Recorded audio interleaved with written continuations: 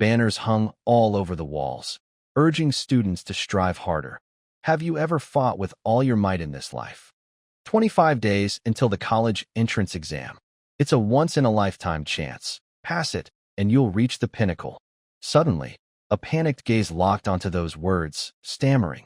Back to the days before the college entrance exam.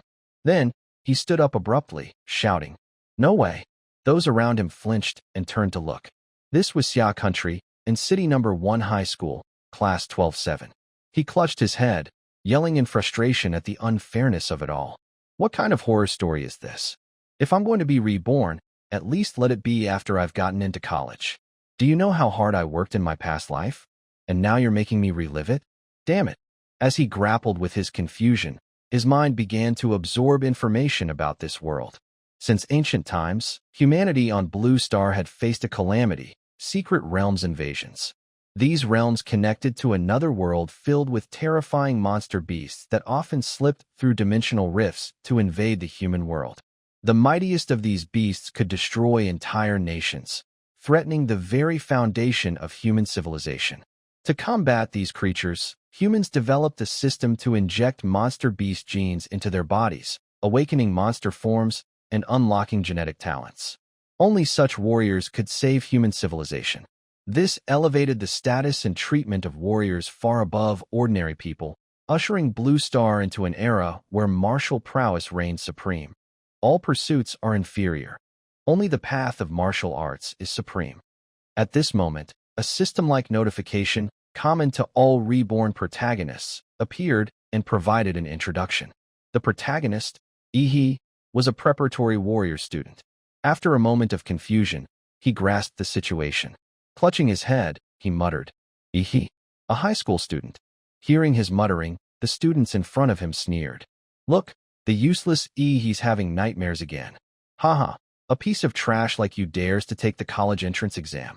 A girl in a pink outfit, seeing the commotion, turned around with a contemptuous look and mocked. "You should just drop out and go home, loser. Be a bottom-tier worker or hide at home waiting to die." Hearing these words, he felt a spark of irritation and sighed inwardly. As expected, every bullying story has a ringleader like her. He didn't respond to her, but sank into thought. It seems the original host's reputation in class isn't great. It all started when his parents died in an accident during his second year, leaving him no heart to train. His once decent performance plummeted like a crashing stock, dragging down the class's overall results. So that's how it is. The girl in pink, seeing him zone out, shouted angrily, "What are you staring at? This is a martial arts class. Want to fight?" He still didn't reply, only muttering to himself with a blank expression. "Staring at what? I'm just thinking. The original host didn't study, but I'm the one stuck with the consequences. Man, this is what it feels like to be despised by everyone and die from a racing heart." At that moment, a teacher with thinning hair spoke loudly. "Are you all ready? It's almost time for the gene enhancement injection. 3 years of physical training and martial arts practice have been for this day."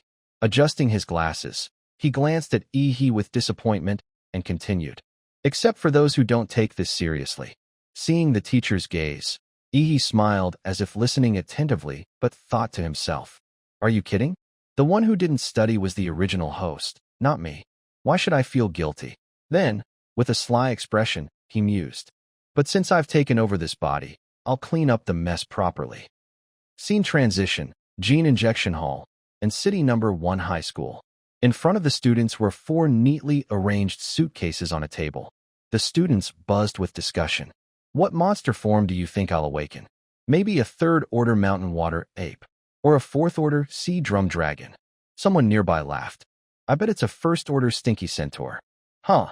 The teacher opened the suitcase containing the awakening serum, revealing rows of advanced-looking blue vials. He explained, "As you all know, this is the Gene Awakening Serum, containing the primal genes of every recorded monster beast. After injection, your body will randomly absorb 1 gene to awaken. The stronger your physique, the higher grade the awakened gene. Don't be nervous. After the injection, calmly accept the power. I'll call your names one by one. Step forward when called. Chen Pengfei. Miao Yinuo." Needles were injected one after another. The room filled with groans, screams, and cries of pain. Some struggled to accept the power, others clutched their throats, gasping, and some even fainted from the intensity. Seeing this, Yi hesitated, commenting, "They look so weird after the injection, and it seems painful. This isn't going to be easy." Then, he plunged the needle into his neck, declaring, "Screw it, let's do this." After a moment, he felt nothing. Opening his eyes in surprise, he caught the teacher approaching, who said in a delicate tone, "E, you don't seem to have changed at all, have you?" He looked at him blankly and replied, "Teacher, I think I got a fake injection." The girl in pink seized the chance to approach, taunting, "Haha, look at that." He didn't awaken anything. He glanced at her, startled. She waved a hand in his face, continuing her mockery. "Hee, a warrior who doesn't awaken is like a bird without wings. Hee, you're done for. Haha, just as you wanted, right? No warrior status for you. Go home and wait to die." Despite her antics, Ihi's frustration grew. He thought to himself, "This girl is seriously annoying. She's the ringleader of my bullies, no doubt." Suddenly, a strange sensation coursed through his body. His heart raced wildly, as if hit by a massive shock. Clenching his teeth, he panicked. Wait, this feeling. In his vision, a system notification appeared. Infinite monster model acquired. Host, Ihi. Comprehensive physique. 9th stage martial arts chi technique. Blue mountain fist, hard chi technique. Monster model drawn. Moments ago, he was fine, but now his body convulsed. In front of the girl in pink, he braced himself, shouting in discomfort. What's with the accusations? If I haven't awakened, so be it. Why fake it? As he struggled to speak, the girl in pink raised her voice. What did you say? Running away? He tried to control his body, but couldn't hold on. His eyes glowed, his breathing grew labored, and a brilliant surge of energy burst forth. Gasping, he said, "Not running, you won't make it in time." In the next moment, a gorilla-like true form erupted from Ihi's small frame. A powerful aura surrounded him, knocking back everyone nearby. He couldn't fathom why his body was reacting so intensely. He roared, his gorilla form opening its maw, unleashing a shockwave. The students in the room were flung back, unable to withstand the force. They helped each other up, panicking. That shockwave was insane. Who awakened what? This aura is unbearable. The commotion drew the attention of the top students. A girl who awakened a fire-based ability looked on warily. A top male student with an ice-based awakening also took notice, muttering jealously. Someone stronger than me? Ihi's system displayed. Grade A model, frenzied gorilla, bloodline abilities, corrosive infection, earth breath, thermal pulse, nuclear absorption. Evolved form, flame monarch gorilla.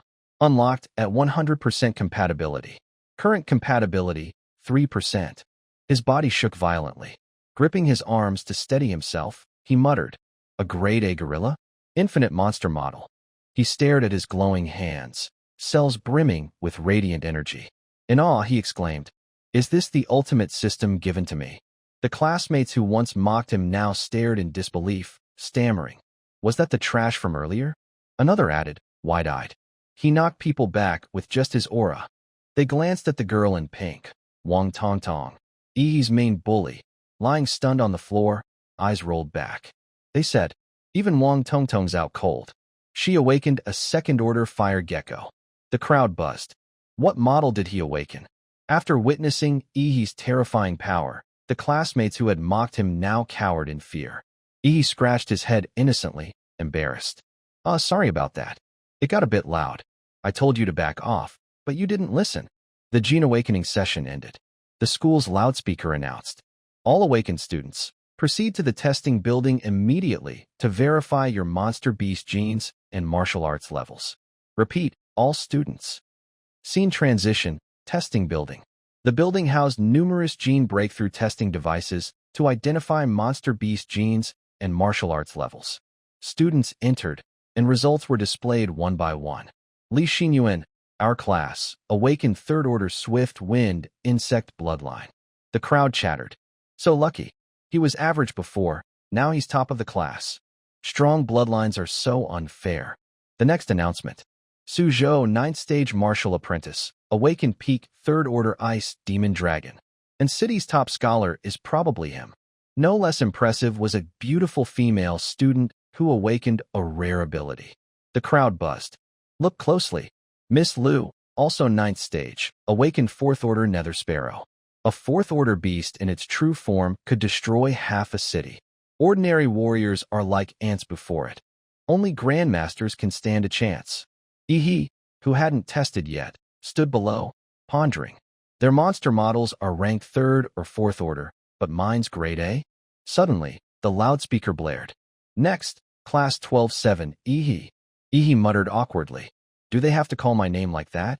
After his earlier display, Ihi became the center of attention. Everyone looked at him with admiration. With that shockwave, he'll be a big shot someday. Better get on his good side. Definitely a thigh worth hugging. Wow, a male god. It's Ihi's turn. With that aura, his level must be high. So cool. The more praise he received, the more pressure Ihi felt. Only he knew his talent was grade A. He muttered, "This world really worships the strong." Passing through the cheering students, Ihi entered the testing room, composed and expressionless. Outside, male students bet among themselves. Ihi's definitely going to make class 12-7 proud this time. No ordinary ability. So badass. What bloodline grade has such a terrifying aura after awakening? And city's going to explode this time. From a distance, someone watched Ihi with a cold, displeased gaze, thinking, so his name's Ihi? Quite intriguing. Moments later, Ihi's results appeared, but only basic information was shown, with other data listed as undetermined. The crowd stared, stunned, then gossiped. Ihi, class 12-7, third stage martial apprentice, monster beast bloodline, undetermined. Haha, third stage martial apprentice? My little brother in middle school could beat that. Such a letdown. We expected too much. The crowd flipped like pancakes, laughing and mocking, dragging Ihi's reputation into the dirt. Undetermined bloodline? Probably nothing. Yeah, a third-stage martial apprentice with a decent bloodline? That earlier display was just a loud fart. Ihi's still a useless lump. Amid the ridicule, Ihi walked out quietly, his expression unchanged. He thought, the gorilla wasn't detected, but I've activated the infinite monster model. His system had informed him. Infinite monster model upgrade guide. Complete missions and increase reputation to earn more monster model draws. Ihi understood that only he knew his model was graded differently. He whispered, then smirked cryptically. His eyes turned cunning and sinister. Looking at his hands, he muttered with peak excitement. As long as I meet the conditions, I can draw infinite monster models. Doesn't that make me the king of monsters? The next morning, at City No. 1 High School. It was a bright, sunny day. The stern-looking teacher, holding a large cup of coffee, scolded a student. What? You want to take a leave, study at home, and come back only for the college entrance exam? Ihi stood with determination, feet apart, fists clenched, and declared loudly, Teacher, I'm eager to improve. The teacher turned, unimpressed, and asked, How so? Ihi continued, I know I'm behind in my studies. Without special training, I can't catch up with everyone else. The teacher, with a strict tone, replied, Ihi, you know the only way to become a warrior is through college. I know you've awakened a bloodline, but your foundation is too weak to pass the exam. Prepare to retake it next year. Don't rush. Facing these harsh words, Ihi didn't falter. He unleashed his pleading power with sparkling, sincere eyes full of hope. Teacher, the more urgent it is, the more I'll improve. You may not know, but I've awakened an incredibly strong bloodline. With hard training, I'll definitely succeed. Look at my eyes. I'm absolutely not lying. Seeing Ihi's over-the-top pleading, the teacher softened, clicking his tongue. Those eyes do seem sincere. He sighed, relenting. Fine, but come back next year to register for exam prep with me. Scene transition in City Warrior Center. Ihi wandered down a wide street, lost in thought. The house my parents left behind was mortgaged for $600,000, plus over $1 million in accident compensation. I've got a decent amount of capital now. To boost my strength, I have two options: level up my warrior rank or increase the compatibility of my gorilla model. Recalling the system's information, he pondered. According to the infinite monster model, each initial model starts at 1% compatibility, but frenzied gorilla is at 3%. Where'd that extra 2% come from? After some thought, he found the answer. There's only one possibility. The gorilla model absorbed the gene awakening serum, gaining an extra 2% compatibility. This means gene-enhancing drugs in this world can boost my model's power. Compared to grinding martial arts, spending money to increase compatibility suits me better. With that, he grew excited, exclaiming, I need to buy gene-enhancing drugs fast. At the center, he scanned his student ID at the gate. As soon as he did, he froze, eyes wide with shock. In his vision, everyone around him was enveloped in an aura of awakened energy. They were all warriors with powerful bloodlines. He gasped. This place is full of awakened bloodline warriors. After awakening the frenzied gorilla model, he discovered a special ability, life magnetic field. The gorilla could emit a field to sense the life signals of nearby creatures. He clearly felt the surging vitality in their bodies, like blazing furnaces, and the roars of beasts echoing in their bloodlines. At that moment, he was thrilled. A sinister smile crept across his face, his eyes glinting with spiritual energy as he muttered, Beast warriors. I can't hold back my urge to fight anymore. Haha. After all, Frenzied Gorilla is the king of monsters, an emperor destined to conquer all creatures on this planet. Unable to contain himself, he shouted, It's a pity I'm still weak, so Emperor Ancestor Gorilla has to hold back for now. Once I grow stronger, I'll show this world what a monster king looks like.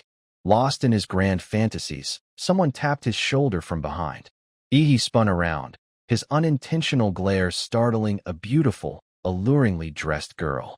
She removed her sunglasses, winked, and teased. Don't go peeking at people like that. Flustered, he quickly explained. Sorry, I didn't mean to. The girl smiled casually. No worries. You must have just awakened your beast gene and can't control your power yet. What are you doing at the Warrior Center? He answered promptly. I'm here to buy gene drugs. But this place is huge, and I can't find the shop. Can you point me in the right direction? The girl, enthusiastic, replied. Gene drugs? You're already using them at this stage. Puzzled, asked. Huh? Is there something I should know? The striking girl explained without hesitation. Not much. It's just that gene drugs are expensive and can cause resistance, reducing their effectiveness over time. Felt a twinge of concern, but she waved it off and continued. For maximum effect, warriors usually wait until their bloodline reaches its limit before using them. Still confused, asked, How much is one vial of gene drug? She held up 4 fingers and answered cheerfully. For your stage, you can only use basic enhancement drugs, about 400,000 each. Hearing the price, nearly collapsed, his mood plummeting as he thought.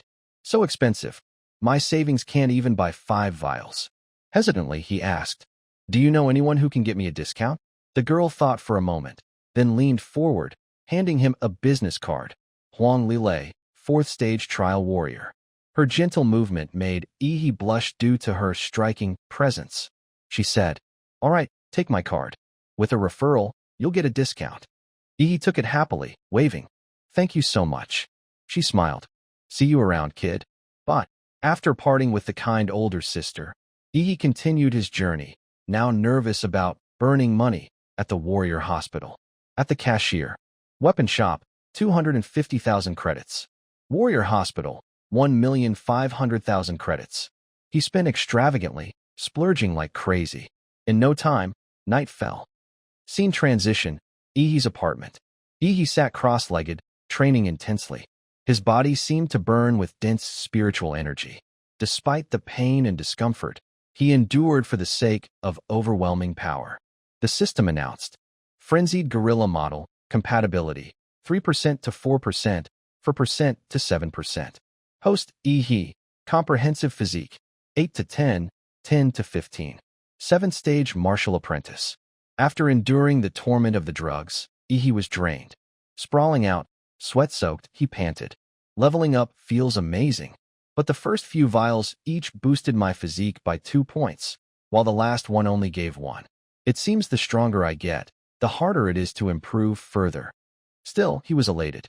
Looking at his pale hands, he brimmed with hope. It's harder to improve, but it's fine. In just a few dozen minutes, I've achieved 3 years' worth of training. This is just my base physique. If I activate the Emperor Ancestor bloodline, I could even compete for the top scholar spot. If I'm cheating and still can't crush the geniuses, that'd be a waste. With that, he roared with determination. Off to the secret realm. Secret realm rifts were graded from S to E. The higher the grade, the stronger the beasts. S-grade realm beasts were uncontrollable by humans and could cause apocalyptic destruction if they entered the real world. Scene transition. In City Secret Realm number 3, Grade E. Fully equipped, he arrived, looking around and muttering. Fewer people than I expected. Probably because this old realm's been explored for so long. All the treasures are gone, leaving only weak beasts for newbies to train on. Strolling along, he spotted a checkpoint and said, "Hello, I booked a ticket for Secret Realm number 3. The woman at the counter, barely paying attention, processed his request. Sign the death waiver. Here's your ticket." The simple procedure was done. The gate to the secret realm appeared before him. He felt a twinge of anxiety, trembling as he stood before it, thinking, so this is the secret realm rift. But his fiery spirit quickly reignited. Grinning widely, he said to himself, this is the start of the Monster King. Without hesitation, he launched forward, diving through the gate with eager anticipation. Here I come. As he leaped into the rift, the three-dimensional world shifted. It felt like passing through the ozone layer into another realm. He landed safely, kneeling with practiced ease. In the realm, he could see nearby planets: Blue Orchid, Dark Veil, Golden Apex. Adjusting his gear, he scanned his surroundings, whispering, "Even though I read about it in textbooks, seeing it in person is incredible." While marveling at the new world and its cosmic view, a red rabbit peeked out from behind, chirping and sniffing him. It seemed cute at first, but when he turned, its face was like a rabid beast, with sharp fangs and scruffy whiskers. First-order beast, Portuguese rabbit. Taking advantage of He's distraction, it lunged from behind, bearing sword-like fangs with immense energy. But it wasn't that easy. He sensed it, dodged, and grabbed its ears, pinning it down with a laugh. "Fool, you think I didn't notice?" The system displayed model ability, life magnetic field.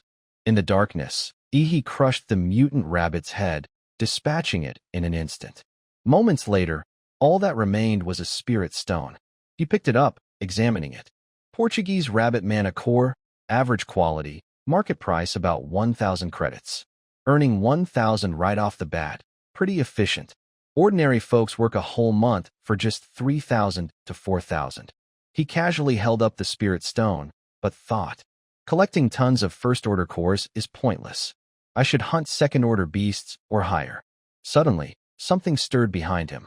A soft, writhing creature, like a snake, burst from the ground. The grotesque beast, 100 times larger than he, opened its toothy maw and attacked. Second-order beast, sea corpse worm. Thrilled by the new challenge, he drew his sword, a smirk of defiance on his face. Just what I wished for. Let's do this. At City Secret Realm number 3, Grade E. He was dominating. Before him stood the sea corpse worm. With a clean slash, he made it screech in agony as green blood sprayed like rain. In a defensive stance, he glanced at it, muttering, "I've read the Monster Beast Encyclopedia. Compared to the tough armor on its back, the sea corpse worm's belly is clearly easier to penetrate." Reeling from the blow, the beast curled into a ball and rolled toward him like a wheel at terrifying speed, aiming to crush him. Facing its fierce counterattack, he remained calm, raising both hands, channeling his energy, and shouting, "Martial arts, boom boom." Instantly, a powerful aura shot from him, striking the sea corpse worm. It took the hit, unfurled, and was flung back. He clenched his fists, amplifying his force, and roared. That's not enough. The beast opened its massive maw, spewing a barrage of spinning teeth like a guillotine. If they hit, he would be sliced in half. Shocked, he exclaimed, "It can shoot teeth. Disgusting." Fortunately, his agility was top-notch. He deftly dodged the saw-like teeth, narrowly avoiding a hit to the face. But when he looked down, his branded shirt was torn. Furious, he yelled, "Damn it! Do you know how much this shirt cost?" This beast was no pushover. He kept his distance, thinking, the sea corpse worm is tough. Without support, even the strongest martial skills can unleash half their power. The original host was too lazy and only relied on cheats. Suddenly, his eyes widened as he channeled immense energy. Spiritual power erupted, and he shouted, "Frenzied Godzilla bloodline, activate." In an instant, his arms transformed into perfect gorilla claws, blazing with fiery aura. Behind him, a majestic gorilla silhouette roared. In a flash, he charged. Slash! A torrent of green blood sprayed like rain. The sea corpse worm collapsed, spewing a puddle of green blood, looking pitiful. Turning back, he said, "After my physique surged to 21 points, dealing with a second-order sea corpse worm is a breeze." To deactivate his transformation, he regulated the thermal energy in his body, feeling like a jet engine. Looking at the damaged dagger on the grass, he sighed. "My new dagger is already corroded by the sea corpse worm's venom. A 250,000 credit piece of gear isn't enough for a second-order beast. Such poor quality, I need to file a complaint." His stomach growled with hunger. Hunting his first beast had drained him. Without packed food, he suddenly caught a tantalizing aroma. Drooling, he sniffed the air and found the source, a quartz-like crystal. Picking it up, he muttered, "A sea corpse worm manicore. It even smells delicious." Without hesitation, he popped it into his mouth, saying, "Screw it, here goes nothing." Swallowing it whole, radiant spiritual energy surged within him. The system announced, "Frenzied Gorilla Model, compatibility increased from 7% to 7.3%. His body glowed as if he'd swallowed a flashlight. Stunned, he exclaimed, "It boosted compatibility too?" Grinning with excitement, he clenched his teeth. Spending hundreds of thousands on gene drugs only raised compatibility by 1%. Swallowing one green mana core gave me 0.3%. 3 or 4 of these equal one gene drug. The white core from the sword-tooth rabbit probably boosts 1%, right? Overcome with emotion, tears streamed down his face. "Damn it, what a loss. I've burned through so much money." Snapping back, he pointed at his forehead. His fingers glowed as he roared, "Turn anger into motivation. Tonight, will hunt to my heart's content." Minutes later, with him as the epicenter, a shockwave exploded, sweeping the forest like radar. He shouted, "Activate life magnetic field." By noon the next day, he left the Grade E secret realm. The system reported, "Frenzied Gorilla Model, compatibility, 9%. Comprehensive physique, 15.8. Having conquered the realm smoothly, he strolled out of the gate, thinking, "Compatibility's at 9%. Eating more white mana cores won't help anymore. Time to sell them for cash." That night, at the exchange counter by the realm gate, he presented 20 white mana cores and 4 green ones. The woman at the counter gasped, "No way. A high schooler got this many mana cores." The crowd behind him was equally shocked. He stood tall, saying, "Per government rules, warriors must surrender a portion of their haul. 1 green mana core equals 5 white ones." He thought to himself, 200,000 credits in the bag. Scene transition, in City Secret Realm No. B, Grade D. The setting was a ruined building with a sky-blue vortex rift. It was a sunny day. Nearby, a sleek convertible parked.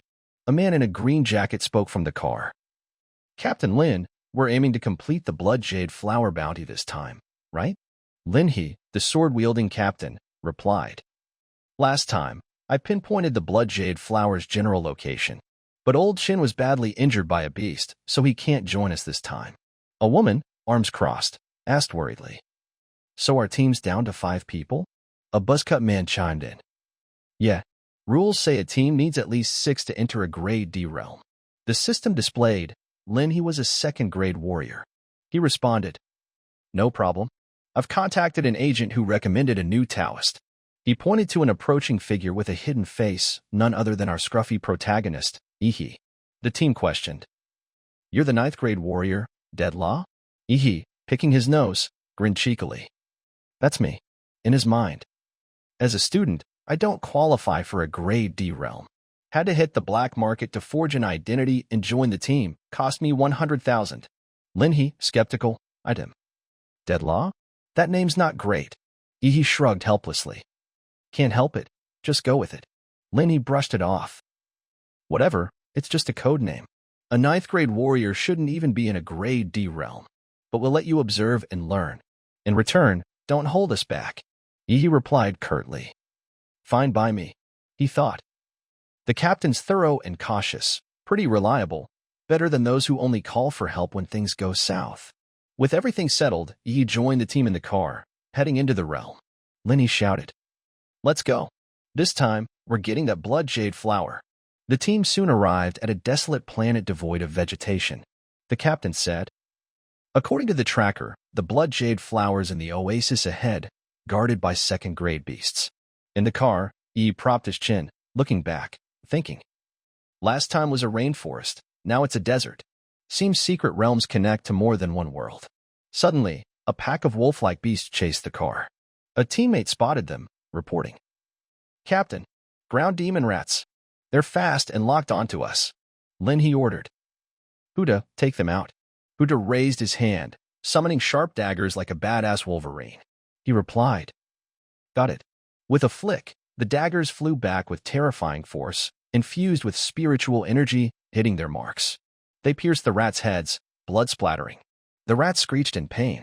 The team's car sped on, and from above, the rats exploded after being hit.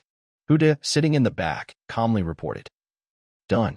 Ihi, watching, thought, infusing martial energy into throwing knives that explode on impact, fast, clean, and efficient. Impressive. The car reached a point where a jungle loomed in the distance. The planet's sky revealed other celestial bodies, unlike Earth. Confirming their location, the team dismounted, readying weapons and preparing to enter. Yi trailed behind, carefree but a bit tired, asking, "Why aren't we driving anymore? The oasis is still a ways off." The captain, walking, replied, "Beasts in the oasis are sensitive to sound. The off-road vehicle's engine would draw their attention." He assigned tasks. Little Xia, deploy squirrel bombs to lure them. Huda, set flowing net traps and use gunfire to pin them down. I'll take them head on. With a stern look, he pointed at Ihi. "And you, Dead Law, just stand there and watch." Ihi pouted, thinking, "Too easy." After the assignments, the team fired signal flares. Boom, boom, boom. A massive explosion dispersed a chemical agent, high-grade beast pheromone bombs that tricked beasts into thinking their territory was invaded, drawing them out. Moments later, a second-grade beast, Thunder Dragon, emerged. Its massive, ferocious body writhed, its drooling maw ready to tear apart anything in its path. The captain shouted, "Here it comes. Be careful, the beast is here." Side development. Where Ihi's team had just killed the ground demon rats, several throwing knives lay embedded in the ground. In the distance, a tall figure in a black cloak appeared, with 2 crisscross scars on his arm. He picked up a knife, his silhouette flickering in the dust. The buzzcut man, wearing glasses and exuding a rugged aura, licked the knife.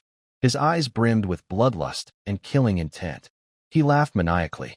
Ha! The beast had just appeared, seemingly a deadly threat. But Captain Lin Ha, with a single swing of the sword slung over his shoulder, severed its head with terrifying force.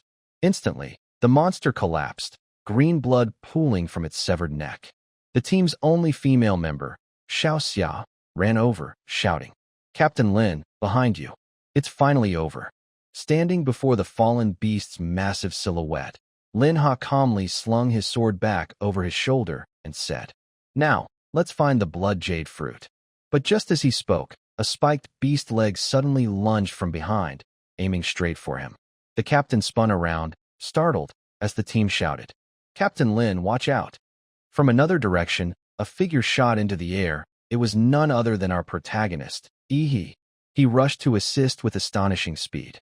In a flash, he was above the captain. Before anyone could grasp his plan, Ihi unleashed a devastating strike from above, his spiritual energy exploding like a thunderbolt. The ground shook, and dust rose like a massive explosion. After this display, the captain, pale with shock, turned and said, "He's just a martial apprentice, yet he has the power to blast away a second-grade beast." Xiao Xia, equally stunned, exclaimed, "That punch was insane." Ihi basked in a shower of praise from his teammates. "That Blue Mountain fist was incredible. It killed a second-grade beast." "Cool as ever," he replied. "No big deal." Captain Lin Ha, delighted, said with satisfaction, "Thanks for saving me. From now on, we're officially a team." Moments later, the captain held a round, red fruit that looked like an animal's organ.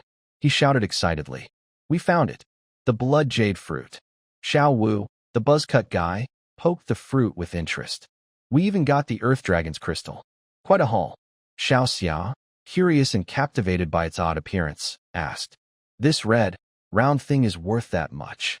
Meanwhile, Yi stood at a distance, thinking hungrily.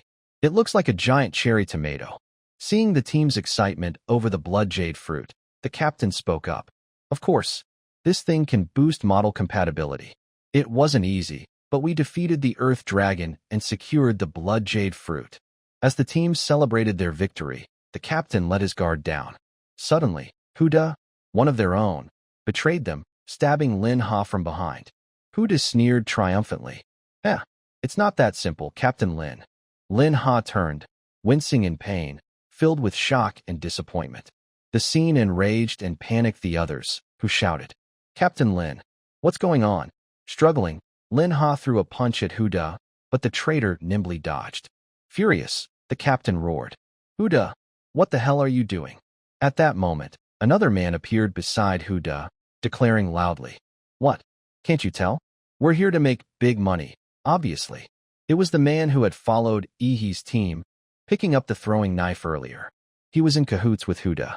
Dressed garishly, with a hulking frame, the man was recognized by Captain Lin Ha, who shouted, Huapeng, what are you doing here? Xiao Wu, clenching his fists in anger, explained to a confused Ihi, You know this buzzcut guy? Gritting his teeth, Xiao Wu replied, Huapeng, he's notorious for stealing warriors' loot in secret realms. He's been targeting us for a while.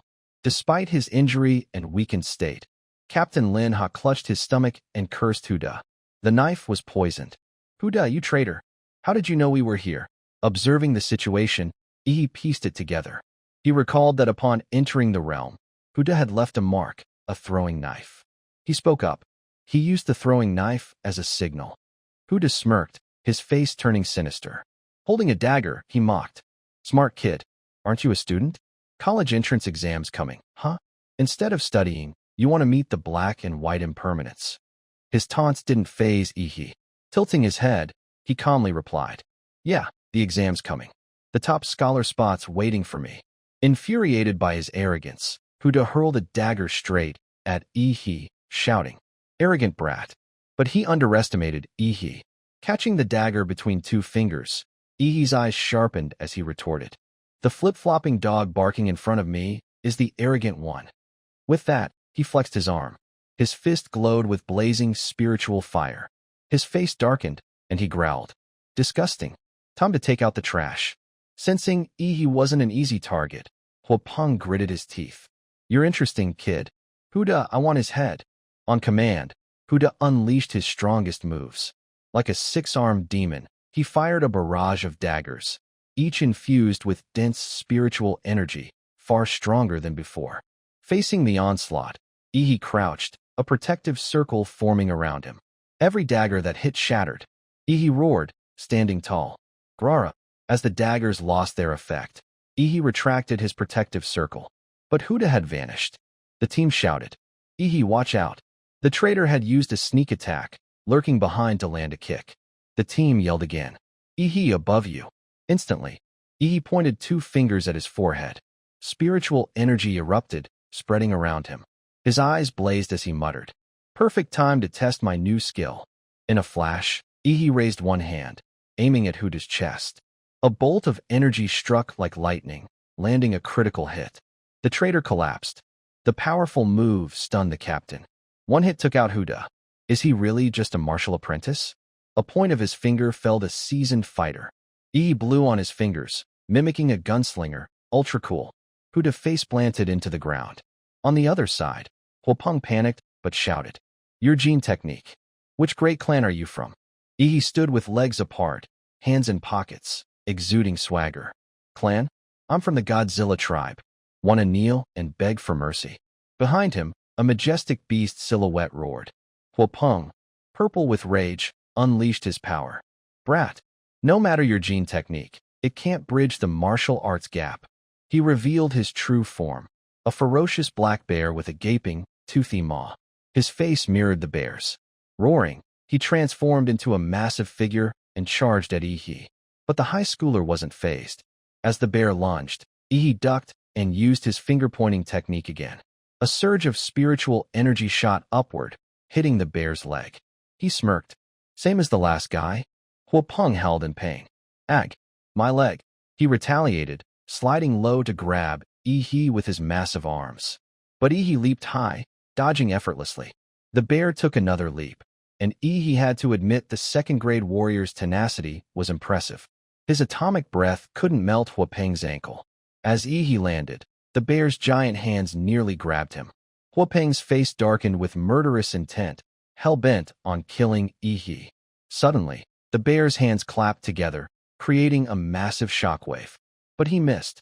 Yi had teleported behind him, charging energy for an attack. He shouted, "Done yet? My turn." Hearing Yi's voice, Huapeng froze in fear. Yi clenched his fists, radiating intense energy. Anyone facing him now was doomed. After building power, Yi unleashed a barrage of punches on Huapeng. The hulking figure endured the relentless blows. Finally, a swift finishing strike left Huapeng critically injured, reverting to his human form, his chest riddled with punch marks. Yi's hands cooled, steaming. Initially seen as the team's weakest, he now left everyone wide-eyed in awe. So strong. But Huapeng, battered and bruised, still didn't yield. He roared, "You used toxic gas in your gene technique. Coward. Vile warriors like you will be punished. I curse you." His words enraged Yi. His eyes blazed with terrifying pupils. Clenching his fists, he growled, "You want to curse me?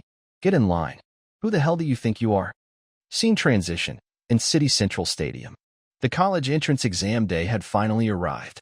The government deployed aircraft and banners to warmly welcome the event. The loudspeaker blared. "Greetings, everyone. The annual Advanced Warrior Selection Exam is about to begin. One sentence, wishing all candidates thriving martial fortune."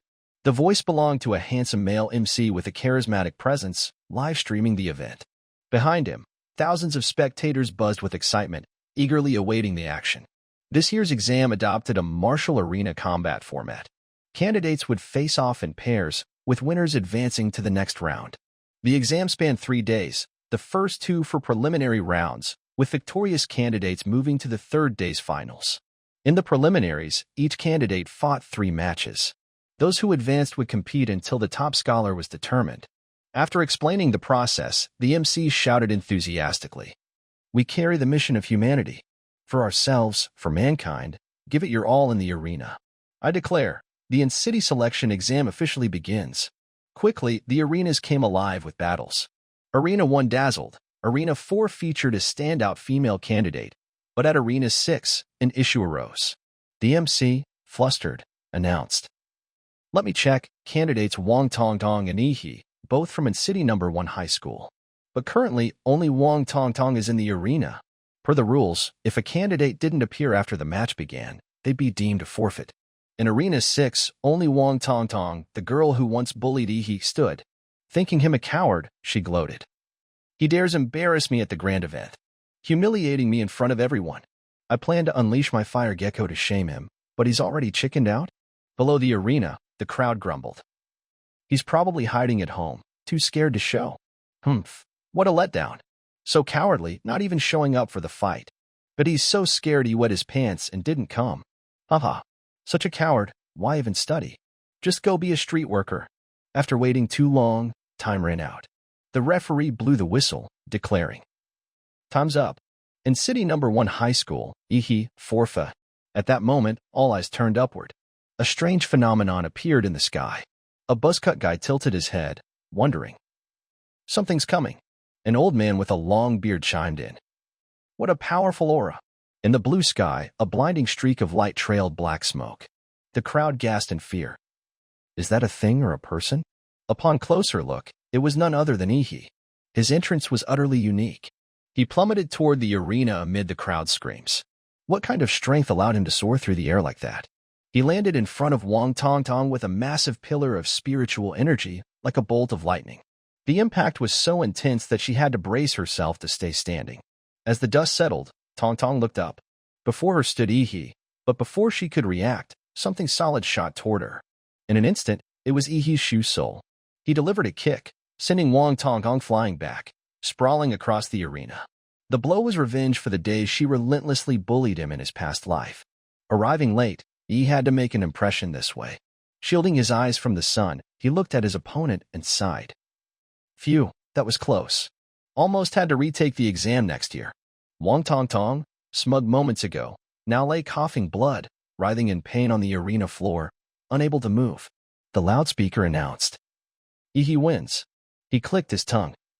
Over already? That easy. The crowd below erupted in applause for the swift victory. This he's insane. One kick took out his opponent. His entrance was so cool. Is that some kind of sky-dropping kick technique? At that moment, the system displayed. Post comprehensive physique, 255. Frenzied Godzilla model, compatibility, 20%. He's face turned sly. He smirked, saying, Captain Lin, to thank you for the blood jade fruit that boosted my physique. I took some time. Next up, I've got a show for everyone. Soon after, the rankings were announced. He would face Long Tao. The loudspeaker blared. In City Number 4 High School, Long Tao versus in City Number 1 High School, Yi. With a single kick, Yi made the hulking Long Tao, several times his size, spit blood on the spot. The loudspeaker rang again. Yi wins. In the next match, another single kick felled his opponent. The loudspeaker continued.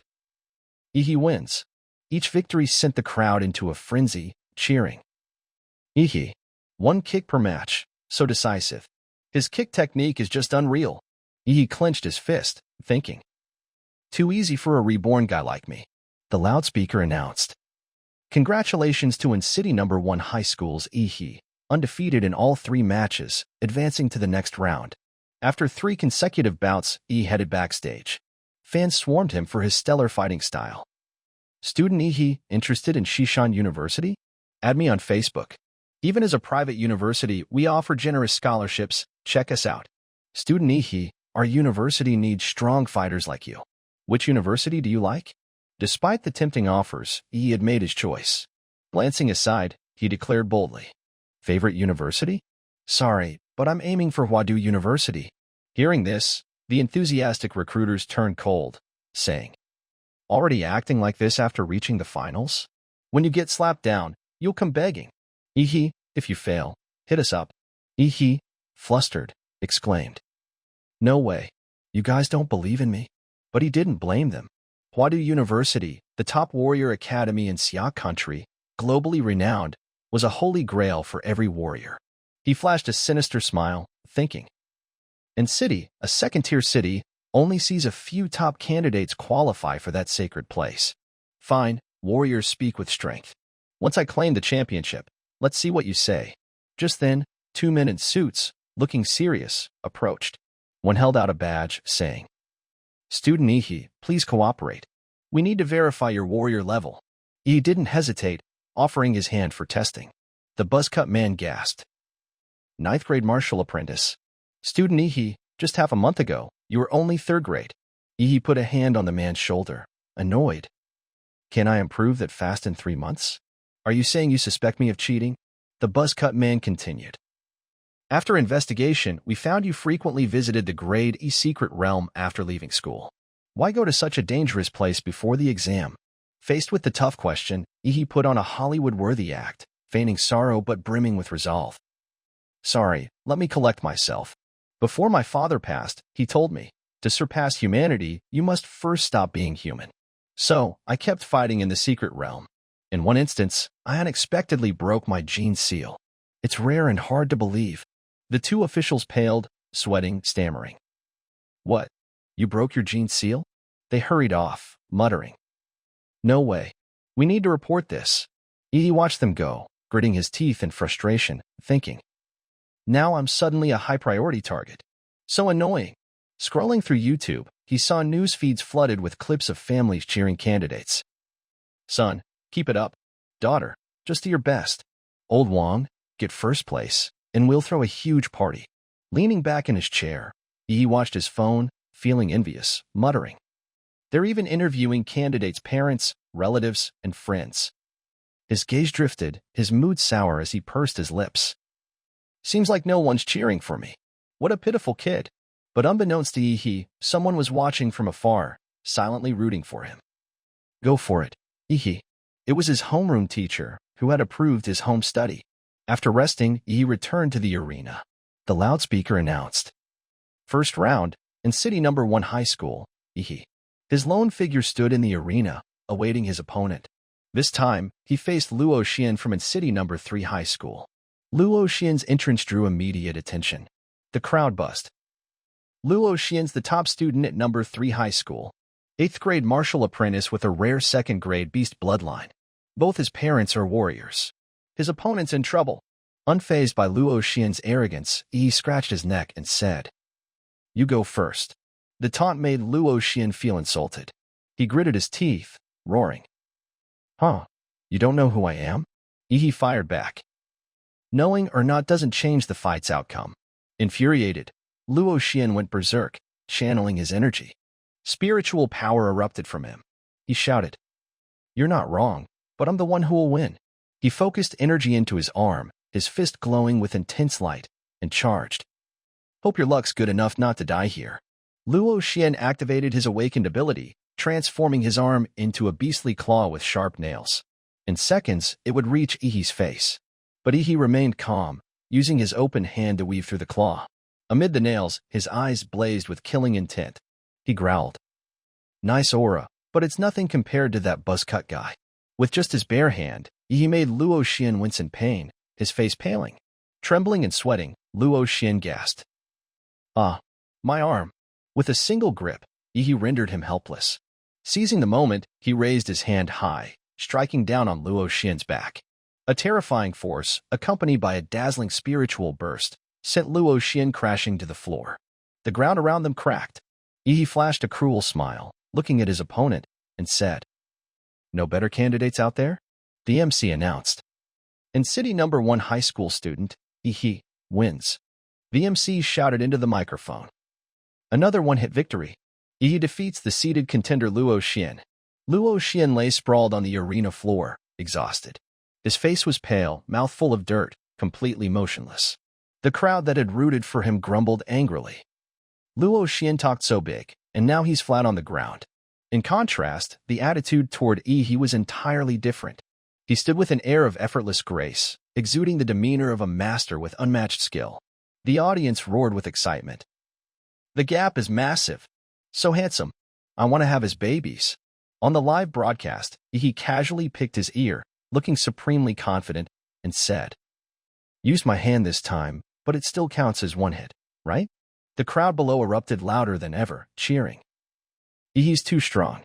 Truly a one-hit superhuman. I'm sure he will make it to the finals. The man I've got my eye on. I'll take you down in the finals." As injured candidates were carried off, those who faced Ihi were either crippled or unconscious. In a corner of the arena, a student observed, muttering thoughtfully, "That's Ihi, huh?" Unlike the others, he wasn't arrogant. He analyzed his opponent with a hint of respect. "Worthy of my attention. I'll defeat you in the finals." At the Huadu University admissions monitoring room, Ihi's brilliance drew the attention of key figures. A man pointed at the large screen, ordering, "Within half an hour, I want his full profile." His subordinates responded in unison. "Yes, sir." In another match, the MC shouted. Group 2 preliminaries are heating up. The top-tier promotion round is about to begin. Two figures stole the spotlight, two beautiful, captivating girls. The crowd buzzed. Damn. A battle between two genius beauties. The MC introduced. Feast your eyes. The girl with long, wavy hair in a stylish short skirt, dubbed the queen of City Number 2 High School, saw Xiaoling. Xiaoling pointed at her opponent, taunting. "Miss Lu, I can't stand that robotic face of yours." Her opponent was Lu Qizhu, known as the Ice Flower of City Number 1 High School. Facing the jab, Qizhu remained cold and silent. The crowd below went wild. "I love watching hot girls fight." "Shut up, you perverts." Toot toot. The referee blew the whistle decisively. Qingzhu's silence enraged Xiaoling. She launched a powerful kick, striking first, shouting. "Fine. Let's see if you can keep that face when I pin you down." To counter, Lu Qingzhu made her move. Raising both hands, she formed a swirling circle of spiritual energy in front of her, shouting. Luhan's secret technique, Radiant Slash. The spinning spiritual energy clashed with Xiaoling's slender legs, glowing brightly and suppressing her force. Xiaoling leaped high, and Qizhu countered with her hands. Xiaoling twisted mid-air, diving at her opponent. The two traded blows, from kicks to punches. Xiaoling channeled energy into her hand, aiming straight for Qizhu. Her eyes blazed with killing intent as she yelled, "Get serious." Despite her aggressive attack, Xiaoling couldn't overpower Qizhu, whose skill matched hers. Xiaoling's hand struck Qingzhu's chest but was suddenly trapped in a swirling spiritual vortex. Panicking, she thought, "Damn it, I fell for her trap." Her hand was caught in the energy wave, unable to break free. Seizing the moment, Qizhu focused spiritual energy into a punch. It glowed brilliantly, filling Xiaoling with dread. The light revealed the panic on her face. Watching the thrilling battle, the MC exclaimed, "Mysterious Yellow Martial Technique." A college entrance candidate mastering mysterious yellow martial technique. This talent could skip the exam and be directly admitted to Huadu. But Xiaoling wasn't backing down. She summoned her beast form. A majestic tiger roared behind her, furious. Her body transformed, sprouting sharp claws like those of a big cat, exuding a terrifying aura. The MC gasped. This girl tamed a third-grade king-level bloodline, Shadow Strike Tiger King. This bloodline is notoriously hard to control, especially the ferocious Shadow Strike Tiger. Her potential is immeasurable. Taking advantage, Xiaoling smirked. "Show me your Nether Sparrow bloodline." Qizhu replied indifferently. "This is enough." Her words infuriated Xiaoling. The girl with long twin braids, far from demure, lunged with her sharp claws. "This is enough? You dare talk to me like that? Think any warrior can match me?" The clash was a battle of fire versus ice, one talkative, one reserved, one aggressive, one precise. They collided with storm-like force. Xiaoling aimed a punch at Qingzhu's face, but she dodged effortlessly. Frustrated, Xiaoling used her hind legs to target Qingzhu's lower body, her claws radiating powerful spiritual energy. Qingzhu chanted, raising a hand to her forehead, her eyes blazing as she shouted, "Primordial Jade Pool." She pointed at Xiaoling's claws. A glowing spiritual circle enveloped them, emitting immense force. The battle shifted dramatically.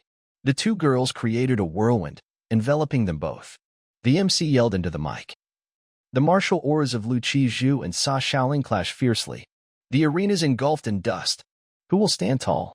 The audience watched, tense. As the dust cleared, Sa Xiaoling emerged first, standing proudly, her twin braids billowing, though her face showed exhaustion. The MC shouted, "It's Sa Xiaoling. She's still standing in the arena." But suddenly, his tone dropped. "Wait." Xiaoling faltered. Her eyes widened, her face purpled. Like a broken doll, she collapsed. The one standing victorious was Lu Qizhu. The MC, stunned, announced, "Sa Xiaoling collapses from exhaustion. Lu Qizhu stands tall." With just martial techniques, she completely overwhelmed Xiaoling, a fellow ninth-grade martial playboy with a king-level bloodline. Truly a once-in-a-century genius. Qizhu, neither talkative nor arrogant, glanced around, accepting the crowd's cheers. The loudspeaker declared, "Lu Qingzhu wins." The forums below exploded with comments. "Wow, Goddess Lu is too strong. My idol. I declare her in city's top scholar. Know her bloodline? Fourth grade Nether Sparrow. Fourth grade bloodline. What kind of monster is that? Most warriors can't compete." The preliminaries ended, setting the stage for the quarterfinal draw. The loudspeaker announced, "Next up, Ihi, and City." Ihi calmly stepped up, drawing his lot like the others. He picked Sphere A, raising his hand. A. At that moment, another student approached friendly. "I got it too. Looks like we're facing off." The burly, cheerful guy introduced himself. "I'm Shen Guang, Chi Feng Private School." Ihi replied curtly. Ihi, and City number 1. Though opponents, Shen Guang wasn't arrogant or hostile. Pointing to the arena, he invited, "We're the second match. Let's watch the first one." At the same time, the loudspeaker announced, "First match result, Luo Shi, Chi Feng Private School versus Suzhou, and City number 1. On the screen, a fiery student wielding a sword faced a trembling, battered opponent. Shen Guang knew him, saying, "Luo Shi strong." He repeated a year to focus on Huadu, mastering his awakened bloodline. But against Suzhou, he's helpless. He raised an eyebrow. "Suzhou?" Recognizing the familiar face, Shen Guang asked, "You're from the same school and don't know him?" The loudspeaker announced, "In City number 1 high school, Suzhou wins." The Chi Feng Private School principal, furious, gritted his teeth, clenching his fists, and muttered, "Damn it, losing right at the start. The deeper we go, the tougher the opponents." Yi turned to his new friend, asking, "How's Luo Shi compared to you?" Shen Guang smiled shyly, scratching his head. "Compared to me? Humph. I'm the martial arts club president of Qingfen senior class. In terms of combat power, those two teammates combined can't beat me." He glanced at Yi, hesitating. "But in this exam, I think you're the strongest opponent. Since I was young, I've had sharp instincts. I sense Yi's like a dormant volcano, hiding a colossal beast inside." This guy wasn't simple. After voicing his concerns, he warmly said, "Let's go. It's our turn." Both stepped into the arena, facing each other. Now true opponents, they locked eyes and smiled, understanding each other's strength. This wouldn't be an easy fight, a clash of equals. The loudspeaker rang. 8 strongest quarterfinalists, second match. Match 2, Xinguang, Qifeng Private School, versus Yi, and City Number 1. The loudspeaker blared. The in-city college entrance exam quarterfinals are heating up. This time, the opponents are no pushovers. Yi and Xinguang are locked in an intense battle. The clash between the two created a powerful energy field, shaking the arena as if it might explode. The MC shouted into the mic. Yi and Xinguang are evenly matched. The crowd below, feeling the pressure, shielded themselves from the energy waves. Xinguang, holding his ground, noticed droplets of blood floating in the air and thought in shock. Nosebleed? Is this his bloodline ability? Clenching his fists, he faced Yi's dark, murderous expression and said, "How strange. You can attack directly at the cellular level." On Yi's side, in a defensive stance, he observed his opponent, thinking, "Xinguang's martial aura forms a barrier, blocking my martial radiation. Incredible." Looking at Xinguang, Yi smirked, his eyes glinting with excitement. This guy's a monster worth conquering. Immediately, Xinguang unleashed his power. A terrifying aura radiated from his sturdy hands. He launched an attack, summoning a massive fire serpent. It opened its maw, spewing potent toxic gas with high damage. Xinguang shouted, "Let me show you the Shun family's heirloom technique." Xingyi Fist, Chapter 2. His glowing punch, fierce as a frenzied locust, shot toward Yi. Facing this pressure, Yi faltered, thinking, "Too fast. I didn't anticipate this move." In an instant, Xinguang's fist slammed into Yi's chest. Unable to dodge, Yi took the full force, his body curling like a shrimp. The loudspeaker announced, "Unbelievable. Yi, the one-hit superhuman, takes a direct hit for the first time, spitting blood on the spot." The MC continued, "He's coughing blood. Xinguang's Xingyi Fist is just too powerful." Despite the heavy blow, Yi wasn't done. He braced himself on the ground, struggling to stand, his feet scraping the floor with astonishing resilience. Xinguang didn't relent, charging with beastly strength.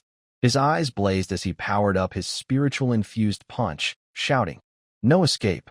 Behind him, a ferocious black bear silhouette emerged, its massive form enhanced beyond measure. After the last punch, Yi continued to withstand the bear's onslaught. Spiritual energy swirled, spreading wide. In this critical moment, Yi bought time, thinking, "Xinguang's attacks aren't just physical. He fuses martial aura for dual damage. My previous opponents were nothing like this. I've never faced a warrior this strong." Strangely, Xinguang's ability allowed him to bend his attacks. His arm arced behind Yi. Caught off guard by the odd move, Yi was stunned. In a flash, Xinguang teleported behind, locking Yi's neck in a tight grip with his massive frame, saying as if reading his thoughts, "You're half right. I don't just infuse martial aura into my body. I also lock yours, stopping you from using martial techniques." With that, Xinguang delivered a devastating blow, sending Yi flying. In this match, Yi was pummeled by Xinguang's beastly, relentless strikes. Before hitting the ground, Xinguang charged again, transforming into a ferocious tiger. Its sharp jaws opened mid-air, aiming for a knockout. Yi spat blood, a trail arcing through the air. Xinguang's punch successfully floored City's hope. Not stopping, he spread his arms, soaring like an eagle, his wide wings radiating a terrifying aura, shouting, "Yi, you can't beat me." Yi raised his hands to block, unable to counter. From above, A massive pillar of spiritual energy crashed down like a massacre. The ground exploded, debris flying. Despite his friendliness, Shunguang's power showed no mercy. As the dust settled, Shunguang's towering figure emerged, arms crossed, laughing. Ha ha!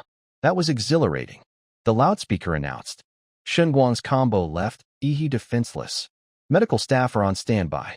A normal warrior would have lost half their life to that onslaught. Before the MC could finish, a sound echoed from the dust. Shunguang, thinking he'd won, sensed something off. He staggered back, exclaiming, "This aura, it's intense."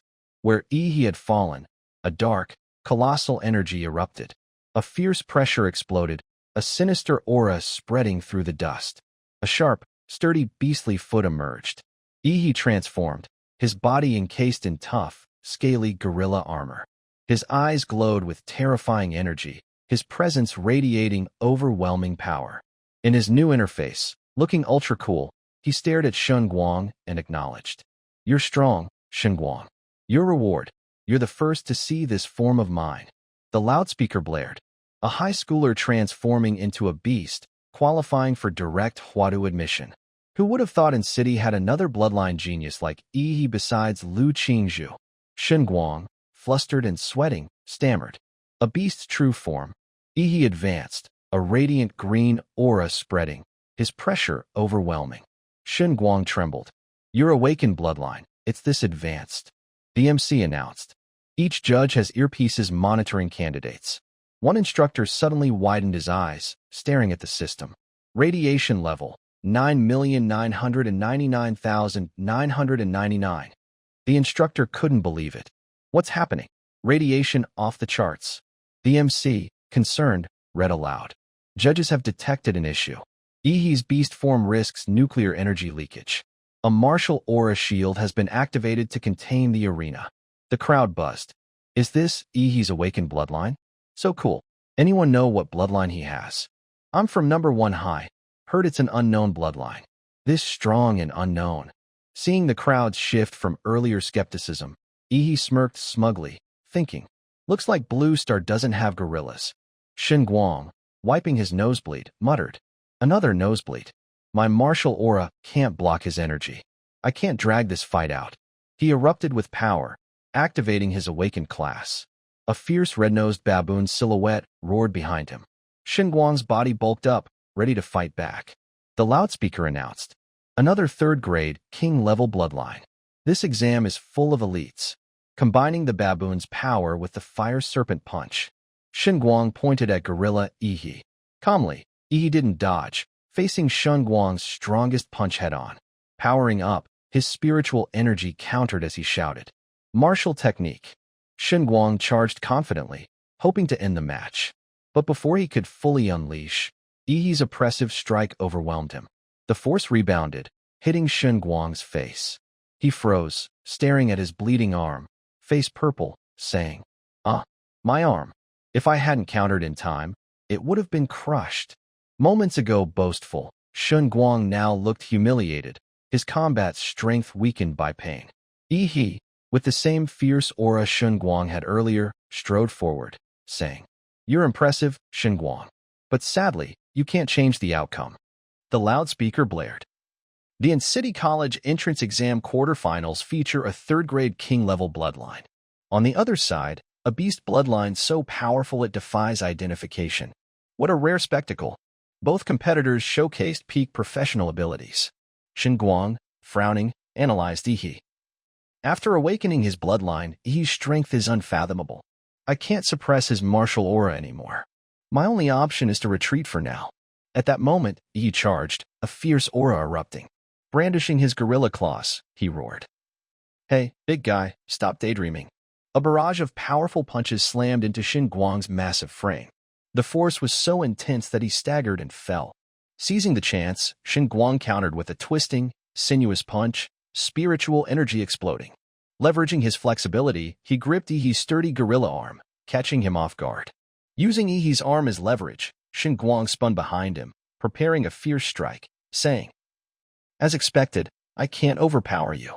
But my goal was to get behind you." He launched himself, leaping high. A massive foot appeared above Yi's head, crashing down with terrifying force. But Yi merely glanced up, unfazed. Xinguang's stomping blow from above aimed to crush him, heavily damaging the arena floor. Xinguang landed, radiating aura. But his eyes widened in disbelief. Yi stood unscathed before him. His eyes blazed, arms crossed, exuding authority. He casually pulled his foot from the cracked floor, lowering his voice.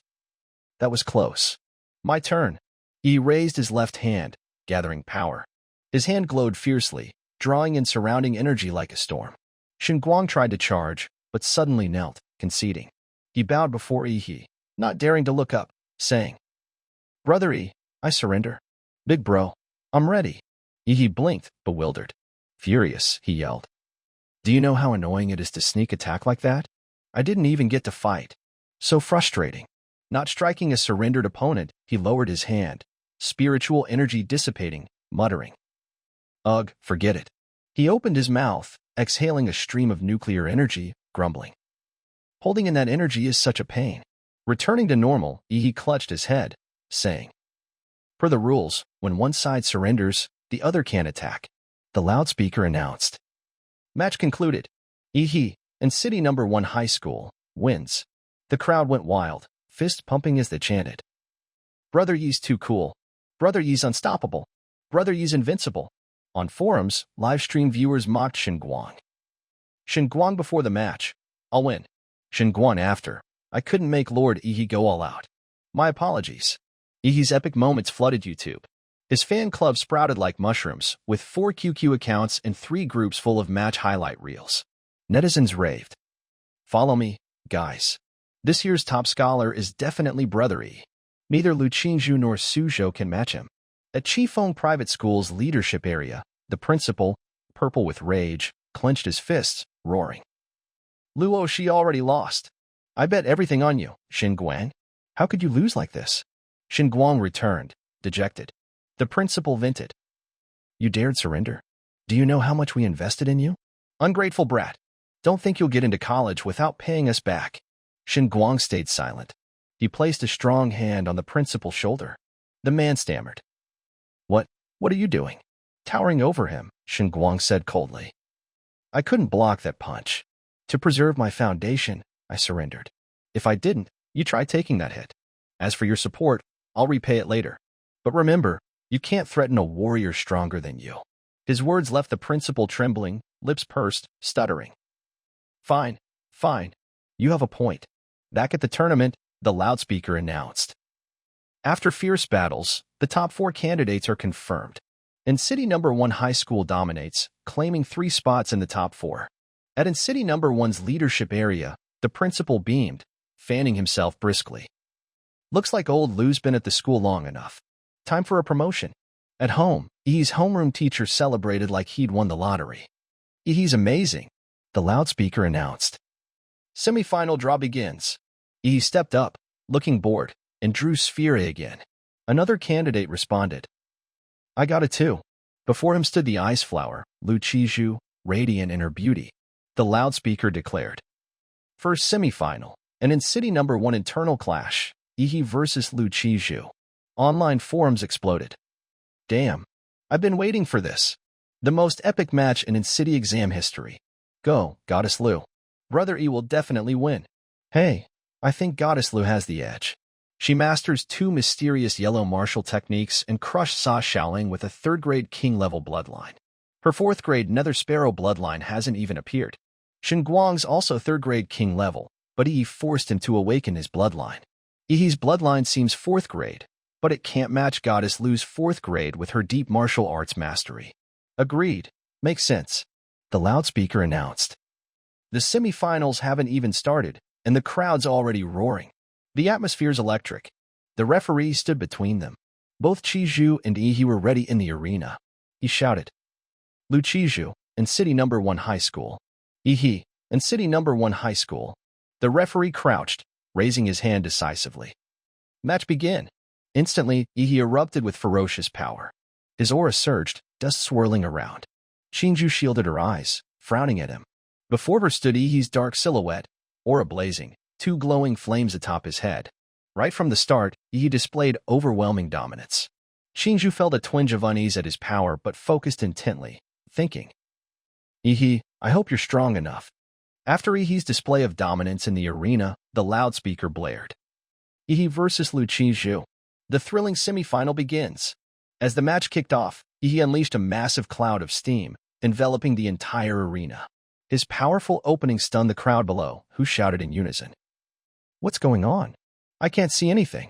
The male MC, equally animated, slammed his hand on the desk, yelling into the mic.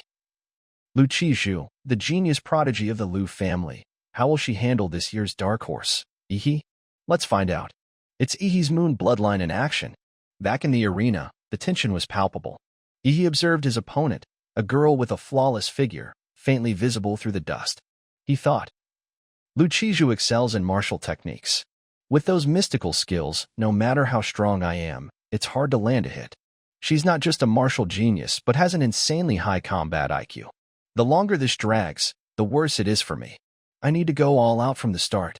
Acting on his plan, Ihi charged, gathering a massive energy surge in his palm for a direct attack. A confident smirk lit his face, the glow of his strike revealing a ferocious aura. But Lu Qizhu was no ordinary foe. She swiftly raised her hands, weaving them to form a solid protective barrier. Qingju's eyes were icy as she thought. Taking the initiative? I'll defend, then counter. Unexpectedly, Ihi didn't throw the punch she anticipated. Instead, he moved at breakneck speed, his figure blurring through the steam.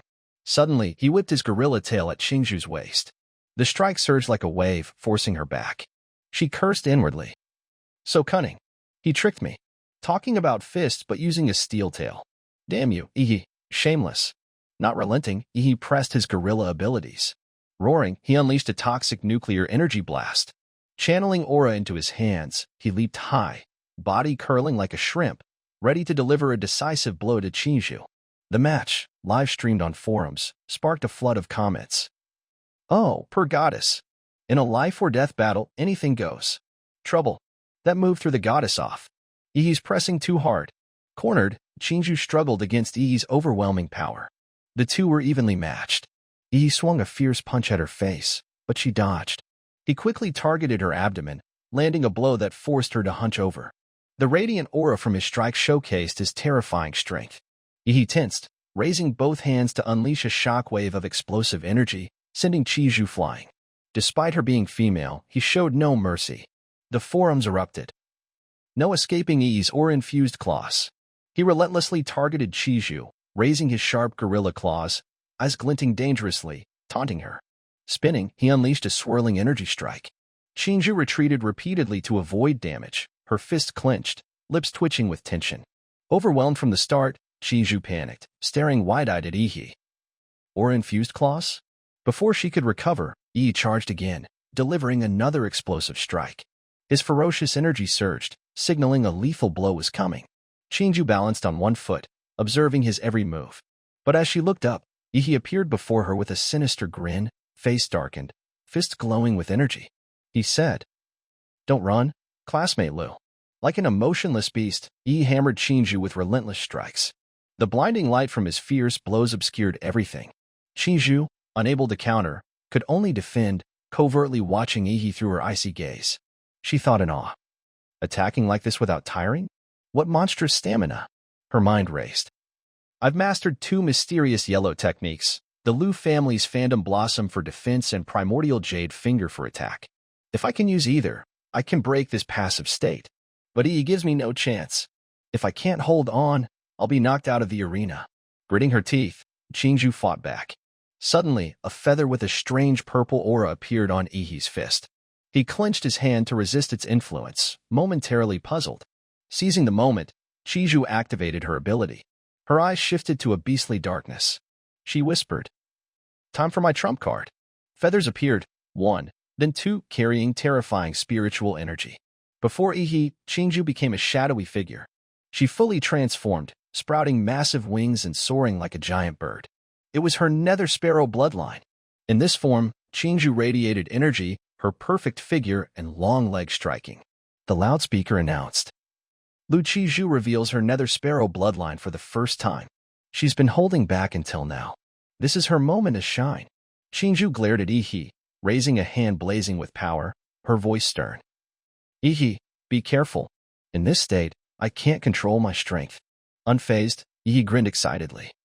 That's the spirit, because so far, I've only used 50% of my power. Before he could finish, Chiju unleashed her nether sparrow ability, enveloping him to sap his strength. Yi faltered briefly. Chiju circled behind, raising a hand to form a massive energy surge, preparing a make-or-break strike. But Yi had anticipated it. Instead of dodging, he spun, clenching his fist for a counter. His face twisted with ferocity.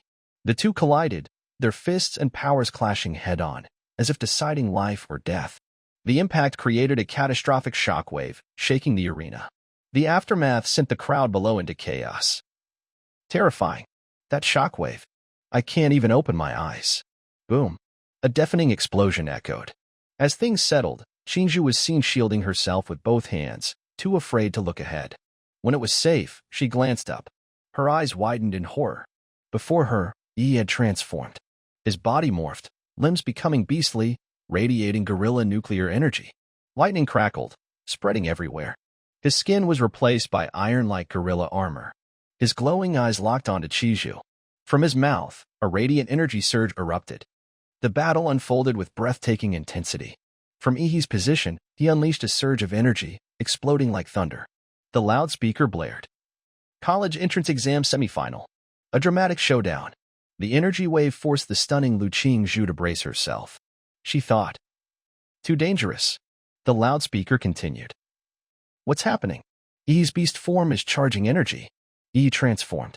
Massive, rigid gorilla scales sprouted on his back, radiating fierce nuclear energy. The arena floor cracked beneath him. The MC, noting this, shouted. The large scales on Yi's back carry intense electrofire energy. His protruding spine absorbed a colossal amount of energy, channeling it to his mouth. Fully morphed into a gorilla, his maw seemed to tear open, unleashing a massive energy beam. No longer human, he crouched, firing a swirling vortex of power from his mouth straight at Chiju. Blinding shockwaves erupted around him. The enormous energy beam surged, pinning Chiju in place. Its speed and power were so overwhelming that her massive wings froze, unable to escape. Chiju curled inward, wrapping herself in her wings, hoping to weather the attack. Within her feathered cocoon, Chingju's spiritually charged eyes betrayed her anxiety. Yi's relentless aura pressed forward, vast and terrifying. As the beam struck her wings, the impact point sparked violently, radiation scattering outward. Chiju activated her bloodline, unleashing Feather Counterstrike. Her feathers fell in droves. The loudspeaker announced. Trouble. Yi's breath is being countered by Lu Qingju's feathers.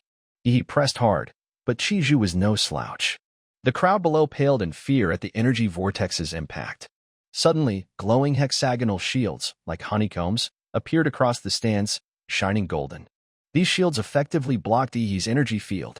His power clashed with them, triggering explosive booms. The shields spread everywhere, ensuring spectator safety. Their creator was Huang Qing, and city's mayor. The elegantly dressed man maintained the arena's safety with his inner strength. Looking up at the fight, he declared. Keep watching. And city's greatest champion in history will emerge today. The crowd roared, cheering and clapping like a tidal wave. The gel-haired MC yelled into the mic. Thank goodness for Mayor Huang protecting the audience.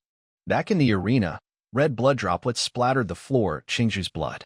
Devastated by Yi's power, she looked battered, her wings tattered, her outfit nearly shredded. Exhausted, coughing blood, she struggled to speak. He broke my nether sparrow defense with one hit. Can I even beat him? Memories flooded her mind. Since childhood, Lu Qingzhu bore the burden of reviving her family's legacy across generations. Her ancestors' words echoed. Lu Qingzhu, you're the Lu clan's hope. You must not lose. Our ancestors are watching. Don't disappoint us. She always had to appear strong, but deep down, Qingzhu was just a fragile girl.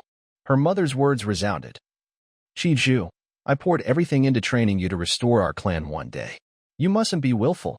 Qingzhu had never had autonomy. Her mother's voice lingered. Not just this match, always win from now on. Whispering, her helpless gaze fixed on Yi. Mom, I can't breathe anymore. I'm so tired. Yi stood before her, exuding strength and victor's aura. Qingzhu thought. Yi's truly powerful. Seeing her broken body, Qingzhu's resolve wavered. Losing to such an opponent was normal, right? She decided to fight to the end, charging at Ihi with her wounded body, thinking, I'm leaving an opening on purpose. Ihi will notice. Finish me. Losing this match, I can't face my family. I want to die here. Shinju threw a weak palm strike at Ihi's chest, intentionally making it easy for him to enter. But Ihi didn't act. Stunned, Shinju looked up, asking, Why didn't you dodge? Ihi gazed down, his expression dignified but cold. Classmate Shinju, why has your fighting spirit vanished? Caught off guard, Shinju's eyes widened. Ihi's gaze flared with anger, his face darkening. He roared, Are you even taking me seriously as an opponent? His body erupted with blinding gorilla power. Channeling energy into his fist, he opened his mouth, enunciating. I don't want to claim the top scholar through such a pathetic win. Shinju's beautiful face froze. Her eyes held fear and hidden burdens. Without holding back, he charged like a beast, swinging a fierce punch at her face. Helpless, she shielded her face with both hands, taking the hit to wake up. He turned, growling. Snap out of it. Relentlessly, he unleashed barrage kicks, pummeling the ice flower. Whack. Get serious. Whack. Get serious. Whack. Shinju fell, battered by punches, unable to endure, shouting. You jerk. No one's ever dared hit me like this. Curling up, she yelled. I already let you win. Why keep pushing? Pushed past her limit, Shinju unleashed her latent power. A massive, dangerous energy field exploded around her. She cried. Don't hit a girl's face, you bastard. He paused. His eyes gleamed, a faint smile forming. That's it. Don't want your face hit? Then get serious. He had successfully provoked Shinju to unleash her full power. Her current form was radiant and stronger than before. Her wings regenerated, larger and brimming with lethal aura. In her fully powered beast form, Shinju glanced at Ihi, her stunning eyes declaring, Ihi, as you wished, I'll defeat you with my strongest stance. Lu Shinju had now transformed into her peak form. Her wings spread wide, radiating a powerful, majestic glow. Ihi looked up, unable to hide his admiration for her commanding aura. Grinning slyly, his eyes blazed with excitement at seeing Shinju unleash her full power. He exclaimed, Finally showing your true beast form? Now this is getting fun. Ihi instantly activated his gorilla form. His body tensed, every cell hardening into rigid scales. A blazing green fire erupted across him. Smiling with satisfaction, Ihi thrilled at the prospect of a proper fight. Opening his massive gorilla maw, he gathered energy and roared. In that case, I won't hold back either. Shinju, provoked like prime prey, became Ihi's target. He charged with terrifying speed, his stomping feet causing explosions on the arena floor. Sensing his attack, Shinju turned, her icy eyes glinting with danger. She thought, no sitting idle. She had to fight back. Immediately, Shinju conjured a massive swirling vortex of energy, stretching like a tornado, glowing brilliantly. As Ihi barreled in with gorilla strength, the vortex enveloped him like a funnel. Amid thick aura and dust, Ihi's gaze remained locked on Shinju. From her delicate lips, Shinju took a deep breath, then unleashed a powerful energy field. Shockwaves exploded. Fighting with her entire body, she unleashed the ultimate power of her Nether Sparrow bloodline, clashing head-on with Ihi's nuclear gorilla energy, charging like a missile. Their powers collided, shaking the entire area. Shinju's sonic wave swept forward, but Ihi reacted swiftly. Shielding his face with both arms, he withstood the blow. His eyes glared through his sturdy guard, roaring, You think you're the only one who can scream? Instantly, Ihi channeled energy into the large scales along his spine. Nuclear sparks flared, as if overloading. Facing this move again, Shinju raised a hand to her forehead, ready to counter, declaring, Same old trick? This time, I won't back down. She chanted loudly, abandoning defense to unleash the Lu clan's ultimate technique, Solar Bamboo.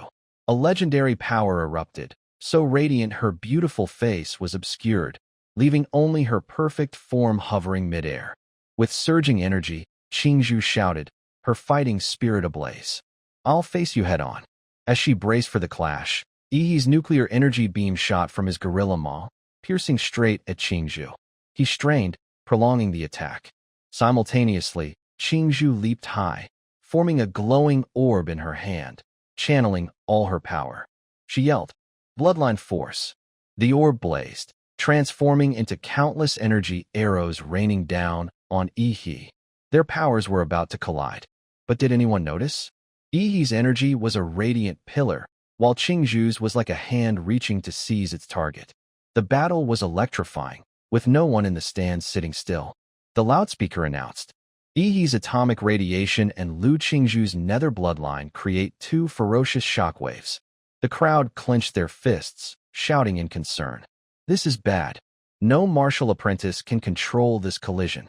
To protect the audience, and City Mayor Huang Qing activated his ability. Raising two fingers, he muttered, "Envy technique." Three massive barriers rose, countering the candidates' explosive power. But when their energies clashed, the thick walls shattered instantly. After the dual strikes, the dust settled. The crowd gasped. Terrifying shockwave. Even the mayor's barriers were destroyed. Seeing the scattered debris, they grasped the candidates' devastating attack power. Huang Qing mused. Three hastily erected earth-vein divine walls weren't as solid as usual. Who'd expect this year's exam to produce two candidates far beyond predictions? Back in the arena, Qingju's slender hand dripped blood, flowing like water. Panting, she reverted to human form, her right arm purple and utterly ruined. Her frail body curled in the dust. Struggling, she gasped, my beast form's power is exhausted." Looking up at Ihi with unyielding eyes, she said, "It's hopeless, but I can still fight." Ihi stomped forward, appearing before her. He reverted to normal and scathed. In stark contrast, Qingju was tattered, barely covered by scraps of cloth, her right arm destroyed. Staring at Ihi, she wondered, "My attack clearly hit him. How is he unharmed?" Ihi looked down at the battered Qingju, saying, "If I hadn't purged the radiation from your body in time, you'd be crippled for life."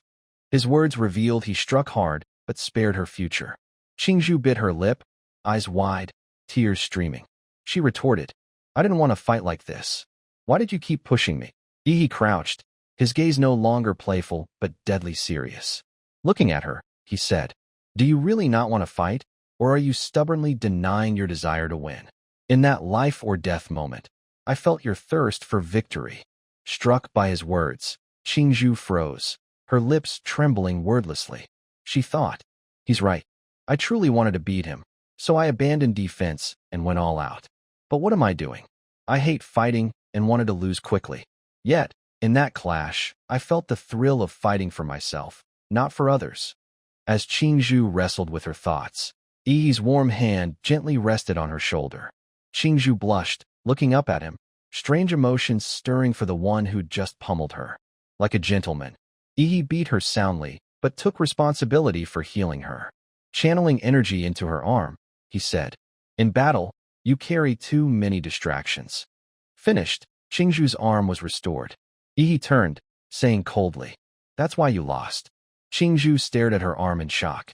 The wounds and radiation were gone. Unlike other arrogant opponents, Ihi acknowledged her, adding, "But you're still the strongest opponent I've ever faced." Turning back, he flashed a faint smile. "Next time, if we get the chance, I'd love to have a pure fight with you."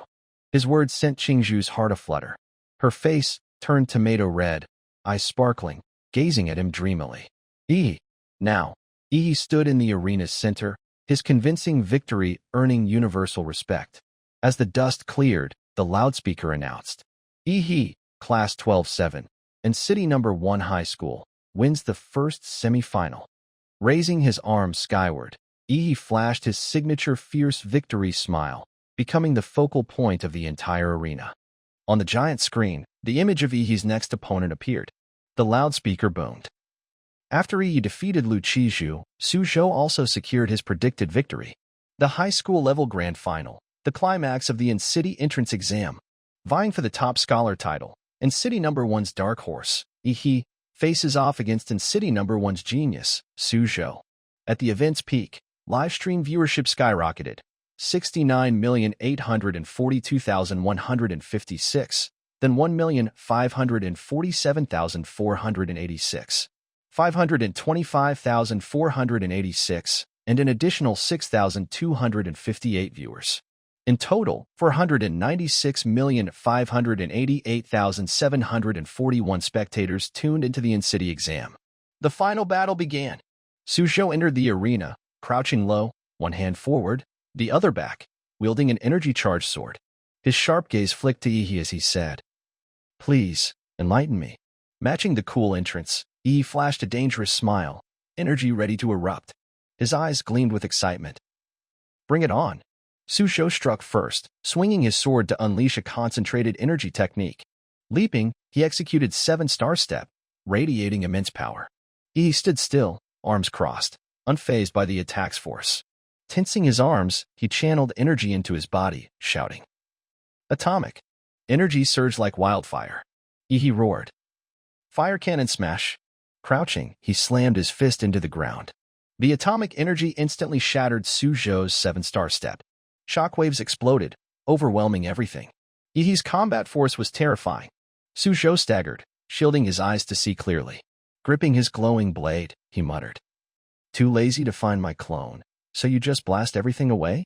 "No ordinary opponent," Suzhou analyzed tensely. "My defense can't withstand Ihi head-on. Among our peers, who can trade blows with him? A true monster." Focusing, Suzhou raised his hand, his eyes shifting color. He decided, "If I can't fight close range, I'll take you on from a distance." Suzhou roared. Bloodline awakening. His true form was a massive, ferocious divine dragon. Suzhou's body morphed, his hands and head turning draconic. Channeling energy into his hands, he shouted, "Ice Demon Dragon! Bloodline power! Frost Vein!" Livestream viewers erupted. "Whoa! Suzhou created an ice mountain. This frost is the Ice Demon Dragon reborn. Suzhou's so hot." Instantly, the arena transformed into a colossal ice mountain. Suzhou hovered, facing Ihi. Forums exploded. "Beat Ihi, Great Demon King. Go, Ice Bro," the loudspeaker announced. Suzhou's ice power is so intense it turned the arena into a mountain. Ihi sealed. The ice mountain engulfed Ihi, shaking the stands. But Suzhou felt his body falter, closing one eye, thinking, "Unleashing such strong ice power has taken a heavy toll on my body." The loudspeaker continued, "Look, everyone, the ice is melting." Before Suzhou, the ice mountain dissolved, revealing Ihi with terrifying energy gathered in his mouth. A nuclear energy beam erupted, obliterating the ice. Suzhou, horrified, gaped. "How? That easy?" The devastating energy surged forward. Suzhou hastily formed another ice mountain to resist. Boom! The explosion shook everything, dust obscuring the view. As the dust cleared, a gorilla foot slammed onto the arena. Ihi said, "Your ice demon dragon power is useless against me." In his awakened state, unscathed, he stood boldly before Suzhou, grinning. "Looks like I counter you completely." Realizing Ihi's overwhelming power, Suzhou sighed, somber. "The gap in strength is too vast." Regaining resolve, he locked eyes with Ihi, determined. "Ihi, take my final move." This extreme martial limit was meant for Luchiju. Suzhou poured everything into his sword, raising it high, unleashing Blade Will of Desolation. He roared, his force exploding. Below, Mayor Huangqing nodded. This sword intent, so strong for his age. Suzhou leaped, slashing down at Ihi. Boom. The impact rocked the stands. Blood dripped onto the floor. Ihi raised his spiked hand, blood trickling. He said, "Get a better sword, and you might have a chance." Suzhou's face purpled, unable to believe his futility. His massive sword lay shattered. He thought in shock. "My sword, broken?" Switching to a carefree tone, Suzhou glanced at Ihi, asking, "How much of a chance?" Ihi smirked. A bit better than those furnace simps." Assessing his strength, Suzhou raised his hand. "I concede." The battle ended smoothly. The loudspeaker announced, "In city entrance exam, Ihi wins." Ihi stood, sheepishly scratching his head amid the dust and wrecked arena. The live stream exploded. "Wow, I knew it. Ihi's insane. Suzhou's strong, but he's nothing before Ihi."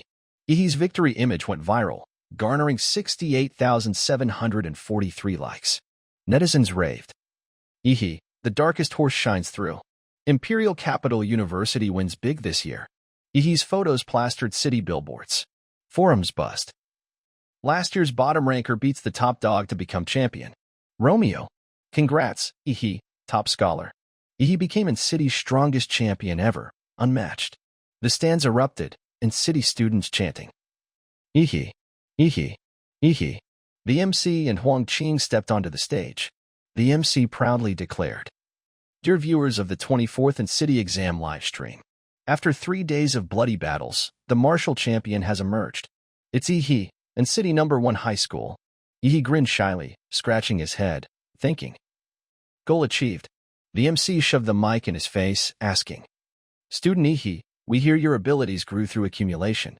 Now the top scholar, any words to share?" Ihi startled, thinking, such cultured phrasing. Composing himself, he spoke into the mic. "Ahem. First, I thank my homeroom teacher. In my toughest times, he didn't abandon me and encouraged me to reignite my will." Elsewhere, his teacher hugged the TV, tears streaming. "Too much. I don't deserve your praise. I failed to see your potential. I'm at fault." Ihi continued. "And also, before finishing, he noticed the principal signaling." Ihi panicked, thinking, "The principal?" The principal gestured, one hand 0, the other 2, muttering, 2 million.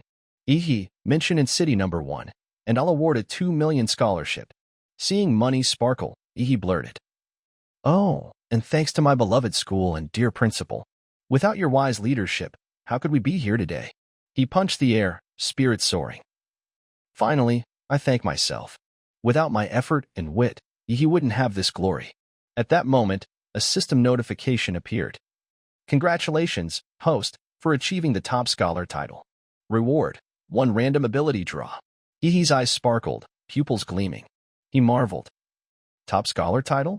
There's an achievement system too? At the stadium corridor. After clinching the top scholar title, Ihi sprinted as if chased by dogs. Behind him, a swarm of reporters buzzed like bees around honey. There he is. "Ihi, do you feel pressure as the top scholar?" "Ihi, how did you improve so fast in just half a year?" "Ihi, are you heading to Huadu University?" He pushed his speed to escape the pack. "Stop chasing. I need to pee." Despite nearly wetting himself, one man persisted, catching up and shoving a mic in his face. "Ihi, who's prettier, Lu Qingzu or Sa Xiaoling? Or do you prefer Xinguang or Su Zhou?" But Ihi kept his lips sealed, his face darkening ominously. He bolted, muttering, "No time to waste on these reporters." The journalists surged but couldn't keep up, calling out regretfully, "Ihi, wait. One last question." Scene shift to the basketball arena. After outrunning the reporters, Ihi arrived here. Clenching his fist with a gleeful expression, he muttered to himself, "Wow, finally ditched them. Turns out the template isn't unique. I can draw more from the system's rewards." Basking in his joy, a dark figure suddenly appeared nearby, speaking. "Ihi, congratulations on becoming the top scholar." Ihi spun around, alarmed, thinking, "Another reporter?" But the figure wasn't what he expected. The man politely removed his hat, holding a mysterious briefcase, and offered a friendly smile. "Don't misunderstand. I'm not a reporter. I'm from Huadu." He fixed Ihi with a serious gaze, saying, "Now, let's discuss your gene lock." Facing this man, Ihi felt uneasy and confused. He didn't respond immediately, thinking in shock. Gene lock. Cautiously, he reflected. "I haven't unlocked any genes. My abilities come from the monster template. He knows my powers. Who is he?" Curious about this enigmatic man, Ihi stayed silent. The man, unfazed, calmly replaced his hat and continued. "The term, gene lock, you heard it from your father, right?" Ihi answered promptly. "Yes." He thought to himself. According to the original host's memories, that was true. The man pulled a sealed document from his briefcase, saying, "Ihi, aren't you curious? A regular taxi driver like your father knowing a term unrelated to his job?" At this, Ihi glanced aside, questioning his reality. "Is there a hidden master involved?" The man held out the sealed file to Ihi. "Given your special case, Huadu can declassify this document." Ihi grabbed it, skimming it eagerly. It read, "Prometheus, once the leading gene research institute on Blue Star, was hunted and shut down by nations after an incident. Many key staff changed identities, blending into society. Gene lock technology was Prometheus's core project." Reading this, he pieced together why they sought him. He smirked slyly, thinking, "So they think my dad was a top Prometheus researcher, and I'm their secret product?" Seeing Ihi's silence, the man from Huadu reassured him. Don't worry, the state won't trouble you. I'm here to inform you, as you're involved. Yi shot back. Big bro, I'm calmer than you, believe it? The man added about Yi's status. Moreover, you're a national priority. We'll protect you. At this, Yi's eyes softened, feeling reassured. Before the man could finish, Yi's ego swelled, boasting. What a hassle, fame brings so much trouble, haha. Laughing loudly in the gym, he looked at the man, saying softly, Well, I'll take my leave. Yi bowed respectfully to the Huadu man, but behind his gesture, Grenade Yi's face burned with greed for power and ambition. Finally gone, he thought. This exam was a jackpot. Not only got into Huadu, but scored a 2 million scholarship plus 800,000 in prizes, and most importantly, a new template draw. The thought alone sent shivers of ecstasy through him. Pointing, he summoned the system, unable to wait. A swirling energy circle appeared, spinning wildly before him like a secret realm portal. He stood, staring, his eyes glued to it. Mesmerized by the light, he gasped. Whoa! The system displayed a panel with a rotating circle of energies, emitting a mystical glow. The room seemed to explode. Floating before Tiny E, he was a colossal titan template, its bizarre skull-like face shrouded in thick smoke. The system showed. Colossal Titan template, oral grade, 60M gigantification, high heat emission. Evolved form, progenitor Titan. Compatibility, 1%. He bit his lip, staring, saying, Colossal Titan, huh? Then, as if struck by a revelation, his eyes widened. If combined with the frenzied Emperor Gorilla template, their abilities could stack. What happens if a super colossal Titan merges with a Demon King War Gorilla? Before him loomed a towering Titan-Gorilla hybrid, massive, ferocious, with a long tail. The image thrilled him. I'll be the true king of monsters. Scene shift elsewhere. A burly man sat in a dark room, speaking on the phone. A voice crackled. Brother Fire Dragon, you mean no more missions from now on? The man replied calmly. Yes, cancel all schedules. The other side responded respectfully. Understood, sir. On his desk, a dent marked a physical impact. The man pressed his thick index finger into it. His rugged face seethed with anger, brows furrowed, barely containing his fury. A call from Off-World reported. Regrettably, we couldn't find your brother's body in the secret realm, but at his last signal's location, we detected radiation traces. This man, watching Ihi's match, received live updates from the realm. He murmured, voice low. Little brother, I told you not to mess with the underworld. Why didn't you listen? Mom said I had to protect you. On the TV, the results flashed. In City Final, Ihi wins. The man showed keen interest in Ihi, approaching the TV as if to pat his head. Ihi's a rare genius of City. Wadu will fight for him. But sadly, they won't see him enroll. Back at Ihi's dorm, a delivery arrived. Practicing martial arts, he rushed to grab it, grumbling. Who's sending stuff when I'm about to test my new template in a secret realm? Pulling out a letter, it read, to Ihi. Per Huadu's Central Sciences investigation, a new C-grade secret realm will open at 3 p.m. today in Fahong Village, Ami outskirts. I'm exploring it. Want to join? Signed, Suzhou. Reading it, Ihi shivered, grimacing. No way? Handwritten letters in this era? Is he a transmigrator too? Scene shift to Honshu Mountain, and city, majestic in its unique beauty. A massive crowd gathered, not just many, but overwhelmingly so. Everyone geared up for battle. Ihi arrived, paling. So crowded. At least 1,000 people. A new secret realm sure draws a mob. As he appeared, Suzhou noticed and approached. Ihi greeted politely. Oh, Suzhou. Huh? Suzhou grinned. You've gotten stronger, haven't you? Ihi forced a friendly smile, thinking. Didn't expect this guy to be so sharp. I used my scholarship to buy gene serums, boosting compatibility to 35%. Low-grade templates have quick payoffs. Ihi chatted. Which school you aiming for? Suzhou closed his eyes, answering curtly. Huadu, Ihi said. Then we'll be schoolmates. He sensed something off in Suzhou's mood. At that moment, a crack split the sky. A new spatial gate opened. Everyone looked up, shouting eagerly. The secret realm's opening. From the rift, monsters emerged, heads with sharp, writhing teeth struggling to break free. Before them stood a three-headed vulture. It spread its wings, diving to attack the crowd. A martial artist below pointed excitedly, rallying. The realm's open. Brothers, take down that beast, claim the realm. Many warriors charged, pooling energy, launching simultaneous attacks. They moved like an army. The vulture, like a tempting cake, was torn apart. Its 3 heads screamed in panic. We're screwed. This is insane. Why so many warriors? Chirp. Retreat quick. Squawk. Can't retreat. Stuck. In moments, the vulture was reduced to a few feathers, thoroughly crushed. The poor bird wailed. Squawk. Early birds really get beaten. The opening beast was easily dispatched. Inside Hongshu's secret realm lay a strange, wild forest with alien trees. The crowd surged in, Yi among them. He moved with composure, not rushing. A scent hit his nose. Yi muttered. Such a strong blood smell. Then he realized. It's a beast tide.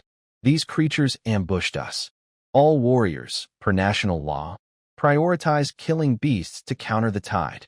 Mutated monsters appeared, skull-faced, fleshy bodies cloaked in demonic aura. They pounced on the warriors. Newcomers eagerly charged, brimming with energy, ready for a bloody fight. In the clash, a warrior decapitated a massive beast. They coordinated flawlessly to take down larger ones. Suzhou joined, swinging his sword with fervor, eyes sharp behind its icy blade, shouting. Bloodline power. Atomic blast fist. He unleashed a powerful sword strike, targeting 2 charging beasts. The blow formed ice spikes, pinning their bodies. At that moment, a beast snuck behind Suzhou, maw open to swallow him. Someone yelled. Atomic burst punch. A light beam pierced the beast, reducing it to a splattering mess, guts flying. Suzhou shielded himself. The savior was Yi, who'd saved his life. Yi said, Watch your back. Suzhou turned, grateful. Thanks a ton. The beasts were thoroughly wiped out, leaving only skulls and blood strewn across the ground. Yi told Suzhou, These realm beasts can't fight worth a damn. Suzhou stared at the gore behind Yi, horrified, exclaiming, Yi killed so many beasts without a scratch. Gazing at the chaos, Suzhou shuddered. It's like the beasts he killed had their flesh and blood melted. He used wide-range radiation, hard to block, and silent. Even scarier, it attacks cells directly. Wherever Yi went, his nuclear energy obliterated life. He was a demon of destruction. Spectators marveled at Yi's prowess. Heavens, how's he so fast? A high-tier warrior helping. No, it's in city's top scholar. A college freshman killing beasts like that. You watched this year's exam livestream, right? Yeah.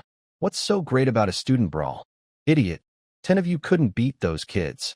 Yi became the center of attention. Warriors rallied before him, shouting, Drive the beasts toward the top scholar. Soon, a cry rang out. Signal ahead. The beast tide's leader is down. We won. The tide retreated. Suzhou, sweating, sighed. At least we held off the first wave. We started with over 1,000 warriors. Now about 800, not counting the injured. Yi, lugging huge bags of beast cores, approached Suzhou. Exhausted, he complained. Phew, Suzhou, tell me, how am I supposed to collect all this? Suzhou, stunned by Yi's greed, asked, Why grab so many beast cores? Kindly, he offered a ring. Here, my spatial ring. Toss your stuff in. Yi grinned, delighted. A spatial ring? Worth tens of thousands in gold. Suzhou, you're a real tycoon. A voice called. Boss Wu Sen's team is here. Suzhou and Yi turned toward the shout. The newcomers hurriedly told the arriving man about Yi. Good thing he took out the beast leaders, or we'd have been wiped out. Many gazed at the newcomer with awe. Taller than most, covered in tattoos, he spoke upon arrival. Hi, I'm Wu Sun, and City University's former top scholar, captain of City's Silver Wolf team. He approached Yi, extending a hand. I heard about your heroic feats from my team. Interested in joining our martial team? Yi looked up, slightly dazed. Witnessing the direct invitation from a revered figure, many were thrilled for Yi. Joining won't affect your studies. You'll get tons of perks. Wu Sun added. I, Wu Sun, welcome you as an S-rank member. Boss Wu Sun personally invited Yi. A golden opportunity. Without a team's support, a warrior's costly career is tough. In Xia Kingdom, Silver Wolf is a top team. S-rank is beyond even Huadu University students. A woman riding a black tiger approached. Dressed seductively, She exuded a fierce aura that intimidated others. She spoke. Wu-sun, what's this? Sneaking in to poach talent. Turning to Yi, she said earnestly, Student Yi, join our Qingda martial team.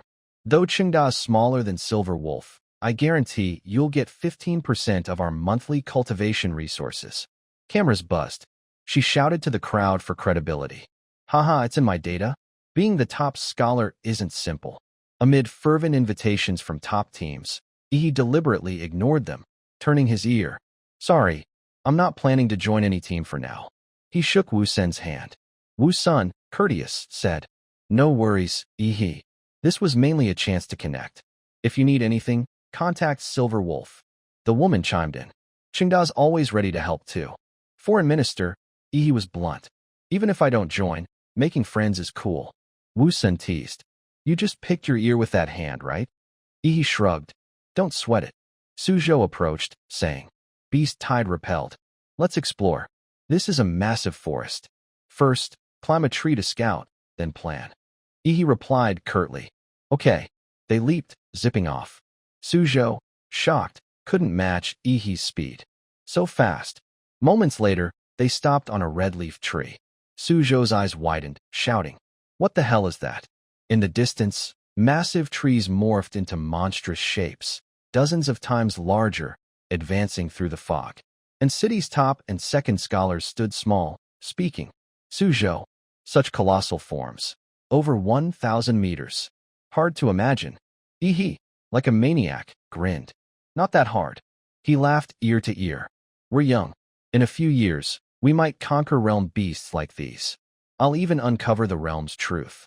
Seeing Yi's expression, Suzhou inwardly admired. Worthy of Yi. I feel fear facing unknown power. But Yi's confident in victory. Not just in martial arts, my will's no match for his. He's a true warrior. Meanwhile, Grenade. Yi, itching for power, wanted to crush the beasts. Your beast cores will be mine. Then, serious, he scanned with sonic pulses from his temples. He gasped. My life field scan can map life in the realm. But southeast, at Lake Puh, it's a vacuum, pure white. Something's up, definitely a demon. Bigger waves mean rarer fish. Stepping forward, pointing ahead, no longer casual Yi but battle-hungry. Victory-driven Yi, he ordered Suzhou. It's Lake Tuaha. Suzhou, check southeast. There's a lake. Let's go. The forest scene was calm, with no immediate rush to attack the monsters ahead. Yi and Suzhou strolled through the woods. Spotting someone ahead, Yi lit up, exclaiming, Sister Yuli. Remember her, guys? The girl before him was the one who helped Yi buy gene serums early on. Seeing him, she greeted warmly. Isn't this our in-city top scholar, Yi? Didn't expect you to be this strong. A teammate beside Yuli spoke up, friendly. Wow. Yuli, you know the in-city champion? Another girl looked up. Yeah, introduce us quick. Yi smashed that beast horde earlier. So badass.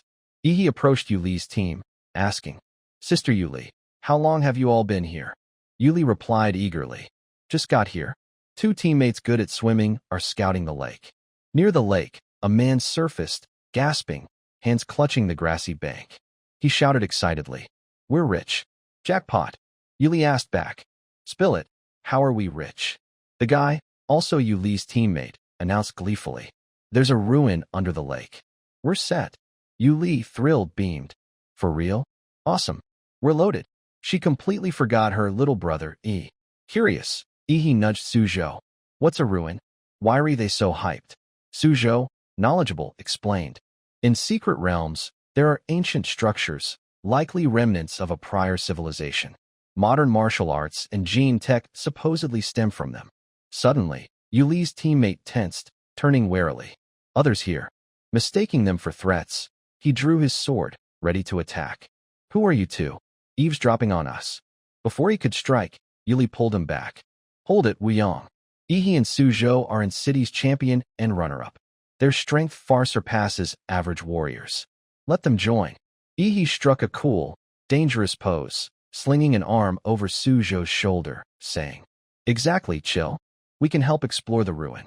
Wuyong quickly brought up Profit. How do we split the loot? Yi waved dismissively, casual. We're outsiders. Work for what we earn. Wu Yang swallowed his frustration, relenting. Fine, you're in for now. No funny business. He reassured himself. The future top scholar and runner-up will be big shots. Better not make enemies. Soon, the team dove into the river, led by Wu Yang, who knew the ruin's location. They followed the waterway to a dark cave. Wu Yang said, "Through this cave is the ruin." Ascending, he scanned around, puzzled. Strange, where's Li Wei? Didn't we tell him to guard here? A bald teammate guessed. Maybe he found treasure and went ahead. They'd tasked Li Wei with guarding the cave, but Wu Yang saw no sign of him. He tried contacting. Yo, Li Wei, you there? Hello. Everyone stayed quiet, listening for clues. Yuli asked worriedly, any beast tracks in the cave? Wu Yang replied, none. Set traps, but no beasts triggered them. A girl in Yuli's team suddenly panicked, guessing, this is bad. Li Wei's missing.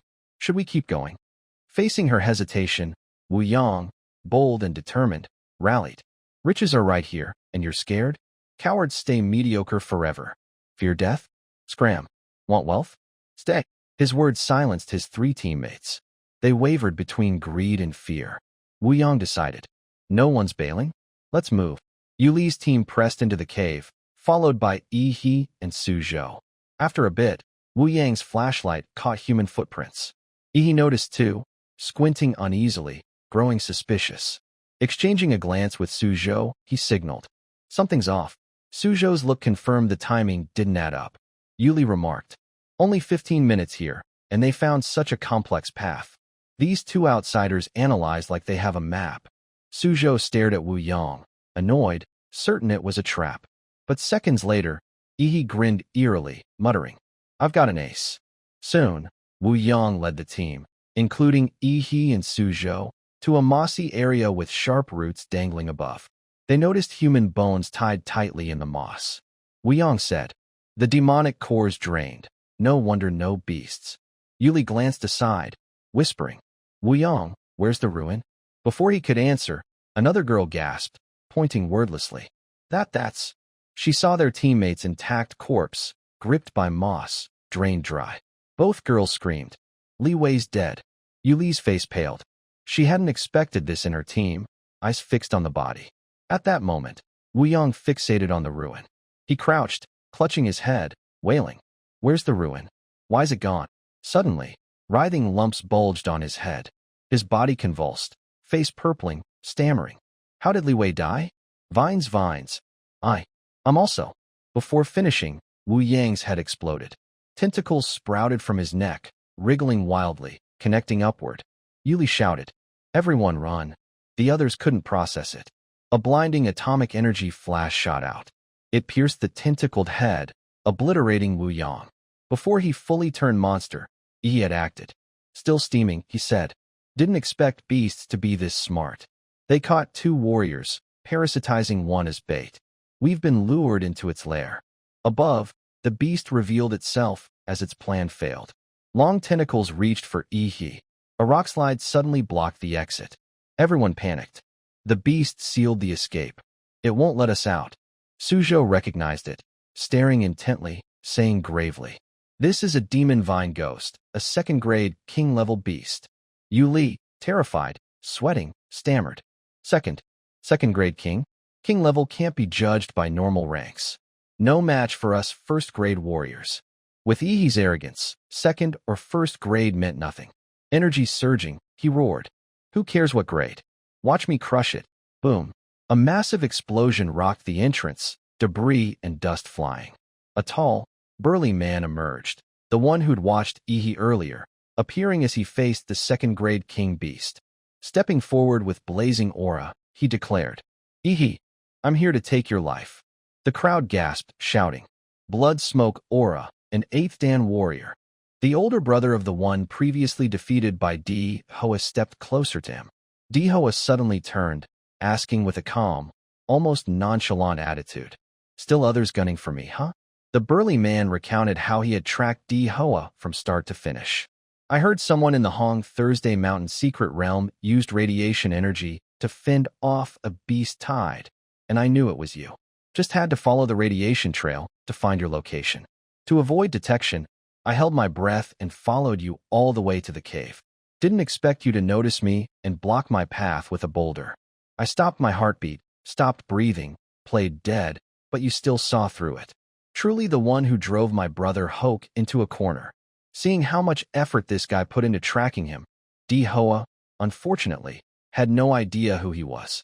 He turned and asked, "Huh, who are you anyway?" As the man rambled on incomprehensibly, D-Hoa continued, "Do I know you?" Having gone through all that effort to track D-Hoa for revenge, only to be met with this attitude, the man flew into a rage and lunged forward. "Don't play dumb. Die." He gathered a powerful surge of energy in his fist, aiming for D-Hoa's head. But the attack didn't go as planned. As he charged, several tentacles of a demonic beast blocked his path. Frustrated and helpless, he stood there, shouting his own assumptions. "This is the lair of the demon vine. You dared lure me into its den and use a demonic beast against me." Clutching his resentment, he roared, losing all reason. "You bastard, was this part of your plan too?" D-Hoa hadn't even attacked him yet. Now, the man struggled against the demonic beast, battered and exhausted. The demon vine drains martial energy and releases neurotoxins. "If this keeps up, I'll collapse. You tricked me." D-Hoa stood by, unsure how to explain, thinking to himself, "Well, I'll just watch him deal with the monster for me. This guy's got a wild imagination for a first meeting." The beast's vines kept entangling the man. Annoyed, he unleashed a burst of energy to clear the nuisances around him. "Annoying. My target is D-Hoa, not these vines." His overwhelming combat force caused the cave to tremble, on the verge of collapse.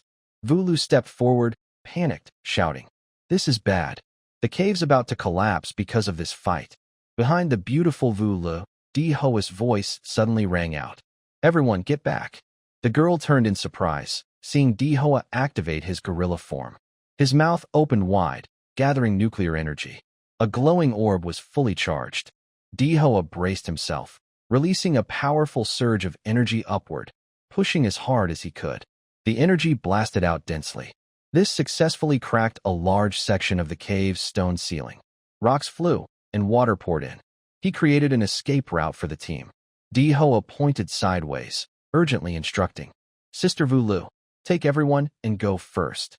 At this moment, the troublemaker finished dealing with the demonic beast. Hearing D-Hoa's team planning to flee, he braced himself, charging a blazing punch and rushing to attack. "Don't even think about escaping." Sword Intense Soul Piercer, So Chao's technique. He swung his sword, creating a trail of ice that shot straight behind D-Hoa, successfully blocking the man's punch. So Chao raised his sword, lingering ice mist swirling around it, and declared with authority, "With me here, you won't lay a finger on D-Hoa." Despite So Chao's protective intent, his swordplay was nothing to the burly man. He laughed mockingly. "Haha, kid, I'm an 8th rank martial artist. Your little ice tricks can't touch me." At that moment, D-Hoa charged in, eager to deal with the persistent nuisance. As he closed in, he said, "Hey, talkative uncle, where are you looking?" Nuclear impact fist. D-Hoa's powerful punch slammed straight into the man's face. The man looked up, but the punch was already too close to dodge. Crushed by D-Hoa's blow, he sank into the ground. A blinding light erupted, illuminating the entire cave. Not wanting So Chao to get hurt because of him, D-Hoa turned and said, "Go ahead. He's too strong for you to handle." Then he faced the stranger, completely serious. "I'll deal with him." Reeling from D-Hoa's blow, the man staggered, exhausted. Everyone followed D-Hoa's direction, swimming to safety. Vuli's team was all safe. The demon vine went berserk, stirring up the lake's depths. A moment later, as So Chao reached the shore, Vulu asked worriedly, "Where's D-Hoa?" He didn't answer, only turning his head toward the underwater cave, indicating D-Hoa was still there. Back in the cave, D-Hoa's shockwaves were wreaking havoc, unleashing immense nuclear energy. Wave after wave, he braced himself and activated a new form. With everyone gone, D-Hoa dared to use the Titan form recently updated in his system. Upon activation, he used the Titan's massive hand to crush the stranger. The man, still clueless, passed out, falling like a mosquito as D-Hoa released him. Moments later, the burly man floated to the surface, bruised and heavily injured. The shockwaves from Di Hoa rocked everyone on the shore. So Chow saw the colossal silhouette, eyes wide, struggling to comprehend. But in an instant, Di Hoa's titan form vanished, leaving only a massive figure in a haze of smoke, with thunder and lightning roaring endlessly. No one fully understood what had happened. Soon, Di Hoa returned to normal and swam to shore. He climbed onto the grass, body bare. So Chow saw him and called out, Di Hoa. Di Hoa didn't dare climb up fully, saying, So Chow, lend me some clothes. After dressing, Di Hoa sat down, facing the team's interrogation. So Chow asked immediately, What was that explosion? Exhausted, Di Hoa rested and answered, It was the mysterious martial artist. He had a plasma bomb and self-destructed with the demon vine. So Chow was shocked. A plasma bomb? Isn't that a banned military weapon? How did he get one?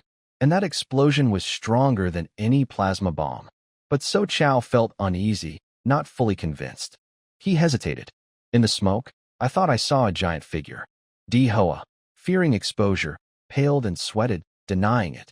No way, just an illusion. He thought to himself, face darkening. Good thing I dodged that.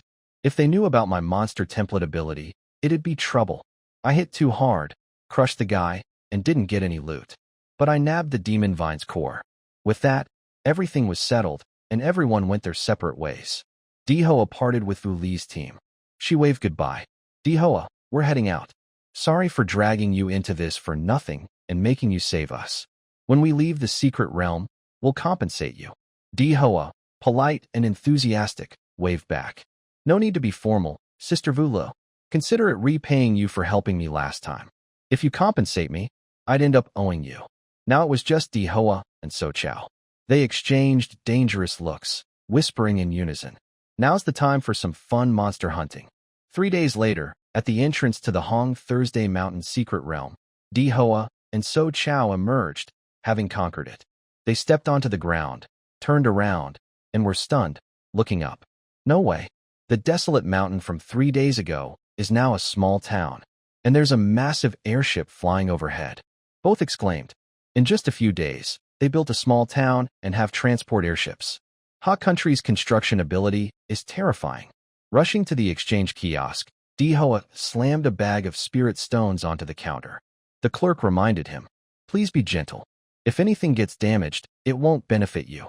Di Hoa scratched his head, sheepish. Sorry, but I'm carrying so much stuff. If I don't get it out quick, it'll take forever to check, right? The clerk brushed it off, cheerfully replying, Relax, we're professionals.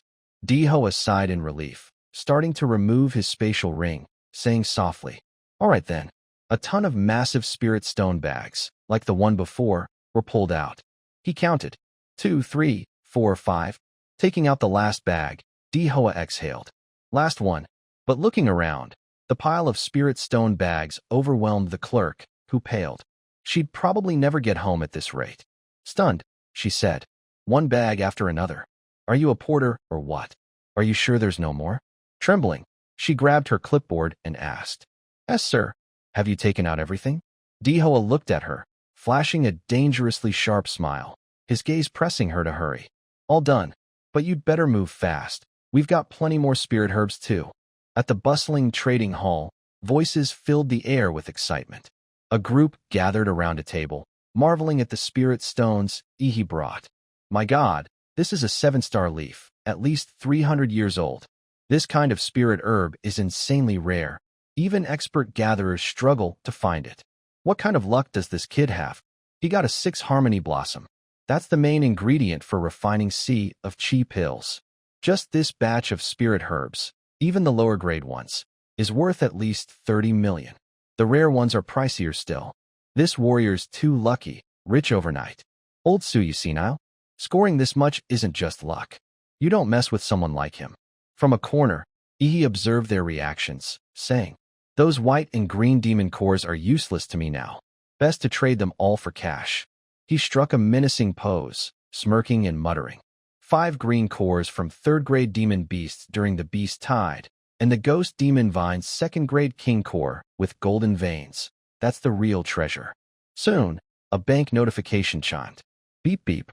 Bank card credited with 21,570,000 yuan. He shoved his hands in his pockets, strolling out of the trading hall, mentally planning his next move. Done with the cores. Now to find buyers for the spirit herbs. Suddenly, a flashy sports car parked right in front of him. He glanced around, unsure whose it was. An older man stepped out, jovial, laughing as he spoke. Hello, Ihi. I'm Li Yudian, owner of Pingy Pharmacy. Heard you've got spirit herbs from Red Tree Mountain. I'll buy them at 1% above market price. Deal? Ihi squinted, muttering, not thrilled by the offer, thinking, personal info's out like that? Those old appraisers leaking my details, whatever. Needing to sell, and with a buyer at his doorstep, he nodded. Fine, I'll sell. The man completed the deal, drove off, and called back. Next time you've got herbs, come to me, Ihi. Ihi checked his phone's notification. Beep beep. Bank card credited with 7,050,640 yuan. Staring at the balance, he muttered, all this money's nothing compared to a 10% power boost. Personal strength is the ultimate truth. Market gene serums and white or green cores are useless now. Sighing wearily, he grumbled. Humph, my template's pickier than its master. High-grade stuff like blood jade fruit or premium gene serums. I'm not even qualified to buy them. A sudden idea sparked, and he looked up, excited. Wait, there's that way. Recalling, he thought. In the exam, I crushed Lu Qingzhu purely with the power of my mad Gorilla Emperor template. But in martial techniques, I'm miles behind those martial arts prodigies.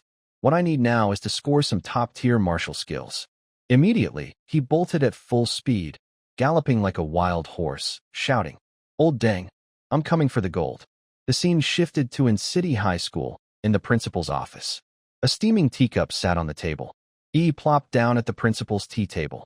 The principal treated him like a prized jewel, personally massaging his shoulders, saying, Ihi, didn't expect you to visit your old school. Ihi grinned, brushing it off. Principal, no need to be so formal.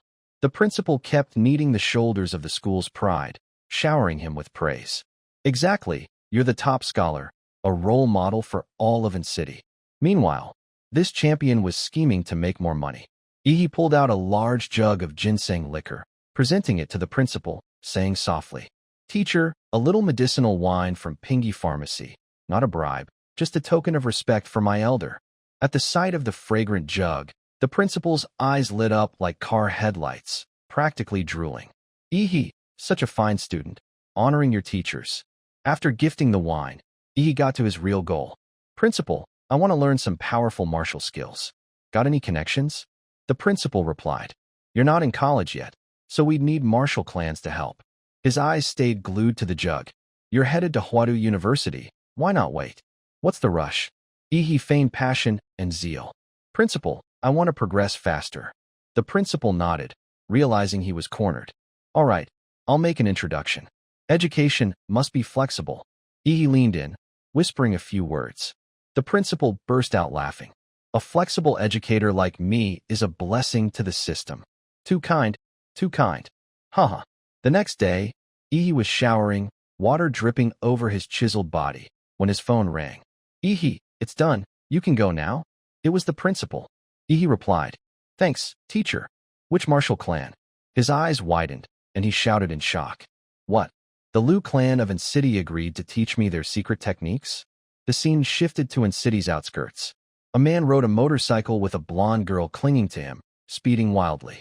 Both dressed stylishly, looking cool. The girl, hair whipping like a ponytail, sounded nervous. Big brother, you're going too fast. Scary. The gel-haired guy turned, teasing. Scarier's coming. Lost in their thrill, Ihi's voice cut through. Buddy, focus when speeding. Reckless driving brings tears to loved ones. The pair flinched. The guy, annoyed at the interruption, snapped. What the hell? You nuts? Nearly gave me a heart attack. Riding a beat-up fancy bike and daring to race me? He revved the throttle hard, ignoring Ihi, zooming down the road while hurling insults. This trash thinks he can compete with me? The girl, splashed with water, squealed. Big brother's so cool, totally wild. Ihi sneered, glaring. Talking to your big bro like that? A massive energy surge erupted. The couple froze, terrified, hearts pounding. Who says a regular bike can't catch a motorcycle? Using nuclear energy, Ihi pedaled at lightning speed, effortlessly overtaking them, tossing back. Buzz off, flies. The guy's eyes bulged, trembling. He rocketed off on his bike, leaving a trail of dust. Seconds later, he was gone. The couple, drenched in cold sweat, couldn't believe they'd crossed in city's strongest warrior. The guy stammered, "Bikes are that fast now." The girl, eyes wide, stuttered, "Faster than a plane." 5 minutes later, he parked his bike, looking up. He stood before a sprawling mansion, clearly a wealthy estate. He marveled. Truly a martial clan. Using energy scanning, he muttered, "Even the force field has several terrifying chi signatures." A gate opened, and Lu Qingzhu waved, friendly but hesitant to smile, shyly saying, "You're here, Ihi?" He grinned, teasing, "Not happy to see me?" Qingzhu quickly denied, cheeks flushing. "No, it's not that." Ihi pressed. "So, you're thrilled to see me, right?" Qingzhu, speechless, lowered her head, ready to lead. "Mother asked me to greet you. Let's go meet her." Ihi followed Qingzhu to meet the key figure. As they entered, the grand hall's gates swung open, exuding immense wealth. Qingzhu looked up, calling, "Mother, Ihi's here." On the high stairs, a woman in heels descended gracefully. With wavy platinum hair and full lips, her beauty was captivating. She spoke, "Welcome, Ihi." This was Qin Lan, matriarch of the Lu clan. Seeing her daughter bring Ihi, Qin Lan smiled warmly, approaching them. All eyes were drawn to her stunning appearance.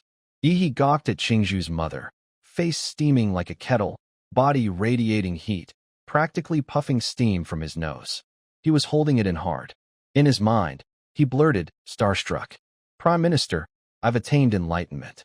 After her defeat, Lu Qingzhu returned home to face her mother, who held high expectations. They sat in silence for a long while, neither speaking.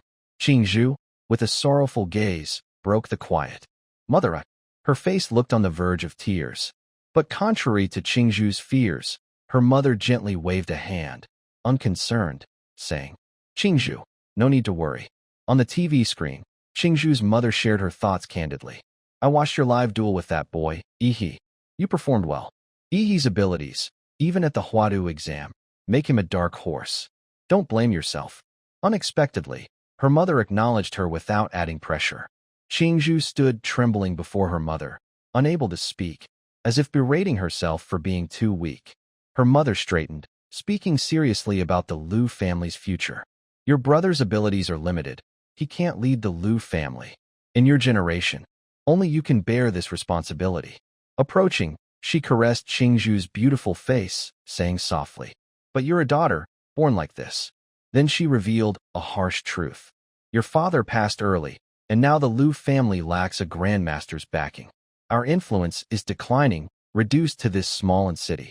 If a major clan demands a marriage alliance with you, we can't refuse. That would mean the Lu family being devoured, our century-old legacy handed to others." Looking at her, she asked, "So, I want you two to be together. What do you think?" Qingzhu was stunned, unprepared for this. Her cheeks flushed, heart racing. Her mother continued earnestly, outlining her vision for Ihi. "Ihi is impressive. Exceptional talent, humble background, limitless potential. From what I've seen, he's not malicious. You don't need to answer now. Just spend time with him and see." Back to the present, Ihi stood in the Lu household, facing the stunningly regal mother. She approached warmly. "Welcome to the Lu family, Ihi." Ihi bowed awkwardly, respectful. "Ahem, greetings. I brought a small gift." He'd thoughtfully prepared a present, likely to curry favor. Cutting to the chase, Qingzhu's mother looked up, asking directly, "I heard from number 1 high's principal you want to learn advanced martial skills, right?" Ihi nodded unusually obediently. "Yes, ma'am." She turned to her daughter. "Qingzhu, take him." This caught Ihi off guard. He glanced up, thinking, why'd she agree so fast? Qingzhu's mother acted naturally, stepping closer to Ihi, deliberately giving them space. "Qingzhu will guide you to our martial repository. It holds techniques forbidden to be taken out. You have 1 day to study." Her gaze turned stern, addressing him. "Deep in the repository are 3 mysterious yellow martial skills. Whether you can learn them depends on your ability." Ihi bowed, hands clasped. "Thank you, Lu family." She turned, her expression cryptic, thanking the Lu family, not Qin Lan herself? He's made a promise to us.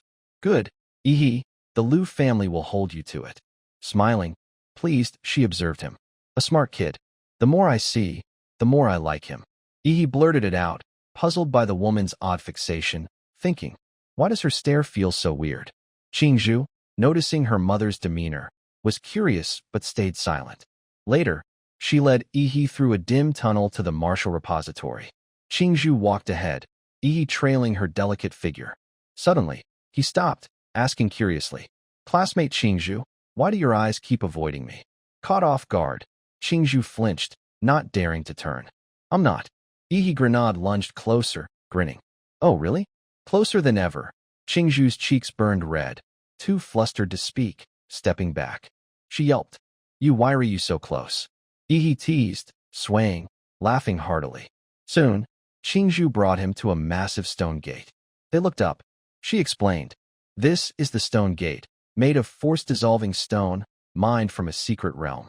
It can withstand a mysterious martial master's attack without breaking. Yi intrigued. Can I punch it? Qingzhu bold. Go ahead. Her face darkened, thinking, this guy's ideas are weird. Shouldn't he praise the stone's marvel? Yi gathered atomic energy in his palm, emitting a familiar green glow. Clenching his fist, he struck hard. Having seen his terrifying arena punch, Qingzhu's eyes widened in fear as he moved. That green glow from his fist technique. Traumatic memories flooding back. She shut her eyes, bracing. With energy fully charged, Yi slammed the gate. The energy surge shook the tunnel, promising an earth-shattering blow. But upon contact, the energy vanished. Silence fell awkwardly. Qingzhu stifled a giggle. Yi baffled. No reaction? Weird. The moment his fist touched the stone, it was like punching an ocean or sinking into a swamp. Over 90% of the force absorbed. Qingzhu laughed uncontrollably, thinking, Yi, you've met your match. The matriarch opened the gate. They entered a vast chamber filled with martial texts. Qingzhu introduced. The techniques here include movement, defense, body forging, swordsmanship, and more. She added softly, what do you want to learn? Use this personal card to unlock access. Yi asked immediately, where are the mysterious yellow skills? She led him to a modern card scanner, saying, in the deepest small stone chamber, also card accessed. Then, seriously warning, but mysterious yellow skills can't be mastered in a day. At best, you'll grasp the surface. Mother granting you access isn't necessarily good for you. I can help pick near mysterious yellow texts suited to your style. Yi sidled closer, teasing. Worried about me, huh? Qingzhu, annoyed, flushed, thinking, I'm done talking to this guy. Pointing up, she restrained herself. Yi continued. Ahem, no need to worry. I know my limits. If I'm learning, it's got to be the strongest. Excited, he said. Mysterious yellow skills right in front of me, and I chicken out? Might as well go home. Curious, he asked. Is this gate black force-dissolving stone? Qingzhu entered the code, replying. Gotta keep the mysterious yellow chamber strictly secure, right? Black force-dissolving stone is ultra-rare. The crucial gate opened, their shadows stretching across the tiles. Qingzhu noted. To gather the black force-dissolving stone for this wall, my great-grandfather started the effort. Inside were towering safes, heavily reinforced with gold frames. Each bore the inscription Flesh Imprisoning Demon. Qingzhu explained. Learning mysterious yellow skills isn't about reading, but sensing the creator's intent. If you can't grasp it or your attributes clash with its meaning, you can't cultivate it. In short, mysterious yellow skills are alive. It's not the learner choosing the skill, it's the skill choosing the learner. Yi grew thrilled, shouting, Haha, Flesh Imprisoning Demon. I'm the chosen son for this skill. The Flesh Imprisoning Demon safe opened. Yi's presence seemed more terrifying than the skill itself. Legs spread, hands in pockets, eyes blazing, he waited. Suddenly, his smug look faded, replaced by worry and trembling. Oh wait, mysterious yellow skills aren't books but statues? Before him loomed a grotesque mutant demon statue, steeped in murderous aura, trampling the heads of its victims. Yi froze, stunned, completely unprepared for this. As the safe opened, Yi's consciousness plunged into an illusion. He panicked, seeing behind him a statue resembling a bodhisattva, but with a demonic face and a missing arm. Turning warily, he stared at it. Is this the martial charm they mentioned? Have I entered a martial charm world? Mysterious yellow skills aren't books but sculptures? Qingzhu, hearing him, explained.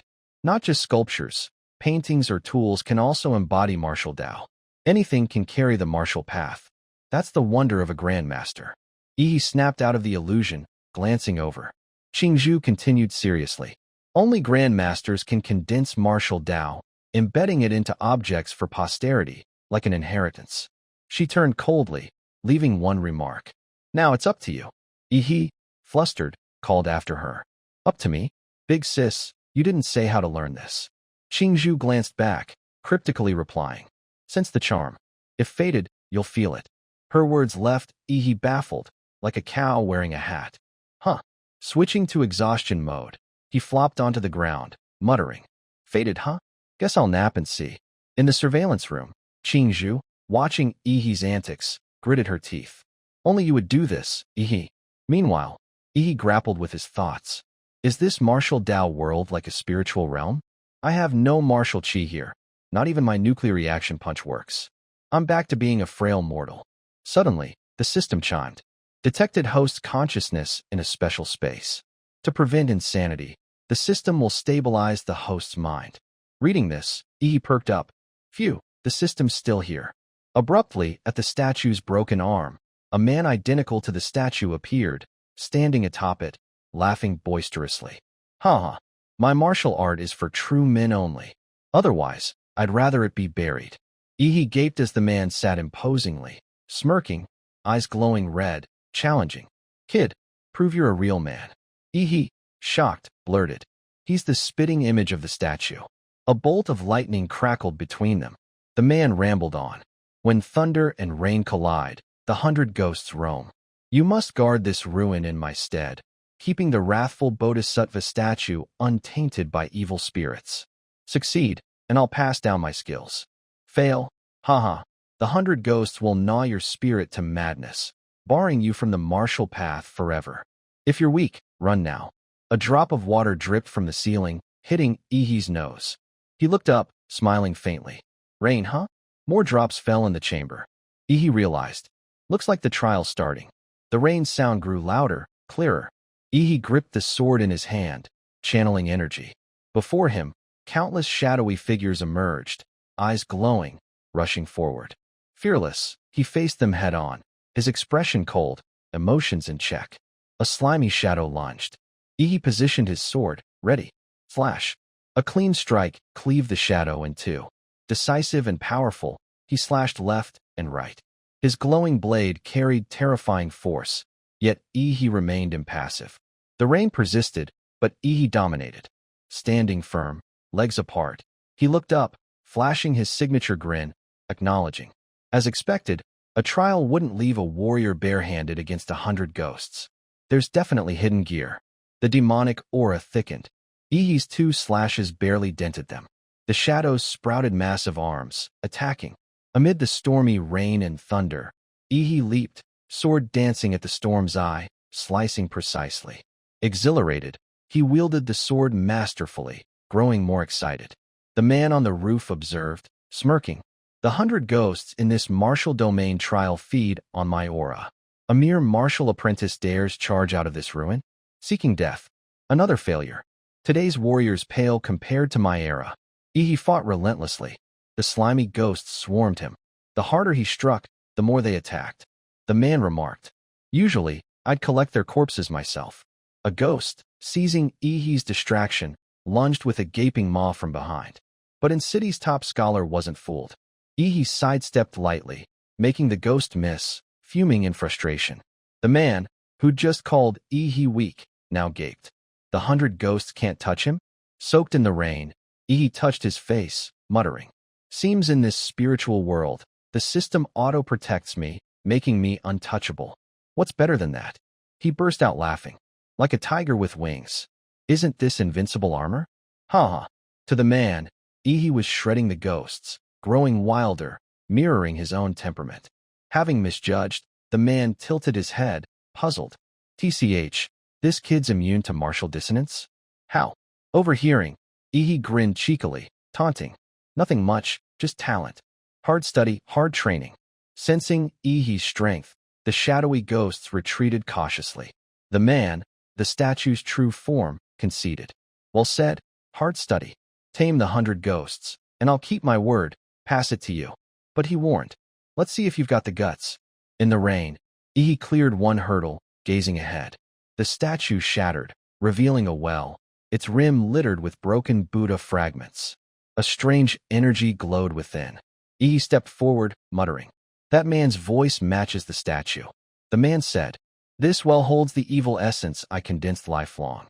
The flesh inner demon technique lies within, if you can refine it. Before he finished, Ihi dove into the well. True to his nature, he showed no fear or hesitation. The man praised, struggling to express himself. Good, good. A junior with such spirit, I've never seen one. Back in my prime, I was a hero storming S-rank secret realms. He reminisced. I rose with flesh inner demon and fell by it. In old age, my vitality waned, and the inner demon rebelled, driving me mad, killing those around me. To avoid further mistakes, I ended myself. Before death, I fused vengeful souls, grudges, and martial dissonance into the statue. Though much of the evil aura has faded over a century, it's not something ordinary warriors can endure. Tame the inner demon, and you'll surpass yourself on the flesh inner demon path. In the surveillance room, Qingzhu and her mother watched Ihi's every move. Suddenly, something changed. Qingzhu looked up, startled, panicking. Mother, what's happening? On the screen, Ihi lay on the ground, shrouded in an aura, convulsing. Lu Qingzhu and her mother stood rooted, staring at Ihi on the large surveillance screen. Ihi's current state filled Qingzhu with worry. She gazed at the screen, not blinking, anxious for him. Just moments ago, while sleeping, he'd been smirking smugly, as if dreaming of something delightful. Now, he was convulsing, blood seeping from his body. Qingzhu's mother, calm beside her, took a drag from her cigarette and said, this third mysterious yellow martial skill was acquired by your grandfather late in life.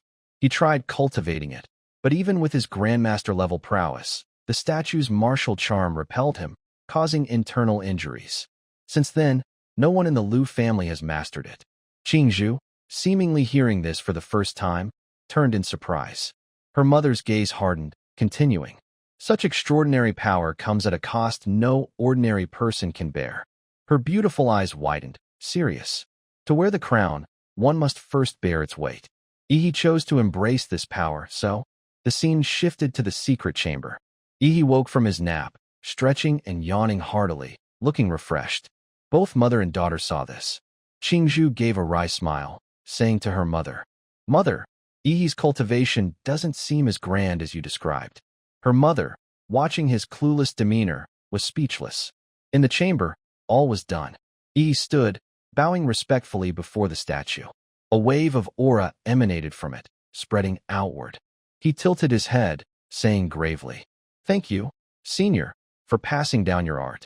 The statue's true form observed him, whispering approvingly, Kid, you're the greatest genius I've seen. Perhaps you'll uncover the secret realm's truth, something my generation couldn't. This task is yours. Behind his respectful facade, Ihi smirked behind his hand, thinking, Senior, you're mistaken. I'm just bluffing. Cracking his joints, his body surged with powerful aura, he said. Flesh imprisoning demon, body like an Azura. Though my stats haven't risen, with this mysterious yellow skill, my combat powers doubled. From outside, Qingzhu and her mother burst in. Qingzhu's mother, hiking her dress, rushed over. Ihi, you mastered it? Qingzhu followed, frantic. Seeing the two beauties, Ihi beamed warmly, chuckling with a smug grin. Yep, I nailed it. Qingzhu's mother, panting from her sprint, her two grapefruits swaying wildly, gasped. How? Even with Qingzhu's talent, grasping a mysterious yellow skill's basics takes a sleepless week in the martial charm space. Ihi, how long did it take you? An hour? Just a nap to learn it? Qingzhu gazed at Ihi, awed and admiring, thinking, others call me a genius, but the real genius is here. Hearing Qingzhu's mother's rapid questions, Ihi struck a cocky pose, tilting his head, smirking slyly. Seems you don't believe me. Fine, I'll show you.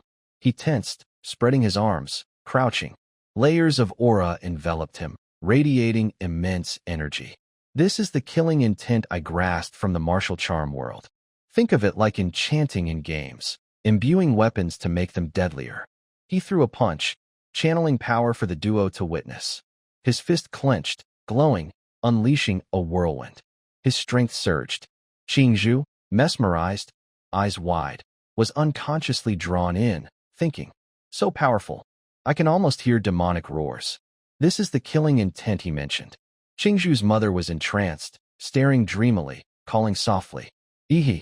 She pressed her hands to her fair cheeks, as if rejuvenated by his power. Ihi basked in it, but thought quietly. Madam, your daughter's right there. Show some restraint. I don't want to be called a stud. Qingzhu, curious, stepped closer, asking. Ihi, you've mastered one mysterious yellow skill. Want to try the other two? You've got a day left. Her mother, clutching her face, thought. My sweet girl, are you playing dumb or actually clueless? You say you don't want to be with Ihi, yet you're handing him our family's legacy. Even investing in him, or making him a golden son-in-law, doesn't mean giving away the entire Lu fortune. Ihi replied frankly. No need, Qingzhu. One mysterious yellow skill's enough to digest for a while. I won't learn more. He approached Qingzhu's mother. I'm tired, and I've got family matters to handle. She stroked her chin, nodding with concern. All right, Qingzhu, escort Ihi back. I heard from the steward you rode a public bike here. Can you drive? Pick a car from the garage, it's more convenient. Recalling his bike ride and the two punks, Ihi grinned excitedly. A car? Now that you mention it, on my way here, I saw someone's motorcycle, super cool, stylish, and sleek. Got any bikes here? Qingzhu's mother, enthusiastic. Of course. Ihi, you like motorcycles? Just like my no-good son's taste. Fine, I'll gift you the best one he's stashed. In the Lu estate's courtyard, a young man, Qingzhu's brother, strolled, muttering. I heard from Steward Hong that mother picked a son-in-law. I want to see who. My sister's in city's genius beauty, a once-in-a-century talent. Not just anyone's worthy. The world's small. This punk who raced, Ihi was her brother. Fuming, he said. That bike-riding brat was so annoying, scared off my new girlfriend. Better not cross me again. As if on cue, Ihi zoomed past on a motorcycle. The youth paused, half recognizing, face twisting as he stared at Ihi's back, stammering. Just now, wasn't that the public bike guy? He's riding my motorcycle. That night, at Ihi's apartment, the gifted pricey motorcycle parked outside. On the table sat demon cores in a bowl, next to a dipping sauce with wasabi. He said, last time I swallowed a core raw, it tasted awful. This time, I'm adding the soul spice for flavor. Ihi, gleeful, grabbed chopsticks, tongue out, grinning as he picked a piece.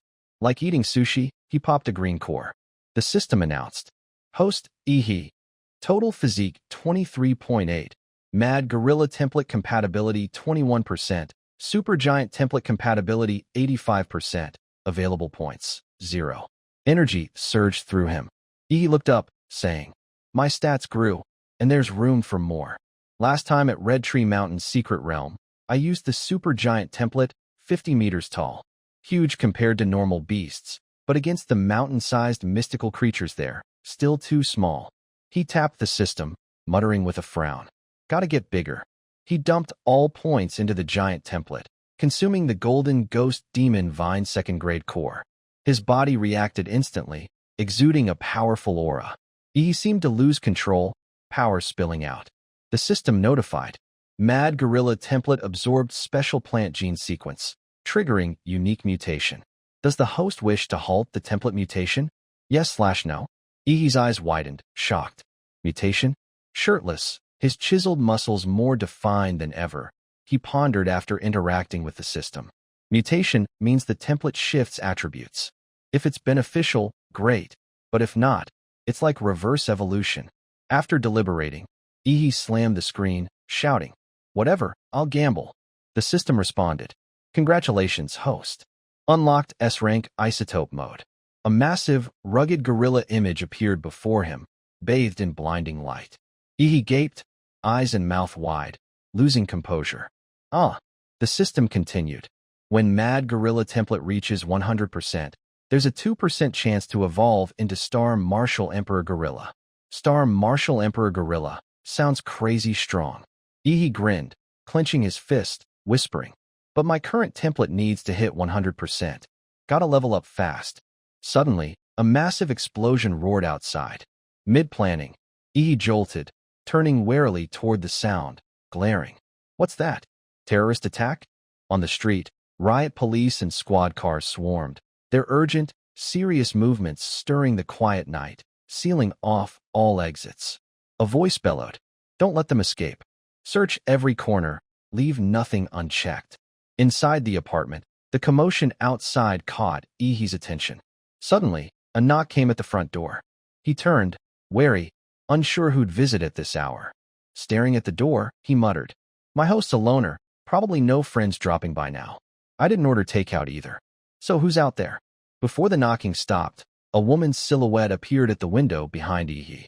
She wore a sleek nano suit, hugging her curves, accentuating her towering peaks, moving with the grace of a robotic war goddess. Ihi glared, asking, "Do you know who I am?" In a cold tone, the woman replied, "Oh, seems little brother's no ordinary guy." She teased, "Big sis just planned to hide something here and tweak your memories. But since you noticed, you'll have to taste some pain. Don't run, okay?" Unfazed, Ihi scoffed, turning away, muttering, "Whatever, I've got plenty of savings. I'll just buy another house." The woman, confused, "What are you babbling about?" Ihi spun back, channeling Bruce Lee, pointing with historical swagger, growling, "Listen up, you're on my hit list." Outside the neighborhood, below Ihi's apartment, a man faced off against the police. An officer charged, and the two clashed, exuding fierce energy. The man stood alone but fearless, taking on the entire squad. An officer spotted a flaw, shouting, "He's exposed. Grab him." The man retreated, exhausted, smirking with blood streaming down. One eye wounded, he still spoke defiantly, as if planning with someone. "Jiaoimei, get that golden gene out at all costs.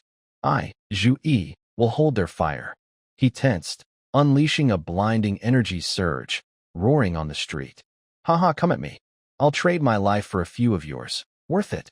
He activated the forbidden blood-burning technique. Meanwhile, atop the apartment, the woman at the window fired a dazzling guerrilla energy beam downward. Barely savoring his moment, Zhu Yi flinched as the powerful beam struck. Dodging, he stammered, "Another enemy?" Debris scattered. As the dust cleared, the woman emerged, battered and scraped, propping herself up on the ground. Zhu Yi recoiled, yelling, "Hey, demon girl, where's your ivory nano armor? Why do you look like roasted chicken? I'm risking my neck for your escape, and you crawl back like a lump of coal?" Jiaoimei, eyes wide with worry, whispered into her earpiece, "Zhu Yi, I've hidden the stuff. Retreat now." Suddenly, an explosion erupted behind two officers. They flinched, shielding themselves. Nearby, a manhole cover shifted slightly. The duo slipped into the sewers, escaping. The scene shifted to an abandoned apartment complex, desolate and empty. Jiaoimei and Zhu Yi arrived, panting, pausing. Imei, more relaxed, said, "Finally shook off the cops." Zhu Yi looked up, gawking at the twin speakers protected by her nano armor, marveling. No wonder it's nanotech. That blast, and it recovered so fast. Suddenly, familiar footsteps approached. Ihi's menacing voice rang out. "Pretty lady, you still haven't explained why you broke into my place." Like a phantom, he tracked them down, eyes locked, flashing his signature grin. "You must realize the gravity of this. Meant to pick a lucky neighbor, but you got me instead." His nighttime aura made his words sting. "Your prize for trespassing? I'll have fun playing with you." Sensing Ihi's ill intent, Zhu Yi gaped, eyes blazing, roaring, "How'd you find us?" Ihi stretched his grin ear to ear. "I sensed the nuclear radiation on Jiaoimei's body. Tracking you was easy." Without elaborating, he lowered his voice. "Since we're fighting, cut the chatter." Ihi fiercely channeled power into his right arm, charging Zhu Yi, shouting, "I'll test flesh imprisoning demon on you." Zhu Yi, terrified, retreated, bracing himself, hands shielding, thinking, no mercy at all. Ihi unleashed an earth-shaking blow. Though Zhu Yi blocked, the punch pierced like a raging dragon, overwhelming him. The area quaked violently. A mere test strike, and Zhu Yi couldn't withstand it, spitting blood, collapsing in agony. Yi didn't stop, gripping his left hand, gathering energy, face emotionless, readying another strike. Boom. The second punch slammed Zhu Yi into a wall, the intense energy field shredding him. Yi crouched, fists clenched. Jiao Mei, watching her ally near logout, was stunned. Despite her armor's recovery, she lost confidence. Looking up, stammering. My god, this skill's insane. Who's your master? Yi waved amiably, grinning. Haha, I'm the heir of Gorilla. Mei froze, puzzled, thinking. Gorilla? Never heard of it. But tiny and city hides dragons and tigers. Suddenly, Zhu Yi roared with resolve. Brat, don't get cocky. Yi turned, startled. A monstrous bellow echoed. Like any warrior, Zhu Yi wasn't easily defeated. He tensed, awakening his class power, a massive, frenzied rhino beast true form. In his rage, he bellowed. I, a 6th-rank warrior, ain't some apprentice you can bully. Playing his trump card, he stomped his rhino foot, shaking the ground. Charging with thunderous steps, his body mutated, rhino horns sprouting from head to back, energy surging toward Yi. But Yi stood still, not countering. Seeing his foe's ultimate form, he cracked his knuckles, thrilled. Haha, now we're talking. His eyes gleamed, locked on his opponent. From behind, Jiao Mei launched a sneak attack. Moving swiftly, cloaked, she smirked. Kid, didn't expect my nano-armor's stealth, huh? I'm the real assassin.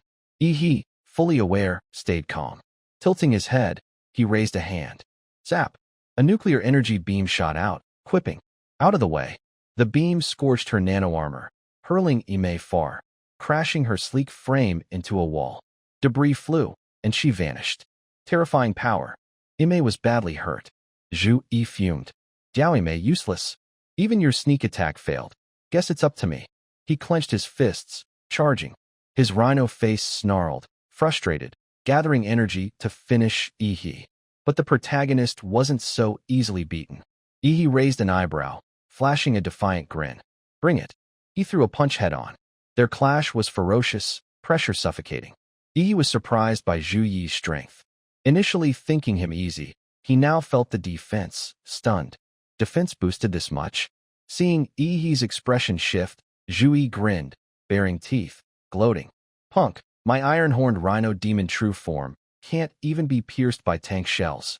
What do you use to break my armor? His largest rhino horn grazed Yi's face. He struggled, leaning back to dodge the damage. As he spoke, a deafening explosion rang out. At the abandoned complex where Zhu Yi and Jiao Mei stood, a corner of the building was heavily damaged. After Zhu Yi's relentless assault on Yi, the chaos subsided. Zhu Yi halted, staring into the dust cloud where Yi had been, sneering arrogantly. Little punk, no matter how fierce you are, against my iron-horned rhino beast, you're trash. Expecting to see Yi collapsed, Zhu Yi scanned around, bewildered. Where'd he go? His one good eye widened, searching intently, still shocked and confused. That punch was insanely strong. But suddenly, before Zhu Yi's eyes, a colossal titan figure loomed. A mountain-like body, clad in heavy, rugged armor, stood firm. Yi propped his hands on his knees, rising, shaking the entire area. Zhu Yi, horrified, blurted, "What the hell is that?" He gaped, mouth agape, unable to close. "How's this possible?" Zhu Yi shouted, full of questions. "Is that a demon beast? Where'd it come from? Did that kid transform?" Abruptly, Titan Yi's massive hand swept forward, grabbing for Zhu Yi with terrifying speed. His deafening roar grew louder. Zhu Yi, stunned, looked back. Boom. A hand like Buddha's slammed the ground, unleashing a powerful shockwave, energy rippling outward. But Zhu Yi nimbly leaped high, dodging, veering to another direction. However, Yi redirected his hand, slamming again. Zhu Yi panicked, legs trembling. Another earth-shaking strike came, a blinding light bursting as Yi's rugged arm crashed down. His other hand gathered glowing nuclear energy, swinging high for momentum, then smashing down. Titan Yi's head, shrouded in darkness, loomed menacingly, retaliating for Zhu Yi's actions. He targeted Zhu Yi relentlessly, pounding with unending, terrifying force. Yi's system displayed. Host Yi, Super Giant Mode, total physique from 23.8 to 294. His face emerged, warped, blending multiple monstrous traits. only his eyes blazing with intense nuclear energy, fearsome. In a corner, Jiao Yimei's nano-armor finally recovered. She struggled to her feet, clutching herself after Yi's blow. Seeing him as a massive titan, she realized she'd provoked a monster. Gripped by dread, she muttered, "I was so stupid. Why mess with this thing?" Regaining composure, Yimei plotted escape. Glancing around, she thought, at this rate, Zhu Yi's dead meat. No way out, only a desperate fight. Finding a safe spot for a sneak attack, she leaped to the building's roof, pulling a glowing cord, aiming from above to trap Yi. Without hesitation, she dove like a bird, her nano-armored body streaking like an arrow. Biting the strange cord, she targeted Yi. In Titan form, he moved sluggishly. Compared to her small frame, Yimei easily wrapped the cord around the Titan's neck. After several loops, she shouted, "This molecular cord from my nano-armor can cut high-grade alloys. Even if you've grown huge with gene tech, your human body's weak point remains." The tiny cord sliced through Yi's head cleanly, effortlessly. The massive head fell, the giant frame wilting, drained of energy. Yimei landed skillfully, striking a cool pose before the Titan, emotions icy. She yanked the molecular whip back, thinking it was over, sighing. Did it work? 1,000-ton burden seemed lifted. But from the Titan's mouth, a familiar nuclear energy surge erupted, as wide as the gaping maw, blasting toward Yimei's towering peaks. She flinched, retreating, terrified, sweating coldly, trembling, speechless. Monster! A distant building was pierced by the nuclear beam from Yi's mouth, blasting through Yimei. Could she survive? Her last memory was an endless radiant green. Then, only dark smoke and lingering electric sparks remained. From the Titan's mouth, Yi emerged, reverting to his original form, still steaming. Having dealt with both nuisances, he approached Zhu Yi's tattered, floor-rag body. Not dead yet, Zhu Yi coughed. Cough, cough. Yi stood over him, staring coldly, without mercy, voice low. "Your turn." Zhu Yi, barely conscious, lifted his head weakly. "You monster." His head dripped blood like tomato juice.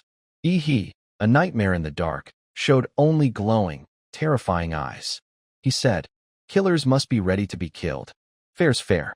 Zhu Yi slumped, awaiting Yi's strike. Outside, police car lights and sirens blared. Zhu Yi squeezed his eyes shut, laughing. "Haha, if I die, I'm dragging you down. Jiao Yimei hid the golden gene in your room. It's yours now."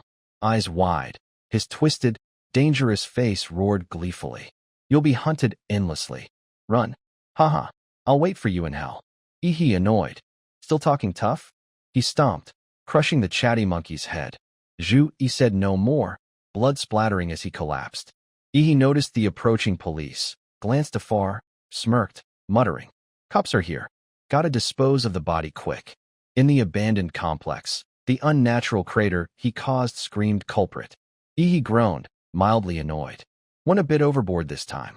Back at his apartment, he sat on his comfy bed, texting. "Annie-chin, how's the police investigation going?" A quick reply came. "All settled. But Yi, things are unstable lately. Stay out of trouble and wait for Huadu enrollment." Yi pleaded. "Don't worry, Auntie, I'm always good." She believed him.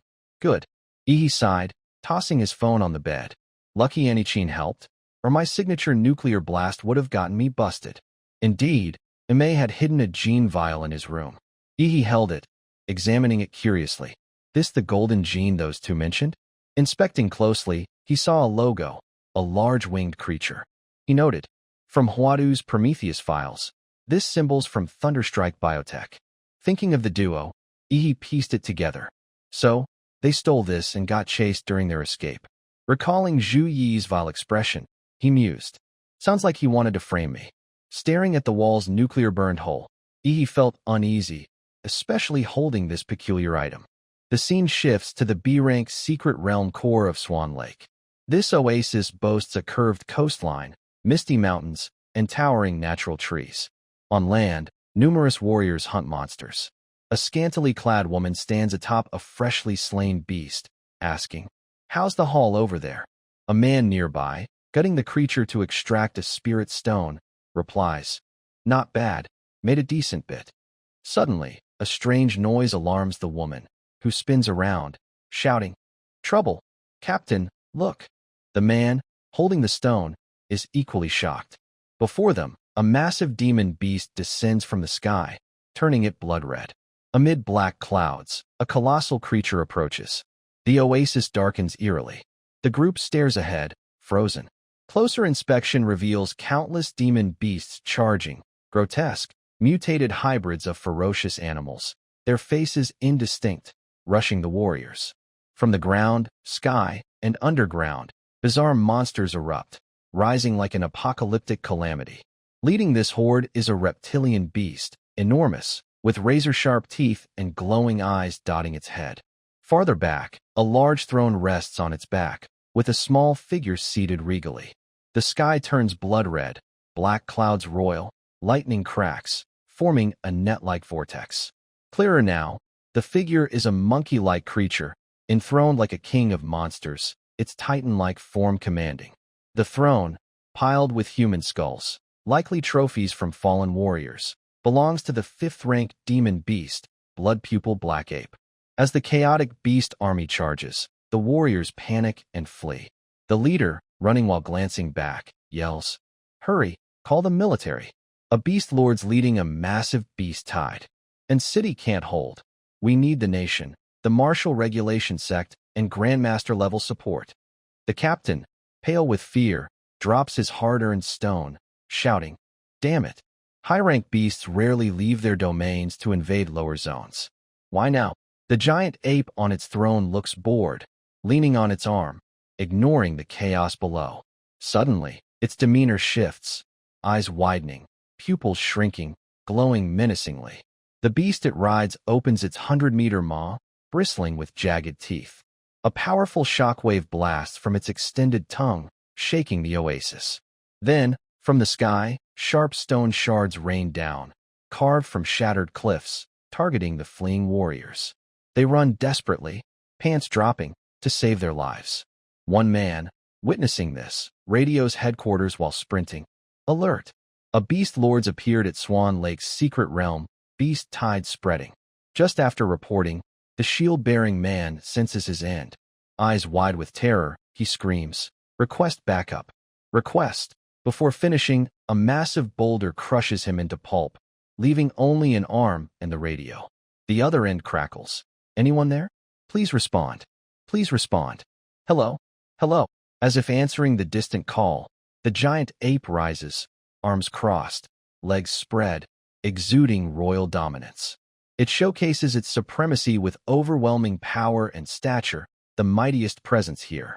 Its face twists into a wide, ear-to-ear grin, red eyes bulging, roaring gleefully, commanding its minions to charge and slaughter the warriors. None remain as the beasts swarm toward the realm's gate, intent on breaching it to invade a city. The demon horde, vast as a Mongol army, is led by the Ape King's colossal mount. Standing atop, the Ape King waves, directing the assault. Outside in city, the sky darkens ominously. Citizens look up, anxious. A broadcast from headquarters blares. A massive beast tide from B-rank Swan Lake's secret realm is inbound. Panic spreads. People brace for doomsday. The citywide speakers continue. Estimated 20 minutes until it breaches defenses and enters in city. All military forces are deployed to the front lines. Within moments, troops mobilize. Elite soldiers march, ready to repel the invasion. The broadcast persists. "I, and city's grand warrior, call all city warriors to reinforce. All warriors, assemble now." At an city's train station, chaos reigns with shouting crowds. Guards urge, "Maintain order, no pushing." The gate is packed with people queuing to flee. A man holds a child aloft to breathe. The scene grows louder, suffocating. Guards relay critical updates. Beast tide incoming. Only children and students prioritized for trains. Children are the future. If an city falls, these seedlings must escape. In the mayor's office, a woman and man remain, working frantically. The man, slumped over his desk, asks helplessly, "I asked you to seek aid from other cities. Which ones will send troops?" The woman looks up, replying, "Mr. Mayor, it's not just in city facing beast tides. Many regions nationwide have issued invasion alerts. They're barely managing themselves." Holding documents, she continues, cities not yet hit are building defenses for potential beast-tide disasters. The mayor's face shows despair. He looks at his secretary, asking, "What about Huadu? Have we requested aid? Even one Grandmaster-level warrior would help." His mood darkens. Slumping into his chair, expressionless, he says, "But Guanshan City, Huadu's neighbor, has an S-rank secret realm outbreak. All dynasty warriors are there to contain it." His eyes narrow, frustrated, adding, "No time to waste. The battle to defend in city has begun. We're on our own." At the Suo residence, our protagonist, Yi trains intensely with Suozhou, unaware of city's crisis. Yi, gleeful, throws punches at Suozhou, both engrossed. Yi's face shows excitement. Though just sparring, his power overwhelms Suozhou, who staggers back, struggling to stand. Suozhou looks at Yi, who nods lightly, flashing a wide grin, saying seriously, "Not bad. Taking one of my punches shows some skill." Indeed, Yi's punch terrifies Suozhou. Wiping sweat, he asks, "Mysterious yellow martial skill, when do you learn it?" Yi stretches, yawning, replying, "Just a month's practice, barely decent. But after a month apart, why the you gotten weaker?" Suozhou chuckles awkwardly. "I didn't weaken, you're just freakishly strong now." Distant, eerie sounds interrupt. Both jolt, looking up, faces alert, sensing trouble. Suozhou, stunned, says, "Something's wrong in city? A beast-tide invasion alert." Simultaneously, Suozhou's phone blares a notification. He holds it for both to hear. Reserve University martial apprentices in city prioritized for evacuation. Proceed immediately to in-city airport for flights B512 and B753, or to the high-speed rail for train A23. Evacuate urgently. Suozhou, grave, says, "It's a retreat order." Yi, puzzled, quips, "You planning to bolt for real?" Suozhou's face shows reluctance and regret. "Seriously, Yi, you're staying? Humph, with your personality, you'd usually run far." But Yi turns, flashing in city's most shameless grin. The more beasts he hears, the more thrilled he gets, cracking his knuckles, replying, "Suozhou, enough nonsense. Never noticed you nag like a woman before? If I'm not leaving, one word, fight." Behind, Suozhou readies himself to battle alongside Yi, dead serious. At the Liu family's sprawling mansion, Liu Qingzhu rushes in, pleading, "Mother, I want to reinforce against the beast tide." Unlike her daughter's fervor, her mother remains unshaken, eerily calm, asking, "How certain are you of surviving?" In city's roughly 30,000 warriors, including retired, elderly, or frail ones, plus willing apprentices, barely total 50,000. This force, against a massive beast tide, is like a skiff before a tsunami, doomed to shatter in the endless beast sea.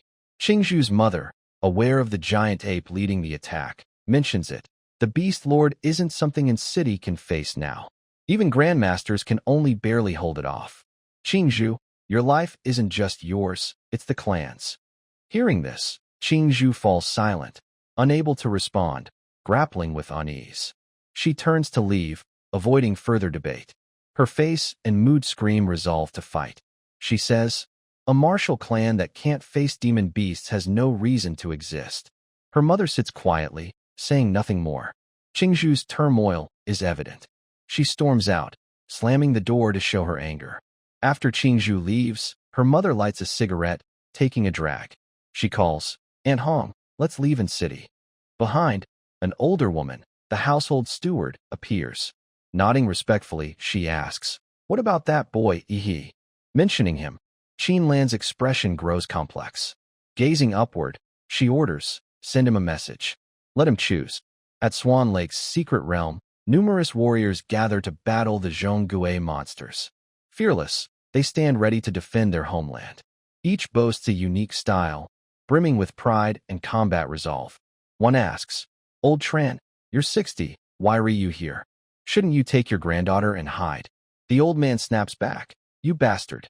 If crippled old Zhang can show up, why can't I with my good legs?"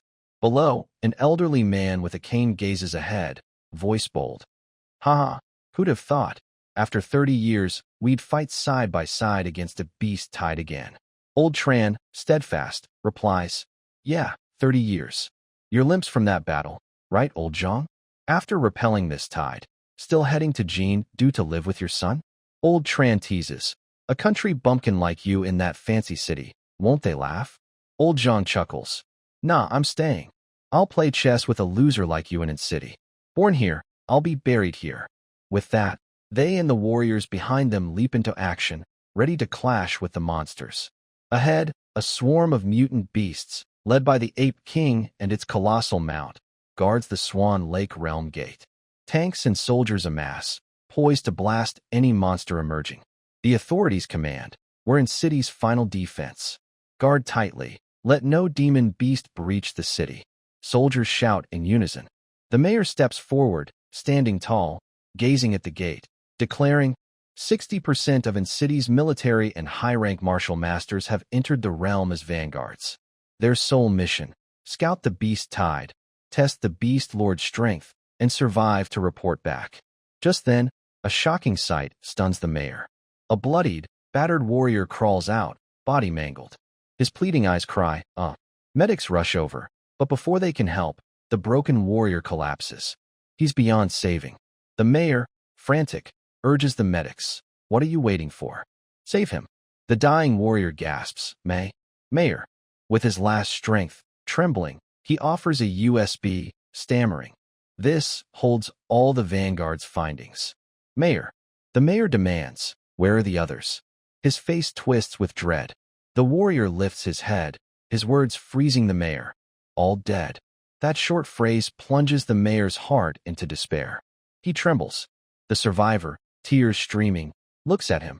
The beast tide crushed everything, couldn't even retrieve bodies. His haunted eyes reflect terror, recalling the giant ape king. "Beware the blood-pupil black ape. It deceived us. Otherwise, thousands might have survived." Suddenly, a massive stone, like an insect cocoon, burst from the gate at terrifying speed. Before the mayor, it rockets like a giant bullet, piercing a nearby building. Concrete shatters effortlessly. People scream, "Danger!" The stone splits into fragments, falling like preset mines, calculated. The mayor realizes the beast's intent. Are they targeting the defensive mines under the building? Instantly, mines detonate. Before the beasts emerge, explosions chain react. The area drowns in a storm of bombs and fire. The mayor roars, its goal is to trigger the electric mines, destroying our forming stronghold. He issues orders, and armored tanks unleash barrages. A line of tanks advances, firing relentlessly. The mayor commands, "Damn it. It's an attack from the realm. Tank battalion. Fire into the gate." No hesitation. The tanks face the distant murderous aura from the gate's beasts. The mayor stands bravely, observing. After a while, he discerns the beast's strategy. They're not coming out. They're using long-range attacks to wear us down. Since when do beasts use human tactics? His face hardens with hatred, cursing, "Filthy animals." Now, the gate spews sharp stone spikes, raining down. The mayor spots the second wave, shouting, "Second assault." Spike barrage surging. As the stones fly, tanks and soldiers suffer heavy losses. Before humans can counter, the beast's initial onslaught devastates swiftly. The area becomes a chaotic battlefield. A soldier aims his rifle at a beast. Suddenly, a grotesque shadow appears behind him. Turning, he sees monsters hatching from the giant stones. A winged, mutated beast crawls toward him. Gripping his gun, trembling, he yells, "Watch out. Ambush." Instantly, the beast lunges, biting off his head. A swift death. The beast, savoring its first kill, leads its kin to slaughter others. Soldiers fire into the beast's gaping maws, but it's like scratching an itch. More winged, multi-eyed monsters hatch from the stone cocoons. The mayor raises his hand, bellowing. The stone spikes are beast launch pods. They fly from the gate to sabotage our rear. Stop those spikes. Don't let them land. Inside the realm, the giant mount nears the gate. More beasts pour out. The ape king, atop its mount, is eerily calm. Smirking smugly, it says, "Enough. Humans are exhausted. Soldiers, raise this land." At its command, countless beasts surge through the gate, frenziedly obeying their king. The scene erupts in chaos, quaking violently. Beasts flood out. Tanks blast the lead monsters, but the white ape at the front remains unscathed. Behind, the beast horde is uncountable. How can humans resist such numbers? Shells hit like mosquito bites. Swiftly, the lead ape smashes tanks, which explode in ruin. On a building's roof, Ihi stands at the highest point, overlooking in city's impending doom, muttering, "Wonder what in city'll be after today." He gazes down sadly. "Only transmigrated here a few months, but I've grown fond of this city. I won't let these beasts ruin my good life." Transforming, he dons Godzilla battle armor. From the high-rise, he dives like a gale, his tail swishing gracefully in midair. Ihi flashes his signature blazing grin. Elsewhere, martial apprentices actively slay smaller beasts. A man turns to his teammate, kicking a beast away, praising, "Lassier, awesome. 5 kills already." The man, brimming with power, laughs. "Just average." Nearby, Tai Shaoling stays to fight. Beheading a beast, she stands on its corpse, mocking, "La Xian, bragging over a few low-rank kills? That's your level?" And city's number 3 highest top rank is overhyped. La Xian, annoyed, glares back. Footsteps approach. Sua Zhou, fresh from battling a beast group, arrives. Seeing his green demon core, the group gasps. "Sua Zhou, a green core?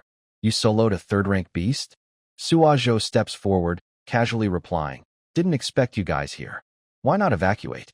Before they respond, he looks up, calm but battle-ready, adding, "Our ancestors, all warriors, are fighting here. As their heirs, how can we flee alone, right?" As Sua Zhou speaks, La Xian pales, sweating, pointing behind, yelling, "Watch out." Turning, the group sees a massive tank hurtling towards Sua Zhou, flung by a beast, inches from crushing him. By now, the demon beasts had fully emerged from their stone cocoons, flooding in city. Back with Sua Zhou's group, a martial apprentice trailing La Xian bolted at the sight of the flying tank. La Xian roared, "What the hell? Who's throwing tanks?"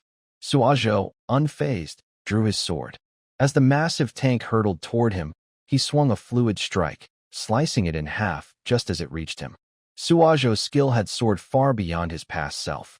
From afar, the tank, dozens of times his size, was cleaved effortlessly by his single, pristine cut. Debris crashed, dust scattering. Tai Shaoling, witnessing this, paled, stammering, "La Xian, that's likely the first Lord-level beast from the realm. How'd it breach our rear lines?" After dispatching the tank, a giant white-furred ape loomed. It charged, roaring deafeningly. Sua Zhou, the calmest, stood fearless, shouting to steady the others, "Stay cool. It's not a lord. Its size and aura are different." Just then, the ape's massive fist rocketed toward the trio. Facing the colossal, lightning-fast punch, Sua Zhou grimaced, startled, clenching his teeth, cursing inwardly. Damn it. Instantly, a blazing energy beam struck the furry beast. That familiar glow. He had arrived. The beam blasted the ape's head, sending it reeling in pain, crashing to the ground. Its hulking frame shook the earth. Before it could recover, its giant hand swung again, targeting its attacker. But Ihi, perched on its head, channeled a massive energy surge with one hand, effortlessly parrying the incoming claw. Grinning wickedly, he glared down, taunting, "Time for a dental checkup." The beast's eye widened, baffled by Ihi's words, roaring incessantly. Ihi grabbed a razor-sharp fong, gripping it for leverage. Fearless before the reeking maw, he braced his hands and feet, prying it open. Peering inside, he quipped, "Filthy, how many people have you eaten? This terrorist vibe. Only I, Ihi, can match it." With his wide grin, he gathered fresh nuclear energy, glowing like a star. His silhouette oozed menace. Unleashing the energy, he roared, "Let's give you a thorough rinse." Pinning the ape's jaws with his feet, Ihi leaned in, blasting a ferocious nuclear surge from his mouth, searing straight through its guts. The devastating power and ruthless tactic left Sua Zhou and his classmates numb. One stammered, "While the beasts fight, let's bolt." Unaware it was Ihi, Sua Zhou corrected, "Don't panic. That's Ihi." La Xian, disbelieving, stuttered, Ihi, that mouth-washing monster is Ihi?" Before Sua Zhou, the white ape was reduced to charred fur. Ihi stood atop the smoldering carcass, smoke and the stench of burnt flesh rising. Suajo looked up, saying, "Right. With him here, and city might survive this calamity." He, exuding dominance, turned with a twisted grin, nodding smugly. "Suajo, handle this spot. I'm off to help elsewhere." High on expended energy, he was thrilled. With a nuclear burst, he soared upward, wielding his power with mastery, a monster streaking through the sky. From above, he surveyed in city's chaos. Explosions, screams of humans and beasts. The daytime sky was pitch black. Closing his eyes, he focused. A magnetic field pulsed from his gaze, tracking powerful beasts. He thought, "Where's the densest beast cluster?" Found it. Elsewhere in city, a mammoth-like demon beast emerged from a cocoon, its massive tusks jutting outward, charging humans below. Soldiers fired at its single-eyed bulk, but to no avail. After emptying their rounds into the unscathed monster, a soldier, discouraged, tossed his gun, yelling, "Bullets are useless. Fix bayonets." Following their captain, soldiers drew their equipped swords. Though outmatched by a beast that could wipe them out in seconds, they fought fiercely. The maddened mammoth trampled, its tusks slashing the air, skewering soldiers who charged head-on. In moments, dozens were impaled on its tusks, a grievous loss for city. It raised its gore-laden tusks triumphantly, stomping, blood pooling beneath. Seeing this horror, surviving soldiers urged, "Captain, retreat. We can't hold. We're just grunts, can't beat these beasts." But the captain, gripping his sword, fended off a smaller beast. Turning, he rallied. "Hold on." He sliced the beast's head clean off. Though formidable, against the mammoth, he was insignificant. Refusing to flee despite certain death, he faced fear, igniting courage. "We're soldiers. Even if we die, we hold until warriors arrive." Suddenly, dark phantoms appeared, exuding intense killing intent. Two soldiers sensed it, scanning around, saying, "What's that? Are warriors here?" The mammoth's bulk was ensnared by shadowy tendrils, like ropes binding it. Corpses on its tusks fell free. Only its head remained, pierced by a Godzilla beam through its brain. The beast's eyes widened in agony, unaware of its attacker. The horrific energy burst through, blood spraying like rain. Instantly, its massive body collapsed, quaking the ground. A single blow felled the giant beast, terrifying. The smaller beasts, horrified by their leader's fall, screeched in fear. Facing Ihi, who dove into the horde, roaring, "Nuclear battle mode, activate." He surged with energy, arms sprouting jagged claws, grinning wildly. A walking bomb, his aura was unimaginable. A massive explosion erupted, flinging lesser beasts, gravely wounding them. His strike rivaled a nuclear blast. At another front, city brimmed with gunfire and smoke. Many beasts fled from warriors, their stampede shaking the earth. A youth, puzzled, said, "Beasts retreating? No, feels like they're heading elsewhere." A girl, receiving an urgent call, reported, "Ihi, city's top scholar, has joined the fight." Beasts everywhere seemed to be targeting him. The youth, stunned, gazed at the fleeing horde, uneasy. "No way. We can't let Ihi end up like Master Lu, killed by the swarm. We must help him. He's just a kid, and city's hope." With that, he and the girl raced toward Ihi. Gripped by worry and fierce resolve, he shouted while running, "Let's go. Snipe the beasts, protect the scholar." The scene shifts to Ihi, locked in combat with a massive, furry white ape, its head pierced on one side by a nuclear blast. It roars in agony, enduring searing pain. Ihi battles the largest beast here, surrounded by the mangled corpses of lesser demon beasts, their bodies corroded and rotting, scattered across the ground. At the center, Ihi unleashes a spinning nuclear energy surge, obliterating the charging beasts. Yet, the horde remains fearless, converging to eliminate him. As if programmed, numerous warriors arrive to tackle the smaller monsters, aiding Ihi as best they can. Captain Xianghua bellows, "Careful! A high-rank lord is targeting Ihi. Protect him." City echoes with explosions and gunfire, a living hell filled with the clash and cries of warriors. They place full faith in Ihi. "Damn it, you want to kill our city's top scholar? Step over my corpse first. Kill. We've got a savior. Humanity will triumph. Send these beasts to hell. Hold on." Our scholar's almost here. Don't let him see our base in ruins. Wipe out these monsters, leave none. You old-timers can't lose to a high schooler, can you? Don't let the kids mock us. The scene shifts to a stronghold near the Secret Realm's gate. A rhinoceros-like demon beast with grasshopper traits charges furiously, ramming a fortress wall at truck-like speed. This massive wall, built by an city's mayor to defend the stronghold and protect warriors and citizens, is the largest ever constructed. Above, Mayor Huang Kang hovers, straining to hold the line. He knows what must be done. The earth-veined divine wall can only restrain some beasts. To end this tide, the Lord must be slain. Below, a nimble beast scales the slick wall in a zigzag leap, targeting the mayor. The furry giant lunges, jaws wide, claws ready to tear into him. Despite its ferocious assault, the mayor remains unfazed. He clasps his hands, a radiant glow emanating from his mouth to his palms. As the beast nears, he thrusts his hands forward, blasting its head off effortlessly. Then, a terrifying presence nearby draws his attention. He glances warily. Emerging beside him is no ordinary foe, the Ape King's colossal mount. Its sharp tongue lashes close to the mayor's small frame, his body like a grain of sand before its massive jaws. Staring at the monstrous form, Huang Kang feels dread beyond fear. He faces it gravely, recognizing its rank, the fourth-tier lord, astonishing sinking mountain. His eyes blaze with defense and caution, whispering, "The blood-pupil black ape's mount has joined the fray. That black ape won't stay idle." Composing himself, he descends to the fortress wall he created, plotting his next move. Taking a stance, he thrusts his hands, unleashing the mountain's surge divine wave skill. A powerful wave erupts from his palms, fracturing the earth into shifting slabs, carrying skyscrapers, all to block the beast from exiting the gate. The mount, nodding its snout, observes the chaos. Its eyes narrow, glowing with irritation, recognizing the mayor's earth-based power matches its own.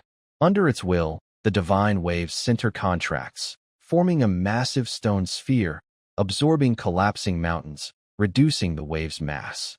Unseen by the beast, the mayor hides within the rubble, silently closing in. He says, "Think I used earth attacks like you for show?" As astonishing sinking mountain senses the threat, trying to form stone armor, it's too late. It's to get close. Huang Kang unleashes the mysterious yellow mountain-piercing force. His punch, a spiraling surge of majestic energy, shatters the beast's diamond-hard eyelids, bursting its eyeball. The crocodile-like giant's agonized roar echoes across the city. Screaming, trembling, it opens its maw wider, roaring to intimidate. The sound's devastation surpasses 100 warriors combined, shattering building glass into fragments. The sheer roar's power. Simultaneously, explosions rock the city, shaking the earth, plunging it into chaos. The ground responds to the beast's fury, sprouting sharp stone spikes within hundreds of meters, forming a vast stone forest. Huang Kang stands before the beast, whispering, "Good thing I got intel on astonishing sinking mountain and evacuated warriors, or the casualties." He surges with full force, radiating intense energy, charging. "If your whole body entered in city, I'd be wary, but just your head out? You're lamb to slaughter." His body transforms, sprouting countless arms, each executing skills, enveloped in fiery energy. From his small frame, he unleashes electric energy into the beast's massive snout. It writhes in pain, its many eyes wide, struggling to endure. Huang Kang shields against the beast's retaliatory stone spikes. Finally, its long head fully emerges from the gate, sprouting massive thorns, resembling a giant, ferocious sea urchin.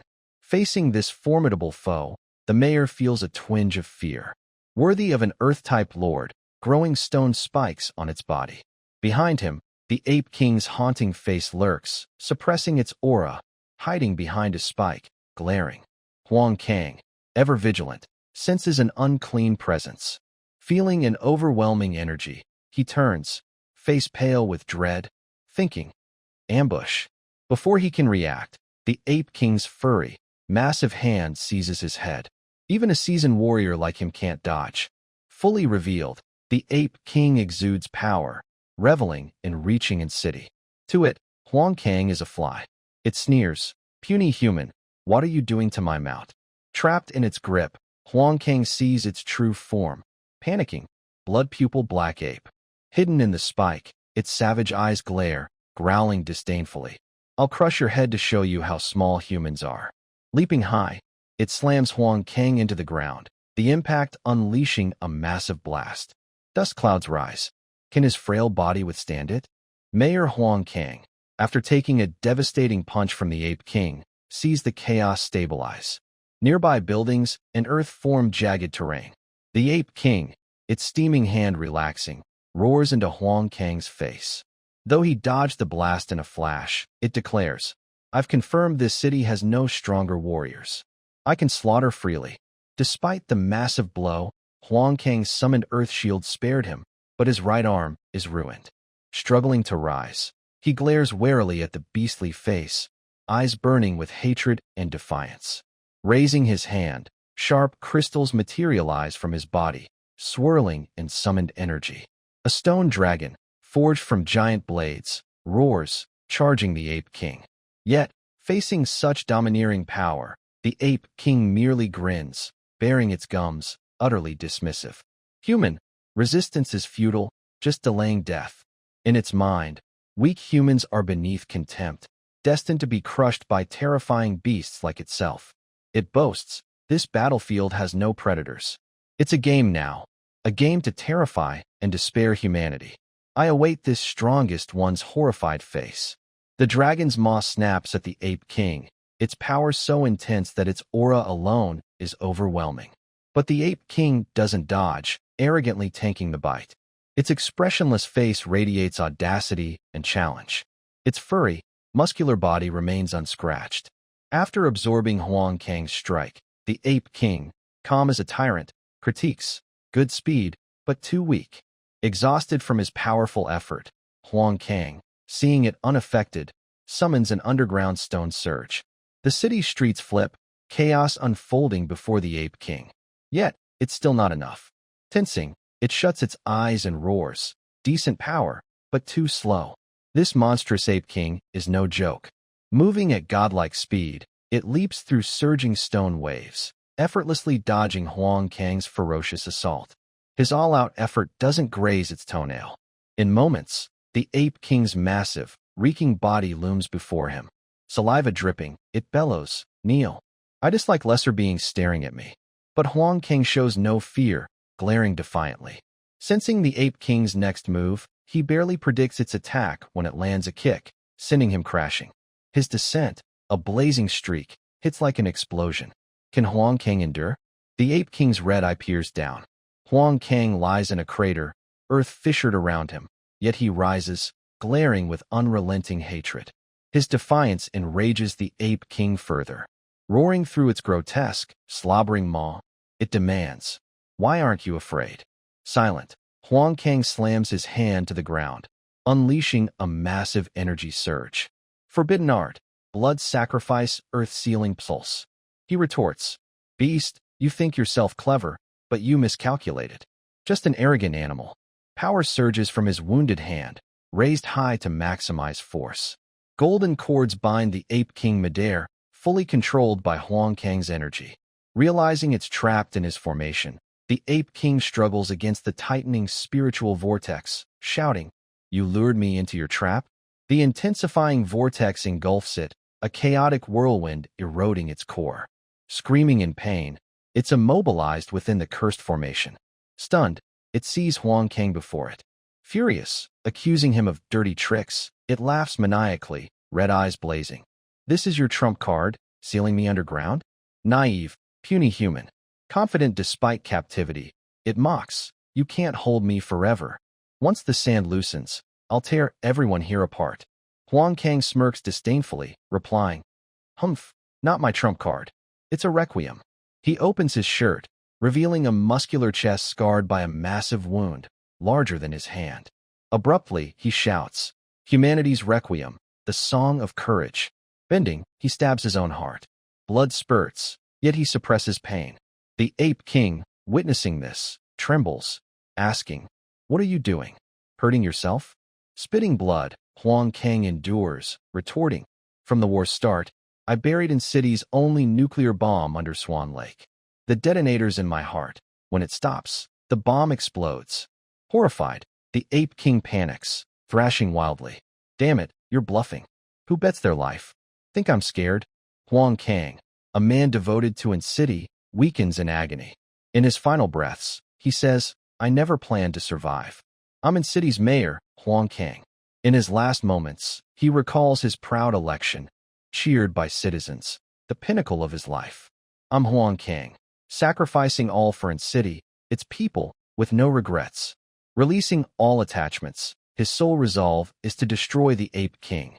Closing his eyes, he wonders, "Have I done it?" The explosion ignites. A faint glow beneath the crater engulfs the Ape King and Huang Kang with it. His heart stops, triggering mutual destruction, the only way to save city. At their battleground, a colossal blast erupts, illuminating a vast safe zone. Fire and dust from the bomb consume everything. The nuclear explosion forms a towering mushroom cloud, incinerating the battlefield into smoke and ash. After Huang Kang's sacrifice, a soldier checks his phone, rereading the mayor's evacuation order. "All soldiers and warriors, evacuate Swan Lake Gate immediately. Nuclear bomb imminent. Repeat, evacuate." Tears stream as he gazes at the blast. Everyone knows. Soldiers stand solemnly, weeping, saluting the explosion. Sua Zhou, Tai Shaoling, La Xian, and other warriors pause in reverence. As the mushroom cloud rises like a gravestone, evacuated warriors stand tall, honoring the mayor. This is a grand funeral. After the cataclysmic nuclear blast triggered by the mayor, all that remains is a massive crater, glowing with fiery red sparks. The surrounding area lies in ruins. Within the crater, the Ape King's skeleton sits alone, scorched black by the consuming flames. Nearby, a spiked, radiant spirit orb pulses with an eerie life force, drifting toward the skeleton. As it nears, it emits intensifying energy, channeling into the bones. The orb, a mobile flame, begins to restore the Ape King. Its skeletal arm regenerates, sinews and flesh reweaving, covering the withered limb. Blood vessels and skin reform on its face, and its eye restores, revived by the orb's energy. As the glow fades, the orb returns to the Ape King's chest, granting it life anew. But its body is makeshift, still regenerating. Staggering up, it shrieks triumphantly, nearly capsized by a lowly human. Roaring with vengeful fury, "I'll tear everyone in this city apart. I'll torment them in the cruelest ways."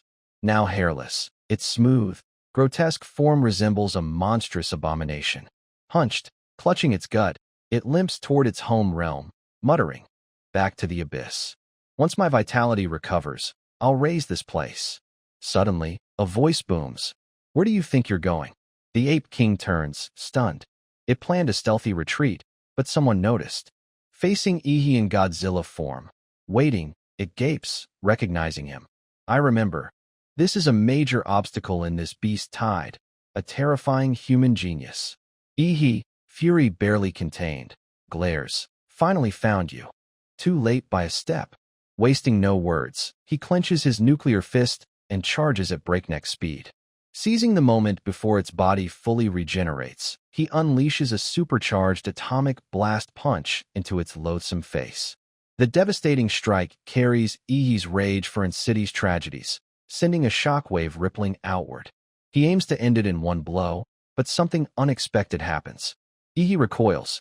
Despite taking the full punch, the Ape King is unscathed, countering. "Foolish genius, not hiding in the rear during this critical battle. Thinking you're clever coming to me." Its massive hands close in on Ihi, its face gleaming with greed. "Perfect chance to crush you." Unfazed, Ihi wipes blood from his eyes, activating his form, taunting. "If you'd escaped, my giant nuclear bomb might have missed. Now have another."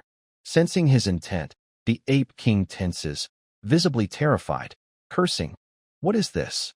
A human?" In a flash, Ihi transforms into his supergiant form, muscles coiling around his titanic frame. Emerging through dust, his mutant titan shakes the ground. Without hesitation, he triggers the nuclear bomb he mentioned. A blazing under-scrotying nuclear orb glows on his titan's chest, surging energy through his massive body. Boom. A colossal explosion erupts from Ihi's position, rocking in city again. The ferocious shockwave and spreading dust engulf the city. From afar, warriors feel its immense power, staring in shock, assuming it's the mayor's backup plan. Another explosion? What's happening? The mayor's contingency? The Ape King, now a tattered wreck, can't stand, reduced to a charred husk amid the dust. Its terrified eyes see Ihi's fully transformed Godzilla Titan, its jagged teeth and armored scales looming. Despairing, it screeches, "Why are you more beast than me? Even a lord-rank beast lacks your aura." Unaccepting, it meets Ihi's disdainful gaze. Calmly, he retorts, "I'm not a clownish ape like you."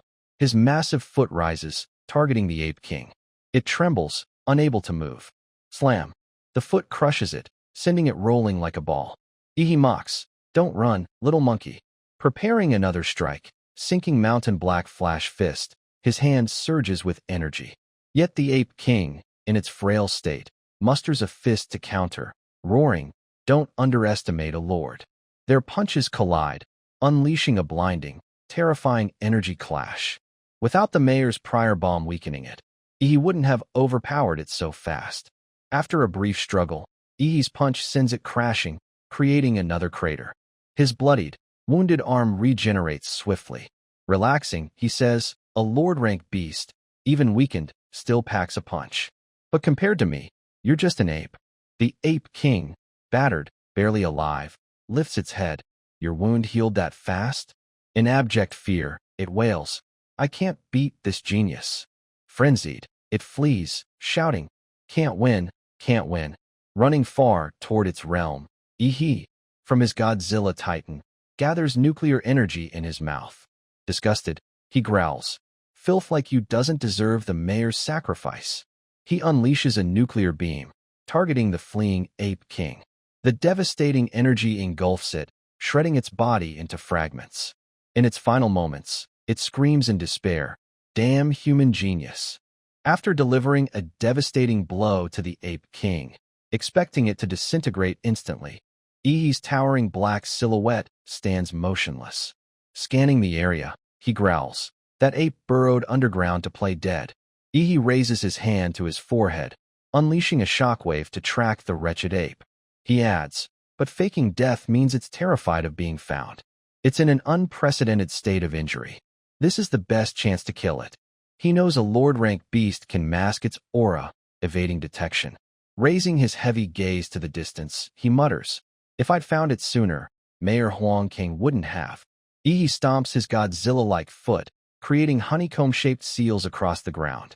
Furious, he shouts a warning for the Ape King to hear. "You're gravely wounded now. Even your stealth is weakened. A faint life signal, and I'll catch you."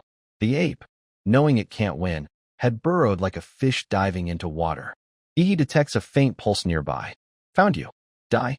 He opens his maw, unleashing a blinding nuclear blast. Determined to finish the Ape King, the beam exposes the cowardly beast, blasted from the earth, its skeletal form barely clinging to life. Dragged out, the Ape King's bony jaws gape, raging. "Damn it, I was so close to the Sin Abyss gate. If not for that cursed human mayor's trick." Before it can finish, Ihi smashes a fist into its insolent frame. The Titan's mighty punch sends the weakened Ape King rocketing like a missile, crashing in a thick dust cloud. From his Godzilla maw, Ihi pauses, revealing a Titan's face. After pummeling the Ape King, he glares at its pathetic form. "This is the price for dishonoring Mayor Huang. I'll make you wish for death." Yet, the Ape King clings to life, a skeletal heap clutching a demon core, its lifeline. Raising its head, it rasps, "Don't push me, Valpest." It lifts the glowing core in its gaunt hand, pouring its hopes into it, screaming, "I'll use the core's last energy to drag you to hell." The core's power is terrifying. Its bony arm bulks up, sprouting fur, partially restored. In the dark, its eyes blaze. Leaping high with its 10% recovered fist, it roars, "Die." He doesn't falter. His colossal hand counters. Their fists collide, unleashing a cataclysmic energy burst, shaking the area. The Ape King's power is staggering. But Ihi's arm shatters, bones splintering, skin and flesh corroded. Blood sprays, painting a gruesome scene. He staggers, enduring agony. From afar, the Ape King's spent body plummets, wailing in pain. Ihi, wounded within his Godzilla form, spits blood, smirking. Haha, after that desperate strike, you're done. Opening his vast maw, nuclear energy bathes the area green. As the Ape King falls, Ihi prepares a final gift to send it to oblivion, forever. Suddenly, an eerie chant echoes, la la. Its sinister tone pierces Ihi. Clutching his head, spitting blood, he roars, my head splitting. My thoughts are chaos. A mental attack? Turning, his face shows suspicion. Another master? At his feet, countless human arms sprout from the earth, a grotesque cacophony. The Ape King's battered body is carried by these hands toward the secret realm gate to escape. Ihi bellows, don't think you'll flee. But white hands swarm his joints, restraining him. Stunned, he sees hands sprouting from his titan's joints. Suppressing pain, he growls, these hands lock my body, but they can't stop Ihi. In the darkness, his Godzilla energy blazing, Ihi roars with his signature grin. Think this can cage me? Green flames erupt across his body, intensifying. The frail hands burn, turning to grilled chicken feet in the inferno. Ihi shouts, feel the 1,000-degree blaze. The Ape King, nearly at the gate, struggles up, glancing back with fleeting relief. Almost there, but lifting its ugly face, it freezes in terror. Ihi's titan, wreathed in flames, self-immolates to charge, blocking its path. The stench of burning flesh from the hands spreads. The Ape King, hoping to retreat and heal, sees Ihi's frenzied advance. Panicking, it commands the hands, hurry, that burning giant's coming. Run. Abruptly, the hands freeze, poised as if greeting a greater force. A chilling laugh rings out. La la la, ha ho ho. A woman's face appears, hands masking her eyes, her mouth formed of writhing arms, emitting horrific noise. Ihi, in his flames, stares, bewildered. What's that monstrosity? Another beast? The grotesque hands merge, forming countless giant, squirming tongues, radiating brain-shattering sonic energy. Ihi mutters, such terrifying power. Another lord? If its true form appeared, I'd be on my knees in seconds. As the grotesque female face emerged, it lacked the Ape King's ferocity. The scene gradually stabilized. The hands formed a woman's visage with long black hair, like a wandering specter. The hands covering her eyes parted, revealing glowing pupils of fire. Her monstrous mouth opened, revealing a radiant spirit orb pulsing with energy, emitting a piercing sound and a shockwave aimed at Ihi. Ihi's head throbbed excruciatingly. Struggling to stay composed, he thought, I blocked the Titan's hearing, yet that eerie screech still pierces my mind. Within his Godzilla frame, he roared, tormented by the deafening noise. Exhausted, his eyes met a demonic force. Enduring the agony, he lowered his hand, voice strained. You've killed so many. Think you can leave in city easily? Driven to madness, Ihi tensed, bellowing. I've never been this desperate. Don't delude yourself. Channeling all his nuclear energy, he poured power into his body. Pressing his hands, his titan skeleton surged with nuclear energy, coursing through every fiber, erupting with smoke, lightning, and sparks. Fully charged, Ihi grinned defiantly, flipping the middle finger, a hometown specialty, nuclear bomb. Hope you enjoy. His titan body, blazing with energy, charged the secret realm gate, targeting the grotesque woman aiding the Ape King. She gaped, unable to dodge the mobile nuke. A blinding nuclear flash triggered another cataclysmic explosion, and city's second mushroom cloud after the mayor's. Warriors fighting afar witnessed the shock, buzzing. Look, the realm gate exploded. Trouble, the beasts are panicking. Did Mayor Huang Kang succeed? Spirits lifted, they shouted, don't waste his sacrifice. And city saved. With the blood pupil black ape likely obliterated, the beast influx from the gate slowed, as if the other world ceased its invasion. And city's warriors hunted down the remaining beasts hiding in the city. The purge lasted a day and night until none remained. The battle to defend in city triumphed, but at a steep cost. 80% of warriors and soldiers perished. The nuclear blast at Swan Lake left a deep valley from their aftermath. He, having shed his Titan form to detonate it, collapsed, drained. Moments later, his eyes fluttered open. The battle was over. He alone remained. Standing slowly, he muttered, "How long was I out? I used all my nuclear energy to blow the Titan. This place is soaked in radiation and fission energy. Batteries dead, time to recharge." Soon after recovering, he gazed into the distance, murmuring, "This was brutal." Mayor Huang Kang lured the black ape to the detonation point, wounding it gravely. "I used the terrain and chain nuclear blasts, self-detonating to finish it before that woman's head could save it. My infinite monster form is strong, but not enough for a Lord-ranked beast. This win was timing, terrain, and luck." Sighing, he continued, "Given time, I'll top Xian Nation's power ranks. But this realm outbreak left no room to grow. I don't know when I'll unlock the next form, and it might not be elite. Fusing the Star Abyss Emperor Demon form is the fastest path to peak strength. I must accelerate collecting Plant Attribute Demon cores, ideally blue-green or Lord-rank purple, plus mysterious yellow martial skills. My monster form cheats in martial luck space, so I need to master the warrior's supernatural system. Though mysterious yellow skills grow slower, their potential is vast.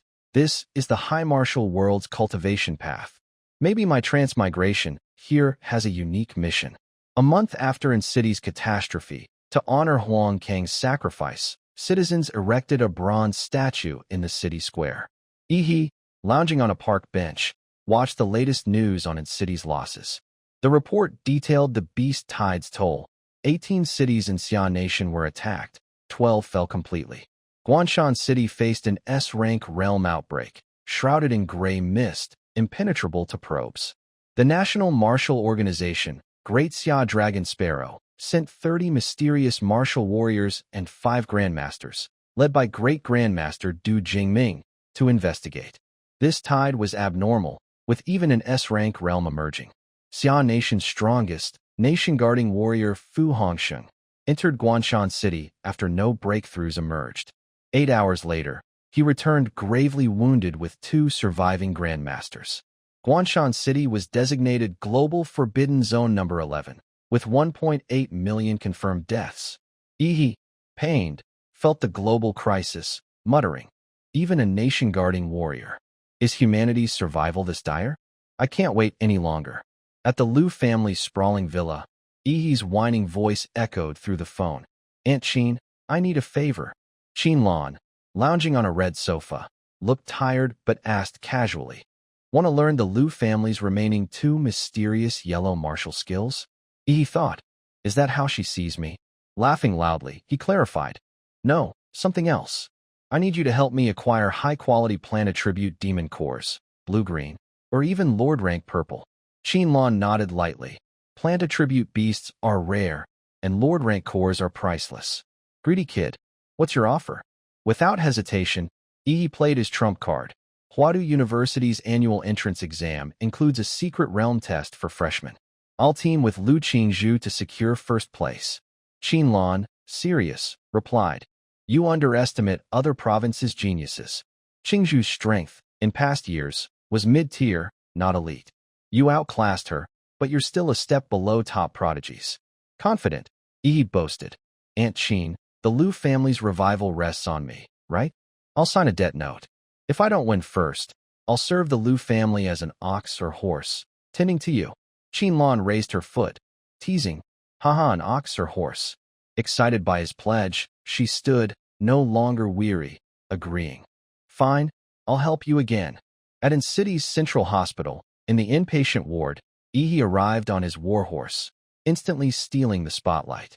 A crowd of beautiful girls gathered, cheering for his autograph as if he were a superstar. "Wow, look, it's Yi, worthy of the martial champion. We're all battered, but he's unscathed." One girl shouted. Another squealed, "I heard he took down tons of demon beasts in the realm invasion. I'm your fan. Yi, give me your number." Another pleaded, "Yi, sign for me, please." But he brushed them off, saying, "No, thanks." Inwardly, he gloated, "Didn't expect this fame. I'm set for life." In room 6, wards 11 and 12, Sua Zhou and La Xian lay recovering. Yi brought fruit to visit his close friend. Spotting Sua Zhou, he laughed uproariously. Isn't this Sua Zhou and city's top heartthrob? Never thought you'd end up like this, haha. Annoyed but helpless, Sua Zhou changed the subject. I know you're visiting, but what's with that stuff? Yi grinned. Gifts from fans on the way. Beside Sua Zhou's bed, La Xian waved warmly. Yo, Yi, you seem super friendly. Yi glanced over. You're La Xian? Pointing to himself, La Xian said, That's me, your first opponent in the qualifiers. Yi's eyes widened, recalling La Xian's sacrifice of a leg in the battle. La Xian, calm, glanced at his missing limb. Forgot me? Don't stare like that. My leg's not healed yet. I'm not crippled. I can get limb surgery or a cutting-edge Thunderstrike bird combat prosthetic. Yi gazed at La Xian, thinking, losing a leg for City, La Xian's admirable. Suddenly, his phone buzzed incessantly. Trying to silence it, he muttered, Too many flirty calls lately, such a hassle. But it rang again. He groaned, again? Reluctantly answering. It was the principal who'd been trying to reach him. Why are you blocking big shots from Huadu? Unblock now. It was old Deng. No, the principal, mentioning a VIP. A voice spoke. Hello, I'm Wang Tao, Huadu University's admissions chief. We're starting a month early. A private train picks you up in 3 days. Any requests? Simultaneously, Sua Zhou got a similar call, struggling to answer while bandaged. Hello, Sua Zhou. I'm Lu from Huadu Admissions. Yi replied, I'll follow the organization's arrangements. Sua Zhou, from his bed, said simply, Got it, I'll be on time. Thanks, Teacher Lu. La Xian, witnessing this, thought nervously. 3 in a room, and except me, all top dogs. Maybe I should hide under the bed. After the call, Yi looked urgent, muttering, Before school starts, I've got work to do. Days later, at the Swan Lake blast site, the nuclear cloud had hurled tons of dust into the atmosphere. The lake sky was shrouded in eternal fog, like endless night. Thick clouds blocked faint light. Yi, in Godzilla form, meditated underwater, absorbing nuclear energy. Swirling energy clouds enveloped him. When sated, his eyes snapped open, glowing eerily. The system displayed, infinite monster form, host, Yi. Total physique, 27.4b. Godzilla form compatibility, 38.9%. Super giant proxy, 90%. Rising with vigor, he mused, after the blood pupil black ape fight, my form compatibility rose 1.5%. Impressive. This place, rich with fission energy, is a cultivation haven. 3 days here boosted compatibility by 6%. Huge progress. Stomping, he sighed regretfully, gotta go. Moving faster than light, he soared, a fleeting streak. At City's train station, the loudspeaker announced, Train G66 to Huadu West departs in 5 minutes. Sua Zhou, waiting since afternoon with packed bags, sensed a presence. Looking up. He's here, that dazzling speck in the sky. Yi zigzagged down beside Sua Zhou, startling onlookers. Landing safely, he glanced at Sua Zhou, made it just in time. Citizens recognized him, shouting, Is that Yi? Damn, that aura nearly knocked me out. Felt like a high-rank beast. Such terrifying presence. Not even elite warriors match this. And City's pride. Sua Zhou nodded. You've gotten stronger. Yi gazed wistfully at his transmigration landing spot. And City, I'm leaving. My first stop after crossing over my origin. Farewell. The train started, chugging to Huadu. Why didn't he use his speed? Excited, he said, Let's go to Huadu. On board, restless, he stood on a seat, eyeing passengers. Sua Zhou, half asleep, grumbled. Yi, can't you sit still? Yi asked. All champions on this train? Sua Zhou replied. More than that. This train's built with top materials and tech, withstanding 1,000-ton attacks. At least 5 mysterious martial warriors escort it, maybe a grandmaster, since passengers are Xia Nation's elite geniuses. Sniffing the air, Yi assessed, some strong ones, but fewer than 5 could take 3 of my moves. Suddenly, as the train ran smoothly, the loudspeaker blared. Red alert. Red alert. Huadu train under attack by unidentified enemies. The train's announcement system blared with increasing urgency. Level 1 alert. Level 1 alert. The Flower City train is under attack by unidentified enemies. Professors and instructors are investigating the situation. All remaining students must evacuate the train cars immediately and absolutely avoid engaging the enemy. The students buzzed with chatter, the entire car erupting in chaos. Are you kidding? Who'd dare attack Flower City? Is this some kind of test for us freshmen? Not quite. Right now, Summer Nation is at its weakest. The National Guardian Warrior is injured and in seclusion. One of the 3 great grandmasters, Du Jingming, is missing. Many grandmasters and mysterious martial warriors fell in the beast tides at Guan Mountain City and other cities. The forces Summer Nation suppressed before are itching for revenge. It's only natural. Someone piped up, asking, "So, should we really evacuate the car?" In their seats, Suzhou and Yi sat calmly, ignoring the commotion behind them. Suzhou turned and asked, "What do you think?" Yi, who'd just dozed off for a bit, leaned back, grumbling, "What a pain. I've been exhausted from training for days and was just about to catch a quick nap." Then he stretched, stood up with a glint of excitement in his eyes, and cracked his knuckles. "The more Josie says don't do it, the more I want to." Clenching his fists, he said, "Let's go see what's up." The train kept rumbling toward Flower City. As they passed through a car door, Suzhou and Yi spotted a classmate covered in blood. Yi rushed over, asking, "Hey, classmate, snap out of it. What's going on up ahead?" The boy, panicked, looked up at Yi and said urgently, "The enemy's taken the first 3 cars. They've got some kind of special domain that pulls people into a separate space, so the fighting doesn't affect the outside. There's a terrifying enemy, and they're hunting everyone down. Most of the mysterious martial instructors escorting us are dead. They worked together to get me out of that domain and told me to warn everyone to run. This isn't a drill. Some students are still stuck in those cars." They approached the area near Yi. The bloodied student was a freshman, Zhu Jinxian. Behind Yi and Suzhou, a few people started getting loud. "Where's the proof? You say it's dangerous up there, so show us some evidence." A tall, burly freshman with wild, lion-like hair skeptically demanded, "Where's the instructor's token? Why is it just you who escaped?" "I've got a buddy in the front car, strong enough to compete for freshman leader." This lion-haired guy was Yin Zhengxiong, a bold freshman who shouted, "I don't believe you escaped," and he didn't. 2 others behind the lion-haired guy chimed in. "Yeah, he's got a point." Yin Zhengxiong crossed his arms, visibly annoyed, and barked, "Move aside. I'm going through." He stormed past the door the student had warned about. Yi and Suzhou stepped aside to let them pass. The freshman shouted after them, "Wait. I'm telling the truth. It's insanely dangerous up there. Why won't you listen? Don't go. You'll die for nothing." But they ignored him. Zhu Jinxian noticed Yi nearby and asked, "You're Yi, right?" Yi was using his electromagnetic energy to scan, checking if the kid's story held up. Sensing something off, he asked, "Yeah, that's me. How'd you know?" Zhu Jinxian carefully mentioned Lu Qingzhu, explaining, "A girl named Lu Qingzhu showed me your picture. She told me to make sure I warned you not to go to the front cars." Yi froze at the mention of Lu Qingzhu and quickly asked, "She told you that?" Zhu Jinxian nodded, recounting, "Yeah, she was badly injured protecting me, took a blade for me." With tears in her eyes, full of resentment, she said, "I can't stop those idiots who want to die, but I have to keep my promise to that girl and make sure you survive." Yi, furious, landed a punch that sent Zhu Jinxian's head spinning, snapping, "Damn it. You're talking about her last wishes when you're still alive." Suzhou leaned in calmly and asked, "You still going?" Yi replied firmly, eyes locked ahead, "Of course. I made a promise to her parents."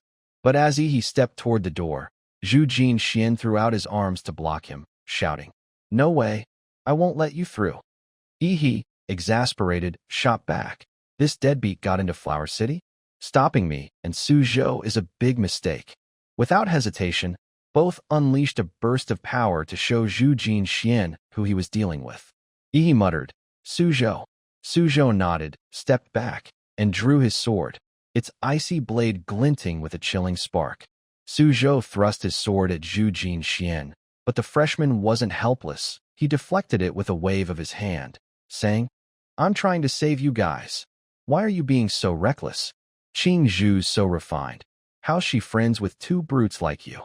Annoyed by the chatter, he didn't waste words or go overboard.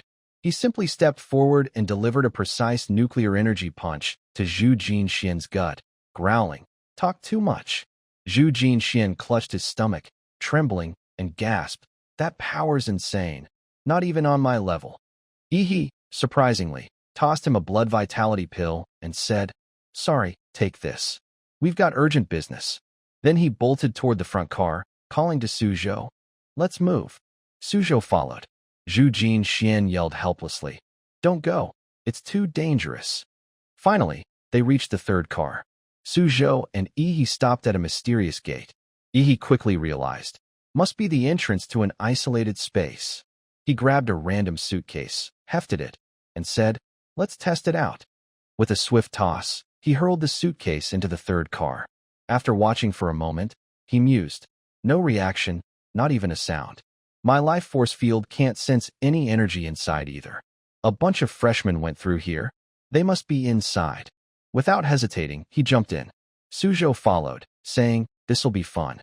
Let's dive in." Once inside, Yi glanced around, shielding his eyes. "This is nothing like I expected.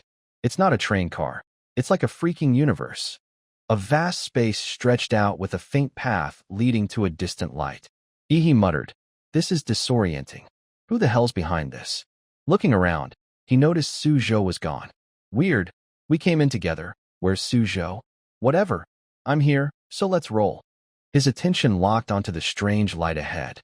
Got ahead there first. Chasing the eerie glow, Yi arrived at a ruined city, like it had just been through a war. Buildings were collapsed in heaps. Yi stared, baffled. What kind of place is this? He reached out, sensing, my life force field's getting no response. Is this place blocking it? Yi tapped into his nuclear energy, launching himself skyward like a rocket, muttering, "Old school methods work best." He soon landed on a nearby rooftop, conjuring a glowing orb of nuclear energy in his palm. Furious, he roared, "Stop hiding, you cowards."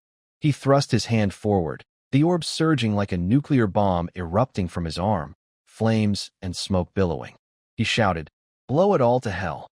From where Yi stood, the nuclear bomb he unleashed exploded in the sky, forming a massive, churning cloud over the building, spreading wider and wider. The blast shook the entire area. At that moment, other warriors who'd entered the secret realm before, he quickly noticed the earth-shaking explosion. They were stunned, gaping at the sheer, overwhelming power. An explosion like that? What's going on now? Good Lord, what kind of hotshot shows off like this? They ducked behind nearby buildings. Meanwhile, Suzhou, not far from Yi, heard the massive shockwave and instantly knew who caused it. Gripping his sword, he charged forward at breakneck speed. From a nearby building corner, the explosion was clearly visible. A woman's silhouette leaned heavily against a wall, panting, unable to move. It was Lu Qingzhu. She was badly injured. Spotting the blast ahead, she knew it was Yi, no one else. Weakly, she whispered, "Yi, I told you not to let him come." From his high vantage point, after dropping that teaser in the secret realm, Yi looked down and heard the filthy snarls of nearby beasts. He muttered, "Looks like I didn't just attract allies but a bunch of enemies too." Right behind him, a dark figure moved, human-like, but with bizarrely flapping ears on its head. Yi sensed someone was about to attack from behind, but his expression stayed as sly as ever. On closer look, the figure wore a pig mask, as if this group hid their true identities. The guy held a long, rusty butcher knife that had clearly taken countless lives, its blade chillingly grim. His bloodshot eyes locked onto Yi, brimming with murderous intent. Yi spun around, channeling nuclear energy into his palm, leaping high to deliver a blow meant to obliterate the pig head. His eyes blazed as he cursed, "Damn it, playing ghosts and goblins? I'll rip that mask off your face." But the pig-headed guy didn't flinch. Facing Insidious Genius Warrior, he swiftly raised his knife to block, showing no sign of dodging. One hand gripped a rusty black chain, yanking it forward with force. Yi surged forward, landing a punch square on the pig head. But the guy was quick, thrusting his massive knife straight through Yi's body. The sheer force of Ihi's nuclear punch blinded the pig head with a burst of radiant energy. Thanks to the intense nuclear impact, the pig head turned into a sizzling, roasted pork head, steaming in front of Ihi. Yet the guy's face remained defiant, staring at Ihi as if taunting him. Ihi felt a twinge of unease, his expression betraying a rare slip. Took my nuclear punch head on and walked it off? Not bad. The pig-headed guy tightened his grip on the knife, pushing harder to inflict serious damage. Cruelly, he twisted it to worsen the wound. But suddenly, he froze, staring ahead. His face was now charred black, smoke rising, smelling like roasted pork. He was stunned because Ihi stood unscathed despite the knife through his body. Grinning boldly, Ihi taunted, "Didn't expect my recovery to be this fast, huh? Locked your blade with my muscles. Easy as pie." His smirk widened, provocative, as he added, "Your strength's nothing special, but that weapon's unique. Seems to pierce any defense. What the hell are you?" Calmly, he grabbed the pig head's mask, pulling it apart from top to bottom. The guy was helpless, completely dominated, unable to resist. Ihi sneered, "Let's take a closer look. Taste my fist." As he spoke, his mouth transformed into a massive, Godzilla-like maw with razor-sharp teeth. He unleashed a stream of nuclear energy from his throat straight into the guy's, burning everything from esophagus to stomach. That was the end for some fool who dared challenge Ihi. The attacker's head was completely incinerated, collapsing to the ground, though Ihi still couldn't see his face. Holding the pig mask, he examined it, saying, "I'm the real deal. When I say rip, I rip." The masked freak lay charred, nearly burned to ash. Inspecting the pig mask, Ihi noticed something inside. From the scorched, toothy mouth, he pulled out a green pendant with a strange symbol carved on it. He realized, a pendant? Is this some Flower City test? Kill a monster, get a drop. He bent down to grab the butcher knife for a few more swings, but it vanished the moment he reached for it. He clicked his tongue, muttering, "Weapons of these masked guys are forged with high-level martial energy, making them insanely sharp. Once that energy fades, they're just ordinary junk." Still, the green pendant puzzled him. What's this thing do? Do I need to hunt more masked freaks and collect their pendants? While studying it, an arrow shot from behind with terrifying speed. Ihi was muttering, unaware, or rather, he didn't bother with the pathetic weapon. With a flex of his internal magic, he could block anything aimed at him. Turning around, his eyes gleamed as he spotted the attacker. Round 2 already? The figure was chicken-like, wielding dual crossbows.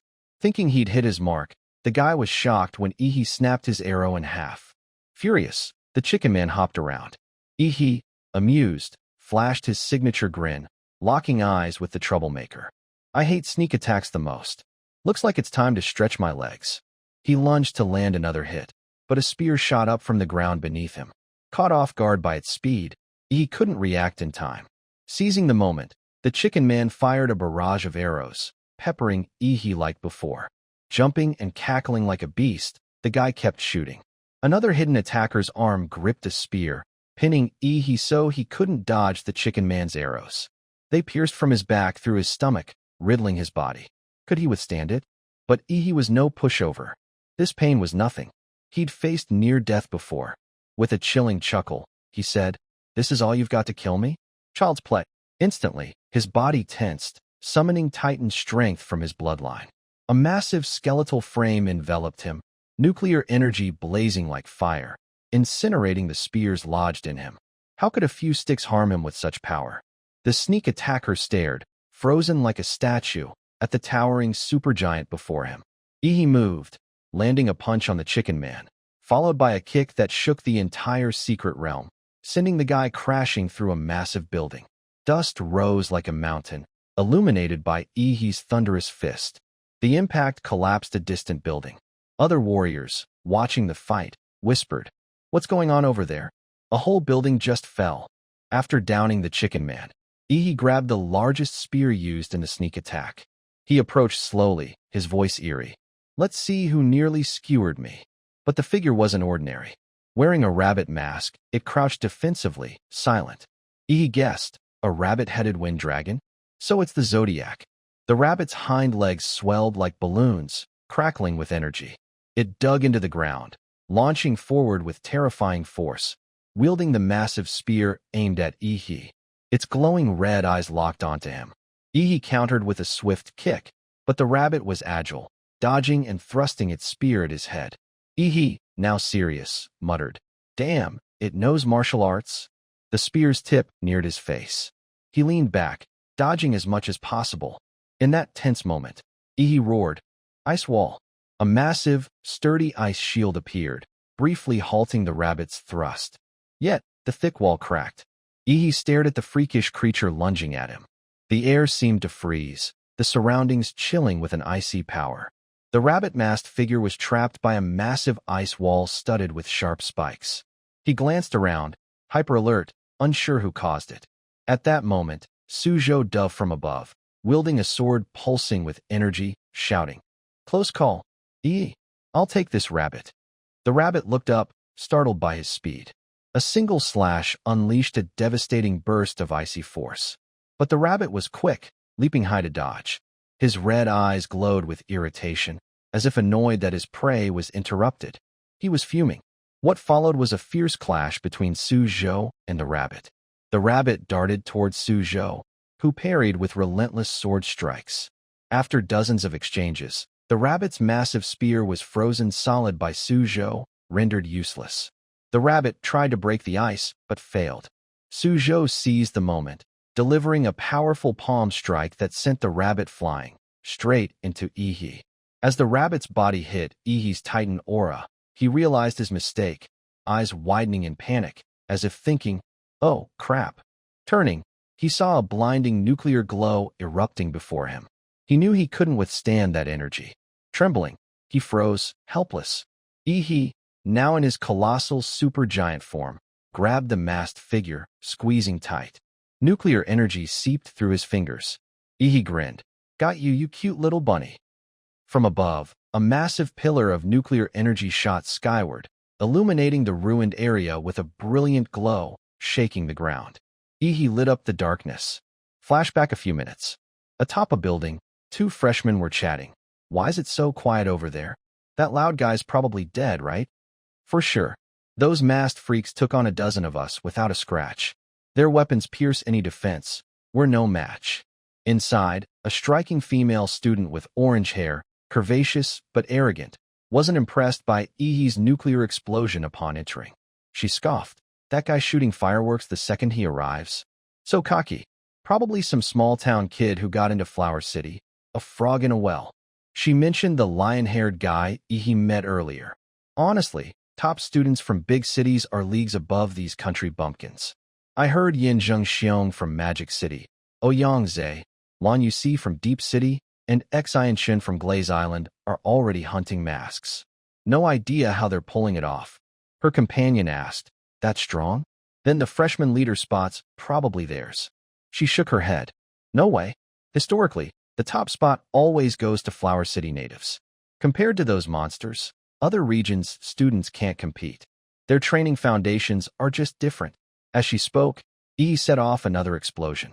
The nuclear glow caught the gossip's attention. They stared, unable to look away, trembling, their faces twisted in shared awe. One blurted, "What was that light and insane power?" "Some kind of laser gun." "Don't be ridiculous. There's no laser gun here." The commotion also caught the lion-haired guy's group. Yin Zhengxiong glanced at Ihi's nuclear pillar while taking down masked enemies. His face showed displeasure. He turned to the guy beside him, asking gruffly, "Zay, what do you think?" The pink-haired Ouyang Zay analyzed. "That attack style doesn't match the masks. It's likely some freshman's trick." Ouyang Zay, also a freshman, swung his massive sword, plunging it into a horse-masked man's chest. The man died gruesomely, the horse mask gaping grotesquely. Yin Zhengxiong, intrigued, asked, "A freshman? Besides Flower City kids, who could wield that kind of power? We gotta check it out. We've already collected 4 pendants. Rat, dog, monkey, horse." He dangled the 4 pendants. "Lan Yuxi from Deep City has at least the goat pendant." Ouyangze nodded. Xian Shun from Glaze Island has the snake pendant. A freshman named Lu Qingzhu took down a bull mask guy and got the bull pendant. If the masks follow the zodiac, that leaves pig, rabbit, chicken, tiger, dragon, 5 pendants. His eyes burned with ambition, muttering, "The dragon." Oh Yongzhe cautioned, "You know that monster. Touch it, and you're dead. It's probably the boss. Just run." Props to Oh Yongzhe's knowledge. He sidled up to Yin Zhengxiong, rambling. "The remaining pendants? That freshman with the green glow probably has a few. Xian Shun and Lan Yusi are likely drawn to it too." This game's hitting its climax. His face turned sly, dangerous, as he concluded. "To win, we've got to steal from others." Back to Yi and Suzhou. Yi held the pendant. Suzhou, seeing it for the first time, asked, "What's that?" Yi explained, "Before you showed up, I took down a pig mask guy and got this pig pendant." He guessed confidently. "If I'm right, this test requires us to collect all the animal pendants." Suzhou glanced warily, asking, "So we hunt masks proactively?" Yi recalled the chicken-like figure hopping around, saying, "Yeah, earlier, on the rooftop, some guy sniped at me, probably another mask." He slipped away in the chaos. As they talked, they didn't notice someone spying. Yi scanned the battlefield, adding, "But his arrow hit us. I can use it to track him."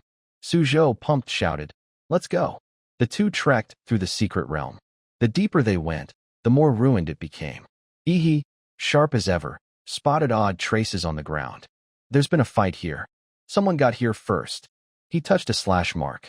Suzhou felt a still warm burn. "They're not far." Suzhou's face grew cautious. He froze, thinking, "They're close." Acting fast, he drew his icy sword, unleashing a sleek strike toward a foul presence. An ice wall surged from his blade. The figure ahead was hit, revealing a stunning female freshman. Struck by Suzhou's sword, her face showed clear disappointment. Clutching her healing arm, she trembled. "What?" "My optical stealth was detected." Suzhou's icy blast surged toward the invisible female student. His razor-sharp ice spikes towered over her. His shadowy figure moved menacingly, voice low. "Stand still," scheming in the dark. Suddenly, an invisible man appeared, shouting, "Get back." It was Lan Yusi, the stealthy freshman. Seeing the new figure, Suzhou froze, scanning him. The man erupted in flames, voice sharp. Yin Clan battle technique. With a palm strike, he unleashed a fiery shockwave, instantly melting Suzhou's ice wall. The flames spread wider, and he reveled in it. This fiery newcomer calmed down, smoke rising from his body. He pulled out a cigarette, lit it, and smirked. "Caught you, Lan Yusi. Your optical stealth sucks." This was Xian Shun, another freshman. Lan Yusi snapped. "Buzz off.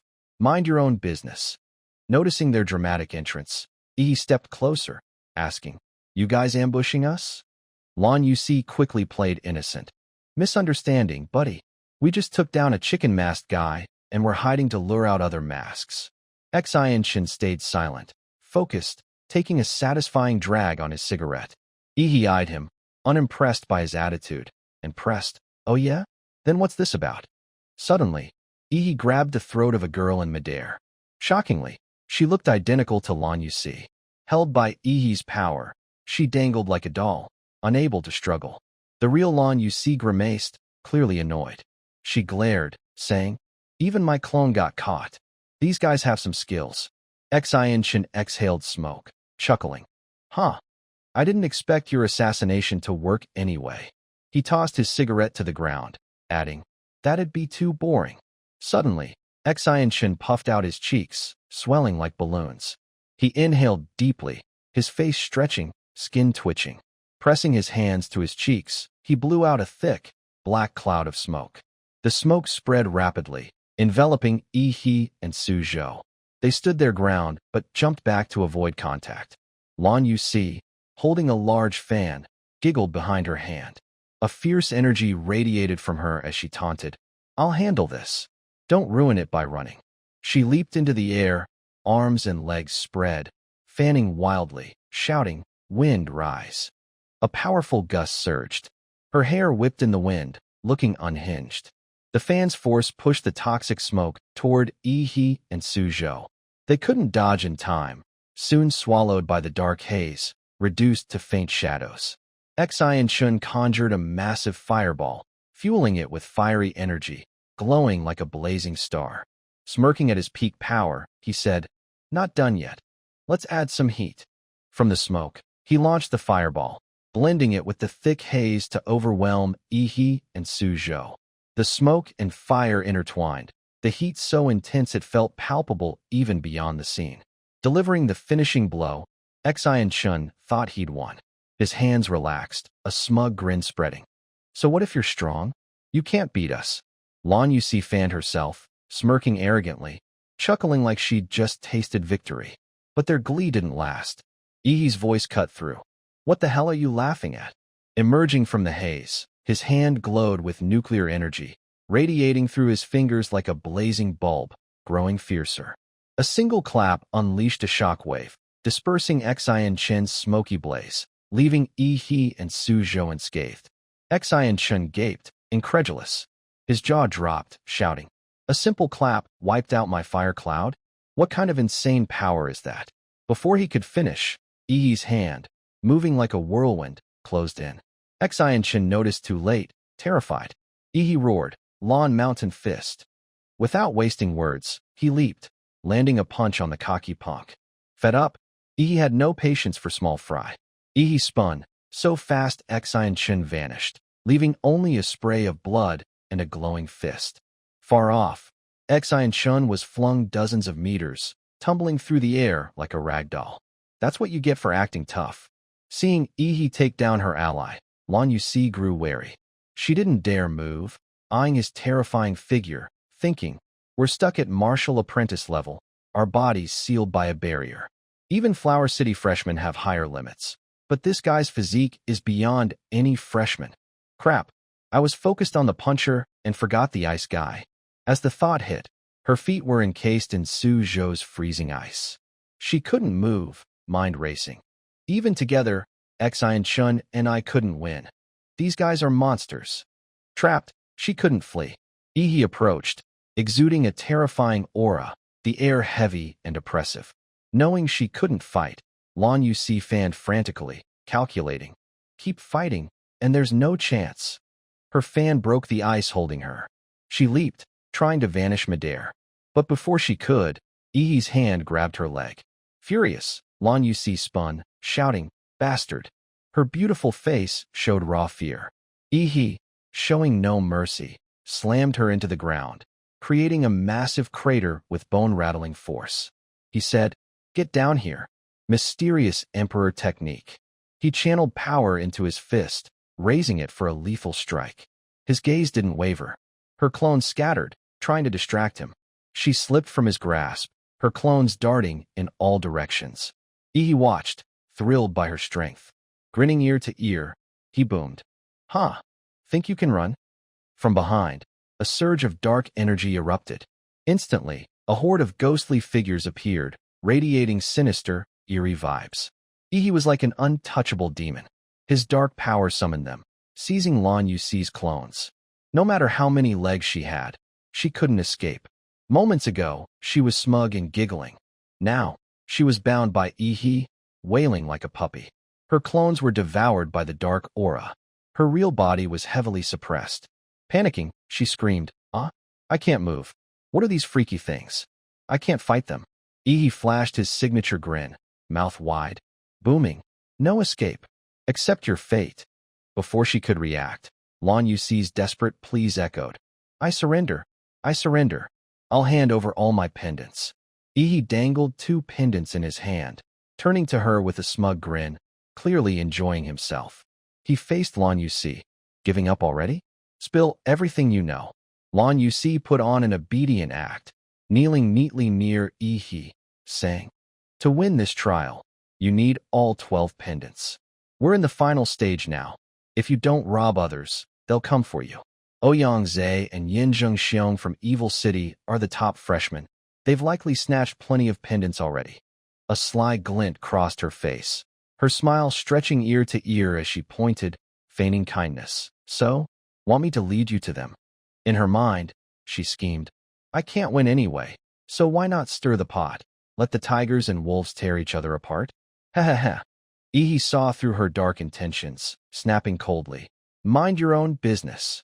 But then, he flashed a sudden, ha ha ha grin, making Lan Yusi jump, goosebumps rising, frozen like a statue. He added, "Nice fan you got there." Lan Yusi was stunned, speechless. The scene shifts elsewhere in the secret realm, where Ouyang and Yin Zhengxiong were charging forward furiously. Time was running out, and they were hunting for pendant holders.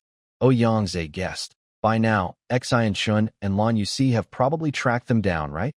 Yin Zhengxiong, sprinting, roared, "Doesn't matter who wins. I'll take their pendants. They're just holding my stuff for me." Confident in their plan to rob, Yin Zhengxiong froze at the sight ahead. "Zay, look at that body." They approached a corpse split in half, lying in a pool of dark blood. Yin Zhengxiong and Ouyang stepped closer, seeing the victim's face clearly. Both were horrified. Yin Zhengxiong's voice trembled. "That's Xian Chun." He didn't even close his eyes. Flashback a few minutes. After he sent him flying, Xian Chun staggered to his feet, wandering a desolate path. Exhausted, he muttered, "That guy's a monster. Lan Yusi's probably down too. I think he marked me. He'll come for me. I need to team up with those two from Evil City." Ouyang. Walking alone, Xian Chun suddenly heard strange noises. He spun around, shouting fiercely, "Who's there?" In the darkness, a long-haired figure with a sword emerged, stepping closer with a clacking sound. His aggressive, murderous aura was terrifying.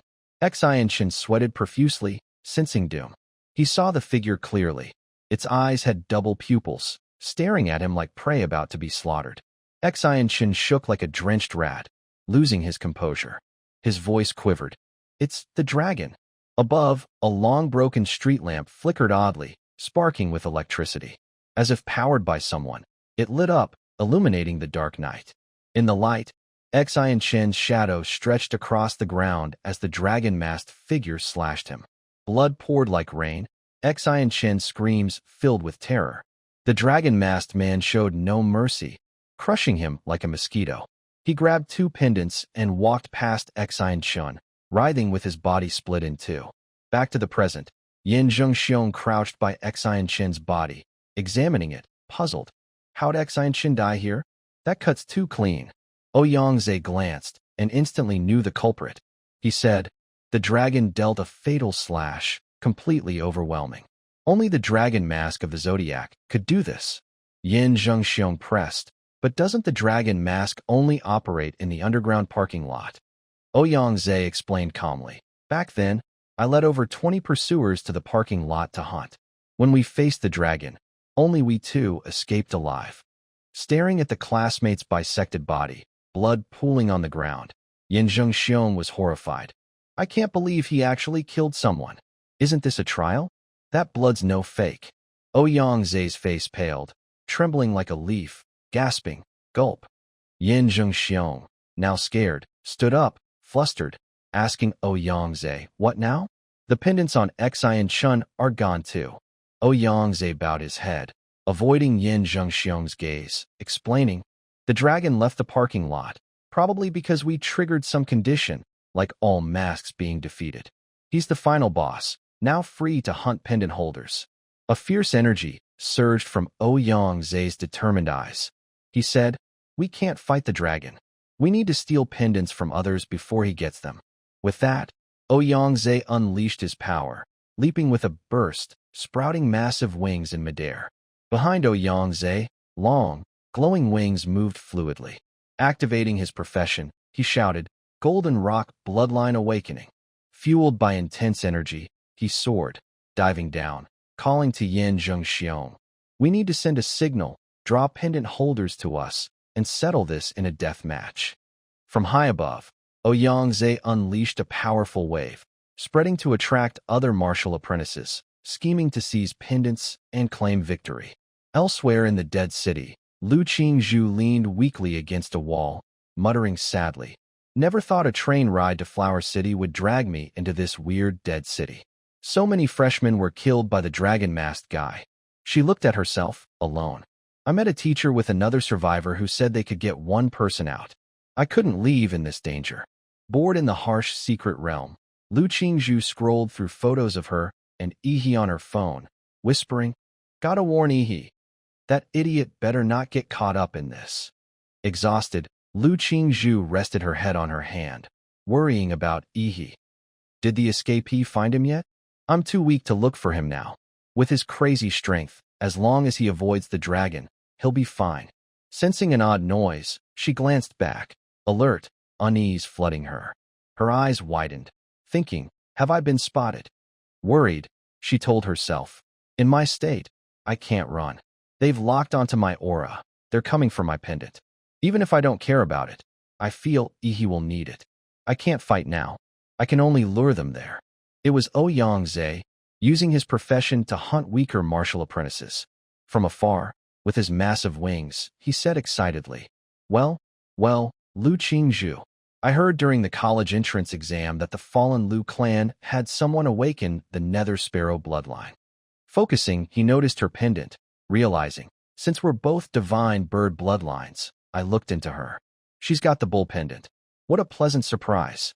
From his high vantage, using his bird's eye vision, Ouyang tracked her movements. She's heading somewhere, trying to lure me to the dragon's parking lot? How naive. The dragon was gone. The parking lot was empty. Ouyang soared with his wings, diving with force, channeling energy, and shouted confidently, Yin Zhengxiong, wait here. I'm going to grab her. At the building where Lu Qingzhu had been hiding, Ouyang unleashed a devastating explosion from the top floor down to the bottom. No level escaped the crushing pressure he exerted, intent on wiping out Lu Qingzhu. As the building crumbled, Ouyang swooped in with his massive, glowing wings, radiating intense energy. Now in his awakened form, he flapped his wings powerfully, shouting, Lu Qingzhu, you can't escape. Smirking as he hunted her down, Ouyang froze when eerie sounds echoed in his ears. His eyes widened in fear, muttering, What the hell is that noise? Turning, he saw a dark, crimson-tinted figure in the night, its head grotesque with writhing tentacles. Ouyang instantly recognized the terrifying killing intent closing in. Good lord, the dragon? How? Wasn't he supposed to be out hunting pendant holders? Why was he here? Panic set in. He knew facing this guy meant certain death. His body trembled uncontrollably. He whispered, If the dragon targets pendant holders, I've got 4 pendants. He'd prioritize me. His arrogance had backfired, putting him in grave danger. Ouyang realized why. The dragon-masked figure's double-pupiled eyes glowed menacingly, locking onto him with deadly intent. There was no escape. Ouyang faced the strongest of the 12 zodiacs. His face twisted, mind blank, unable to think. The dragon-masked figure drew closer, shrouded in dark energy, the faint light revealing his form.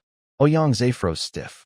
Overwhelmed by the dragon's aura and unable to counter, Ouyang was stunned as the dragon remained calm. After a casual move, Ouyang was left reeling, shouting, A domain? I didn't expect the dragon to wield something like this. Everything stopped. He stood frozen, staring at the figure. His expression hardened, teeth clenched, whispering, Just looking into the caster's eyes traps you in this special domain. The only way out is to defeat the caster. I'm cornered. As he spoke, the dragon-masked figure moved like lightning. In a blink, he closed a 100-meter gap. His black dragon head and glowing red eyes surged forward, a terrifying specter. Ouyang sensed it too late. He didn't dare fight back, tucking his wings and bowing his head to defend. The dragon circled him, slashing relentlessly. Ouyang could only pray. The dragon grew angrier, opening its massive maw with a blood-curdling roar, wielding a glowing sword, and lunging at him. Its eyes blazed like a demon's, pure terror. The scene shifts to Ouyang ally, Yin Zhengxiong, under attack and struggling to defend. It was none other than Yi. Yi had just unleashed a light move, his hand still smoking. He glared at Yin Zhengxiong, shaking his head. Damn it, you blasting your voice like a system-wide taunt to provoke me. Behind him, Suzhou held a steaming sword. Suzhou nodded, saying, Yi, leave this guy to me. I want to test my strength. Yi, surprised, raised an eyebrow. But Yin Zhengxiong wasn't one to back down. He activated his profession, gripping his massive sword and leaping high. His mouth opened wide, a giant tiger roaring behind him, charging at Suzhou and Yi. He bellowed, Think you've got me? Too cocky. This punk's nothing. Suzhou calmly raised his steaming sword, eyes gleaming, saying softly, "Ice pulse."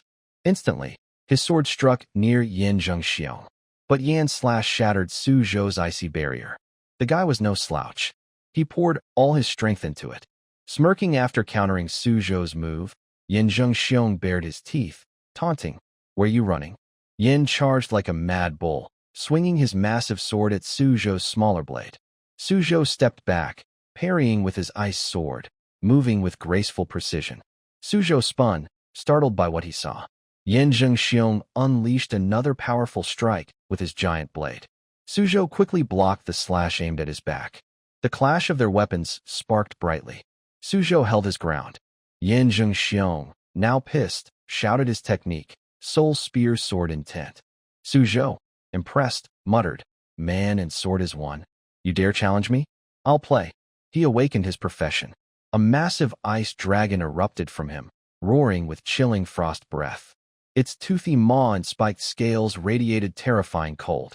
Yan Zhengxiong's blood boiled hotter. The tiger behind him roared ferociously at the ice dragon. Its glowing eyes locked onto its foe, and Yan swung his massive blade at Suzhou.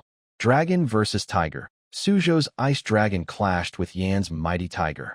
Neither yielded, their battle ferocious. Suzhou's ice spears pierced the tiger, while Yan's blade carved into the ice dragon. The clash so intense it felt painful even from afar. As they fought, Yi watched, lounging on a random rock, propping his chin, nearly dozing off. Their brawling echoed in his ears, but he didn't care to intervene, tempted to nap. Yan Zhengxiong, mid-fight, sensed his ally's signal, Ouyang-Zai's aura. He's calling for help? Distracted, Yan dodged Suzhou's attack, losing his guard. Suzhou pressed forward relentlessly. Yan, frustrated, glared and roared. "Humph, if I wasn't in a rush, I'd have broken 8 of your bones by now." But leaving wasn't easy with Yi around. Yi surged forward, gathering massive energy, aiming at Yan Zhengxiong. His eyes blazed, snapping, spouting tough talk and bailing. "Did I say you could leave?" Yan froze under the oppressive aura. "What the?" Yan gripped his blade, but Yi's fist rocketed toward him, unleashing a blinding explosion, smoke billowing. Despite blocking, Yan was flung dozens of meters, tumbling like a ball, crashing chaotically.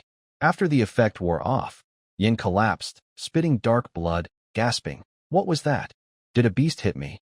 Yi smirked. "That was me, pal. Your yelling was too loud, so I hit a bit harder." Yan struggled, asking, "You ambushed me?" Yi, grinning smugly, said, "Not an ambush. Your brain's just too slow to react to my punch." Enraged, Yan roared, blood dripping from his mouth.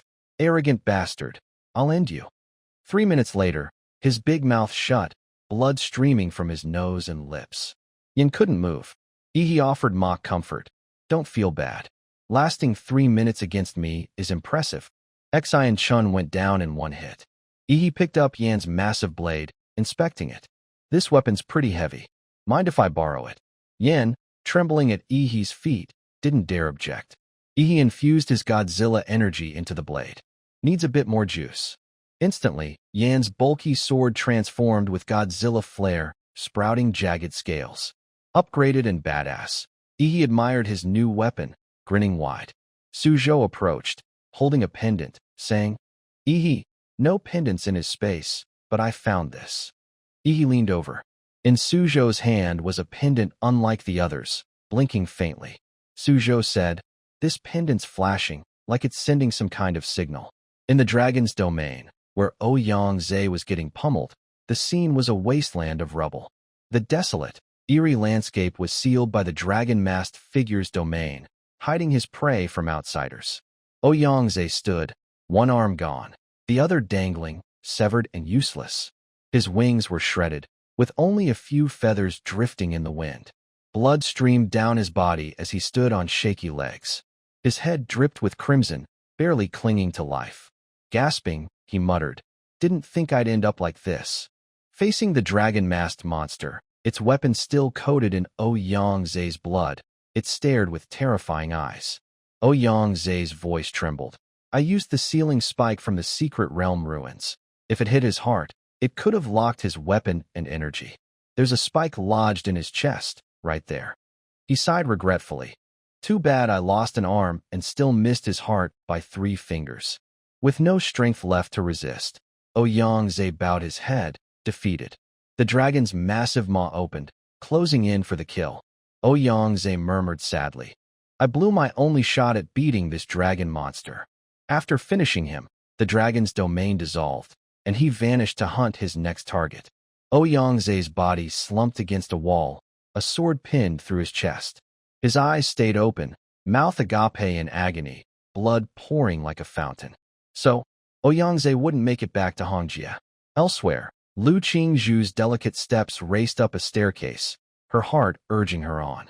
Come on, come on, almost at the rooftop. Having evaded Ouyang-ze, Lu Qingzhu pushed herself to reach the top floor. Panting, terrified of the dragon, she thought, the dragon's insanely strong. Bull Mask was nothing compared to it. Her face paled, certain of her fate. Ouyang-ze didn't last long. I'm definitely the dragon's next target. To survive, he's my only hope to get me out. Deciding, she glanced up while running, scanning her surroundings. This is the tallest building.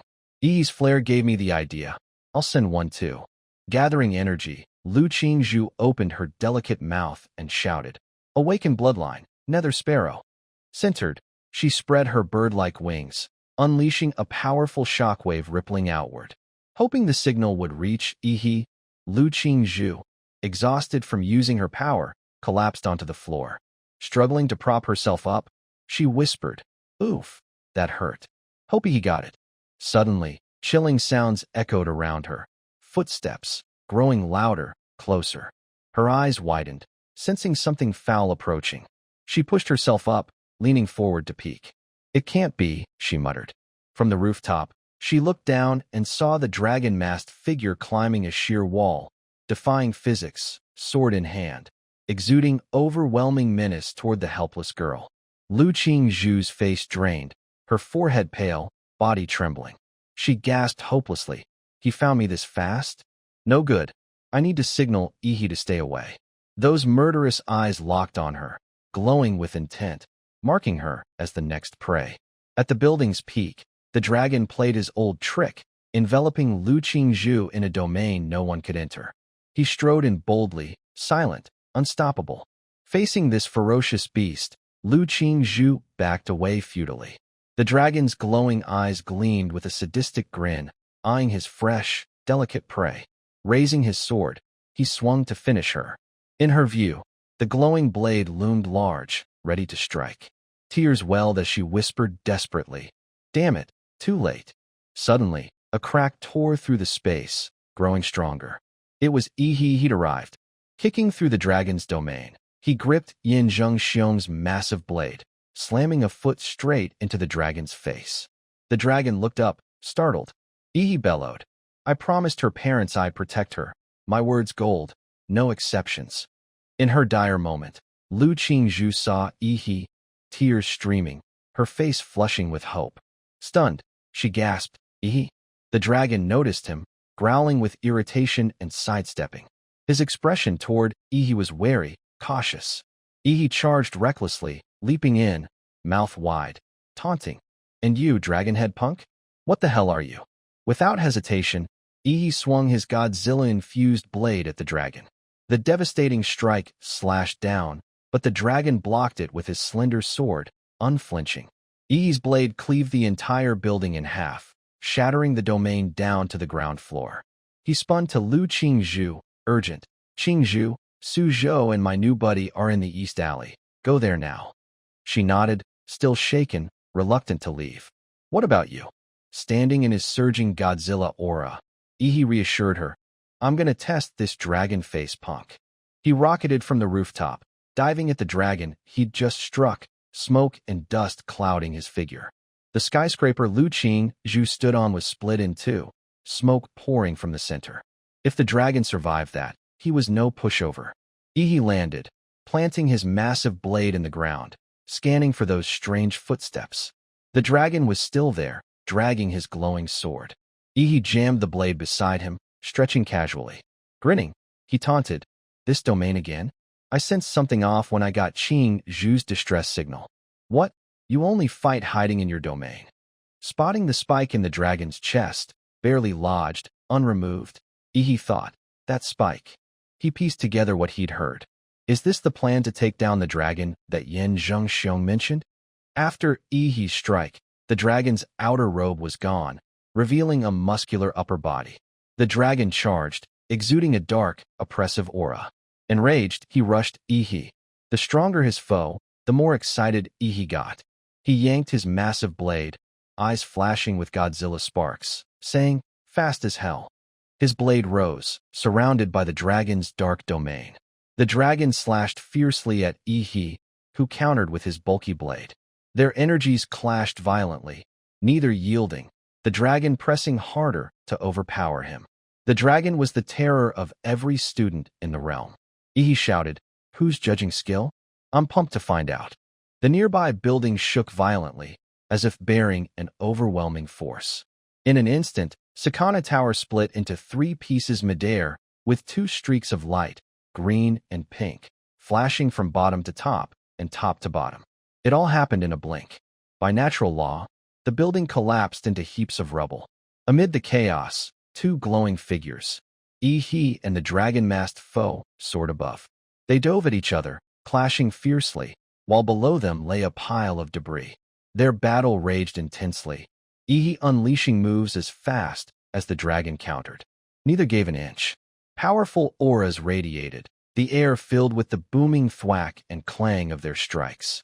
The dragon, enraged, opened his maw, extending a long tongue, as if pushed to the brink of madness. He surged forward recklessly.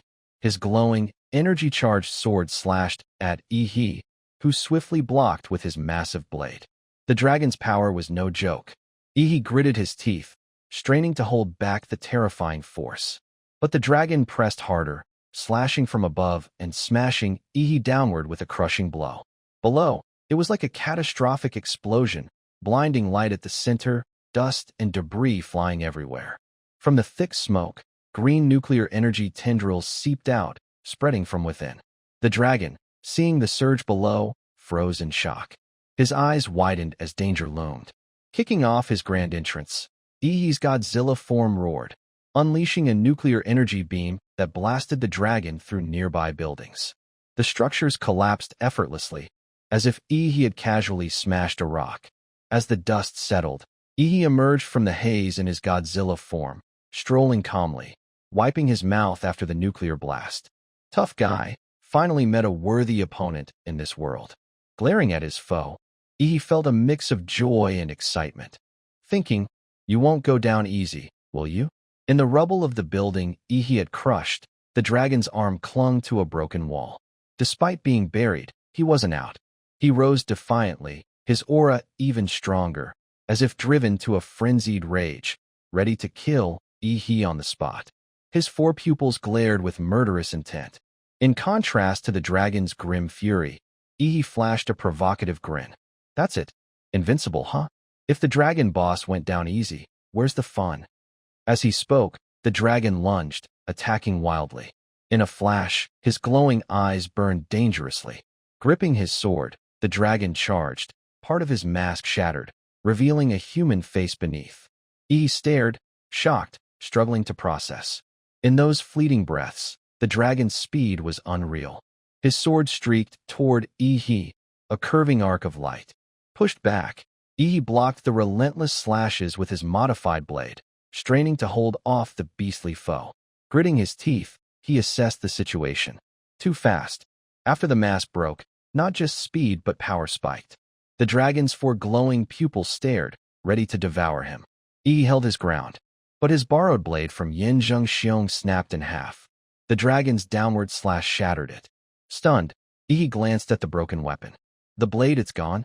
Having destroyed Ihi's weapon, the dragon gripped his sword, keeping his distance, preparing another strike. Ihi, quick to react, saw the move coming. Without a weapon, he improvised. Fearlessly, he lunged, biting the dragon's sword with his Godzilla-enhanced jaws. The dragon, caught off guard, gaped at the move. Ihi, chomping the sword, shot a gleeful, taunting glance, thrilled to provoke. Gotcha, he said smugly, clenching his spiky, black Godzilla fist. It cracked loudly. The dragon realized Ihi's intent, eyes widening, unable to react. Ihi's loving fist slammed into the dragon's chin, a nuclear-powered knockout blow. Green energy coated the dragon's face as he clung to his sword, swinging wildly, but missing. Ihi, victory in hand, braced himself, pursing his lips for a final push. The dragon's true face was revealed as he fell back, eyes vacant, his mask shattered. Ihi yanked the dragon's arm, saying, "Not done yet, esteemed guest." Annoyed, he tightened his fist, tensed, and leaped high, roaring, "Technician number 23, at your service." A barrage of nuclear-powered punches and kicks hammered the dragon's face. He endured the earth-shaking force, reduced to a punching bag for Ihi to pummel at will. Facing his foe, Ihi was elated, triumphant. Grinning with bared fangs, he thought, solar plexus, throat, heart, spleen, kidneys, groin, key human weak points. Plus, that spike's lodged in you, blocking your meridians and energy flow. My strikes hit those points, destroying you from within. The dragon was a broken shell, his true face exposed, disheveled hair, gaunt, struggling to hold on. His hand trembled, unable to grip his sword, and he threw it deliberately. But the toss was calculated. The dragon hadn't given up. The sword arced toward Ihi, holding the dragon's arm. Ihi caught the move, his reflexes razor-sharp. Quickly, he summoned the fan he'd swiped from Lan Yusi. His face darkened menacingly. With a swift flick, he deflected the dragon's sword strike. The fan saved him from a lethal blow. Ihi smirked, as if expecting it. "Knew you wouldn't quit. Your only shot was a surprise attack when I arrived." He tilted the fan, flinging the dragon's sword far away. Standing tall, Ihi declared, "I'll end this. You've got a slim chance left." Tensing, he swung the fan hard, roaring as he leaped. In an instant, the fan unleashed a massive tornado of energy, like a superstorm rolling in, the sky turning gray and ominous. The tornado unleashed by Ihi grew fiercer, towering hundreds of meters. Its dark energy drew in surrounding magnetic fields, swelling it into a massive, imposing force. The dragon-masked figure was sucked into its core, suspended helplessly as the vortex's currents tore at his body, black blood spraying like a meat grinder. Pathetically, the dragon could only endure the shredding, unable to resist. Ihi's voice rang out. "This fan's killing aura is way stronger than in Lan Yusi's hands." Charging forward, brimming with Godzilla energy, Ihi glowed like a walking nuclear bomb, shouting gleefully, "Not done yet, faceless freak." The dragon, unresponsive, seemed to await death at Ihi's hands. Atomic explosion fist. As he lunged, Ihi clenched his fist, roaring like a feral beast, slamming it into the dragon. First fist, boom. The strike hit like a massive bomb, debris flying everywhere. Nuclear energy smoke glowed brightly, swirling with the raging tornado. The dragon, taking the hit, was hurled through the air, his body a tattered rag. Yet he still gripped his sword. Thinking him done, Ihi didn't relent. As the dragon free fell, Ihi rocketed toward him with terrifying speed, smoke trailing. He roared, second fist. Closing in, he unleashed, dark flash lawn mountain fist. Though weakened, the dragon blocked, using his last strength to parry with his sword, his long hair whipping as he spun. Ihi's hits are brutal. Even blocking, the dragon ricocheted from one building to another. He zigzagged through the air, a testament to Ihi's raw power. After eating two fists, the dragon's body slammed into a wall, shattered, blood oozing everywhere. Pinned, he still clutched his glowing sword, letting out a pained irk. Ihi floated closer, hovering with his power, facing the dragon. The pitiful figure was embedded in a gaping hole in the wall. Ihi scoffed, "Dragon? Thought you were tough, just a bug." Peeling off the dragon's mask, Ihi saw no nose or mouth, only glowing, hate-filled eyes. Unyielding, the dragon gripped his sword, growling, "Kill! Kill!" In a flash, the sword he'd clung to was at his own throat. His four-pupiled eyes widened in shock. Ihi swiftly pinned the sword against the dragon's neck. In his ultra-cool battle armor, brimming with power, Ihi toyed with him single-handedly. A moment later, the dragon's head fell, tumbling freely, long hair trailing gravity's pull. Ihi claimed the dragon pendant, holding it up, satisfied. Got the dragon pendant, time to end this game. After finishing the dragon, he returned to his group. Yin Zhengxiong, now submissive, knelt silently before Ihi. Ihi strolled past, hands in pockets, ignoring him. He approached Lu Qingzhu, rescued by Suzhou. Her eyes lit up at the sight of Ihi, blushing as she exclaimed, "You shouldn't have faced the dragon alone." Suzhou glanced at her, saying coldly, "Except for Ihi, we'd just be a burden." Lu Qingzhu nodded, avoiding eye contact, thinking sadly, he's right. I'm too injured to use martial techniques. Helping Ihi would only distract him. If only I were stronger, I wouldn't be a burden. Seeing her pensive look, Ihi teased, "What's on your mind?" Startled by his casual vibe, Lu Qingzhu stammered, Huh? And turned away, blushing. Ihi asked about her bull fight, holding out his hand. "Where's the bull pendant? Don't make me rob you." She looked away, reaching into her pocket. "Here it is." With that, Ihi collected all 12 zodiac pendants. Staring at them, he mused, "Let's arrange them from rat to pig. Maybe something happens." Suzhou, arms crossed, chimed in, "Nothing's happening." "Wrong order." Ihi scratched his chin, stumped. Suddenly, Yin Zhengxiong approached the pendants, speaking up. This special dragon wasn't designed to hunt like other masks but to target pendant holders. Normally, you don't need the dragon pendant to pass. He picked up the dragon pendant. Instantly, the area quaked strangely. Everyone looked around, startled. Did it work? What mechanism triggered? Thick clouds gathered above Ihi and the group, a brilliant light glowing at the center, followed by a golden lightning bolt. Nearby skyscrapers lit up, a supernatural phenomenon none had seen.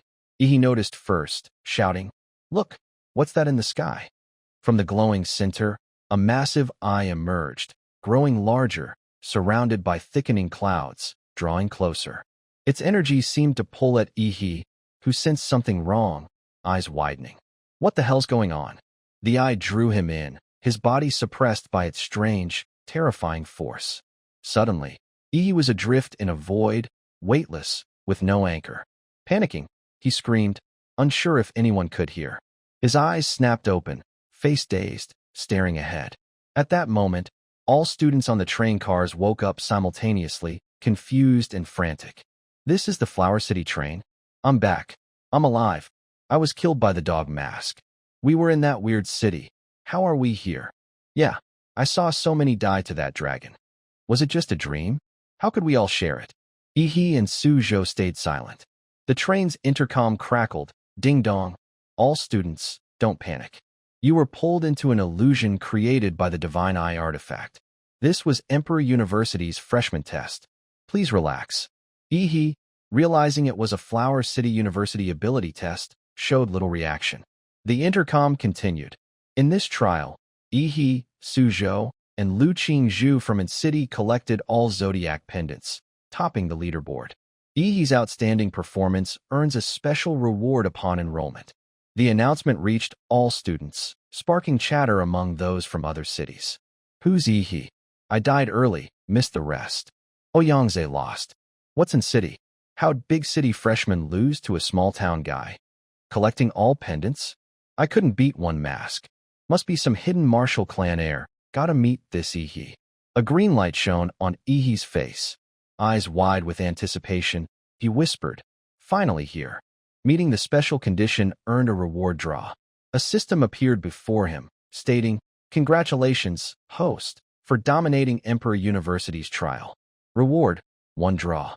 Ihi, sweating, heart pounding, called to his buddy, "Suzhou, give me a wet towel. I gotta wipe my hands clean. No bad luck this time." A card appeared before him. The moment of truth, his fate hinging on this draw. Dark energy surged as the card flipped, revealing a towering vampire with horns, exuding terrifying demonic aura, laughing wildly. The system announced, Tier 3 Template, Rakudo the Vampire. Abilities, Bloodline Corpse Transformation, Blood Control, Immortality. Compatibility, 1%. Evolved Form Rado. The train to Flower City continued its journey, likely without further trials. Ihi, having just acquired the formidable vampire template, sat alone, grinning like a maniac and muttering to himself. He thought, a vampire, jackpot, an SSR gold card. The bloodline's weak, but its evolved form can stop time. Absolutely broken. A man approached, asking, "You're Yi, right?" It was Ouyang-ze, exuding some strength. Hearing Yi was proclaimed the top freshman, he approached with an air of superiority, asking, "You beat the dragon?" Nearby, Yin Zhengxiong, wary of Yi's power, thought, "Ze, calm down. Start a fight with Yi, and there's no hospital on this train." Yi, irked by Ouyang-ze's tone, didn't even look at him, responding in a low voice. "Correction, not beat. I slaughtered him." Ouyang-ze's head spun at the words. Sweating nervously, he muttered, "Slaughtered?" In front of countless martial apprentices, Ouyang-ze, acting like the strongest here, publicly tried to recruit Yi. "Yi, I'm forming a new faction separate from Flower University's student council. Join us. I'll make you president." For years, Flower City students had dominated the top freshman spot and student council presidency. This move drew every apprentice's attention. Ouyang-ze quickly softened, smiling warmly, extending his hand. "Yi, your strength shows we can break this tradition. Join me." The train car buzzed. Cameras flashed as people whispered. Ouyang-ze, so arrogant, inviting Yi and offering him the presidency? A new legend at Flower University, a historic moment. Without hesitation, Yi bluntly rejected the historic offer. "Sorry, not interested in power struggles or factions. I roll solo." The car erupted in chatter. Yi refused? A shocking rejection. Who was this guy, turning down Ouyang-ze? What a shame. Ouyang-ze stayed calm, handing Yi a card. "No worries, here's my contact. I look forward to working with you." As night fell, the train reached Flower University Station. Suzhou, beside Yi, glanced out the window, saying, "We're here." Yi, startled, couldn't believe it was so fast. Already, seeing the city, his eyes widened, mouth agape, shouting, "Whoa!" Flower City sparkled vibrantly, far livelier than its city. Yi couldn't help but exclaim, "Well, damn, this is Flower City, a true metropolis." The train doors opened, and apprentices poured out. A staff member guided the new students. "Flower University freshmen, follow this path to the school. Keep order, check your seat numbers." Yi, Suzhou, and others followed the crowd. Suddenly, the group halted, faces pale at the sight ahead. A massive, futuristic airplane, straight out of a sci-fi movie, awaited them. The intercom announced boarding by order. The freshmen lined up neatly. Yi spotted Lu Qingzhu's graceful figure ahead and jogged up, poking her playfully. Lu Qingzhu. She jumped, startled, nearly shrieking like a spooked ghost. She recalled her mother's pre-enrollment warning. "Qingzhu, you're engaged, but not married. Don't get too close in public. Don't let him take advantage. Protect yourself." She snapped, "What are you doing?" "We're in public." Yi, unfazed, replied, "Public? You asleep? Why do we need a plane?" Annoyed but regretful, she sighed, thinking, "Why did Mom engage me to this country bumpkin?" Pointing skyward, she explained, "Because Flower University is in the sky." Yi looked up, confused. "In the sky?" Lu Qingzhu nodded firmly. "The city on the clouds." She meant a city floating among the clouds, a technological marvel beyond imagination, likely built to counter otherworldly monster threats. The plane awaited to ferry the apprentices to the university's safe zone, carrying the pride and hope of a new generation to protect Blue Star. On the flight, Yi peered out, noting, "Flower University's electromagnetic grid blocks beast invasions, huh? Even life detection range is limited here, classic Flower U." The plane landed, and Yi and Suzhou disembarked. A staff member reminded, "Rustic types like Yi, keep your student IDs." Yi's ID listed his name, male, class 1. The intercom announced, "Proceed to the maglev station for dorms." The station's architecture was sleek, with reverse flow designs, but blazing speed. Skyscrapers and sprawling elevators differed vastly from the ground. It felt like a futuristic Chongqing. Like a clueless kid, Yi pointed around, shouting, "We're in the world's highest city, guys." If he wasn't embarrassed, others were for him. People whispered, "What's he saying?" Where'd this idiot come from? Something's wrong with him. Ihi and Suzhou rode an elevator to their dorm building. Excited, Ihi asked, "My room's on floor 42, room A. Where you at, Suzhou?" Suzhou replied, "Floor 45, room B7. Ihi grinned, "Higher than me? I'm off first." Entering his assigned room, Ihi was floored by the luxury. Before stepping inside, he bellowed, "A single room? Flower U student perks are unreal." He rushed to a top-tier PC setup with an ergonomic chair. Ecstatic, he shouted, "Latest gen PC, fully loaded. Insane." The bathroom didn't disappoint either. Ihi gawked, "A massage bathtub? No one's resisting this." He flopped onto a premium Flower City memory foam bed, exclaiming, "Like a five-star hotel. Ready to nap?" Ihi paused, squinting. "Gotta handle business first." He sat up, pulling out his phone to upgrade his Rakuto vampire template. On the train, I figured out how to use the card. Scan the barcode with the Flower U app. The app had an academy store using Flower U digital credits. I'll convert my last 30 million Xia coins to credits. His phone pinged. Flower U app received 322.43 credits. Reading it, Ihi paled. 10,000 for one credit? Brutal. But the store's exclusive, high-end items were worth it, available only to Flower U students. Ihi tapped away, buying blood-type magic cores.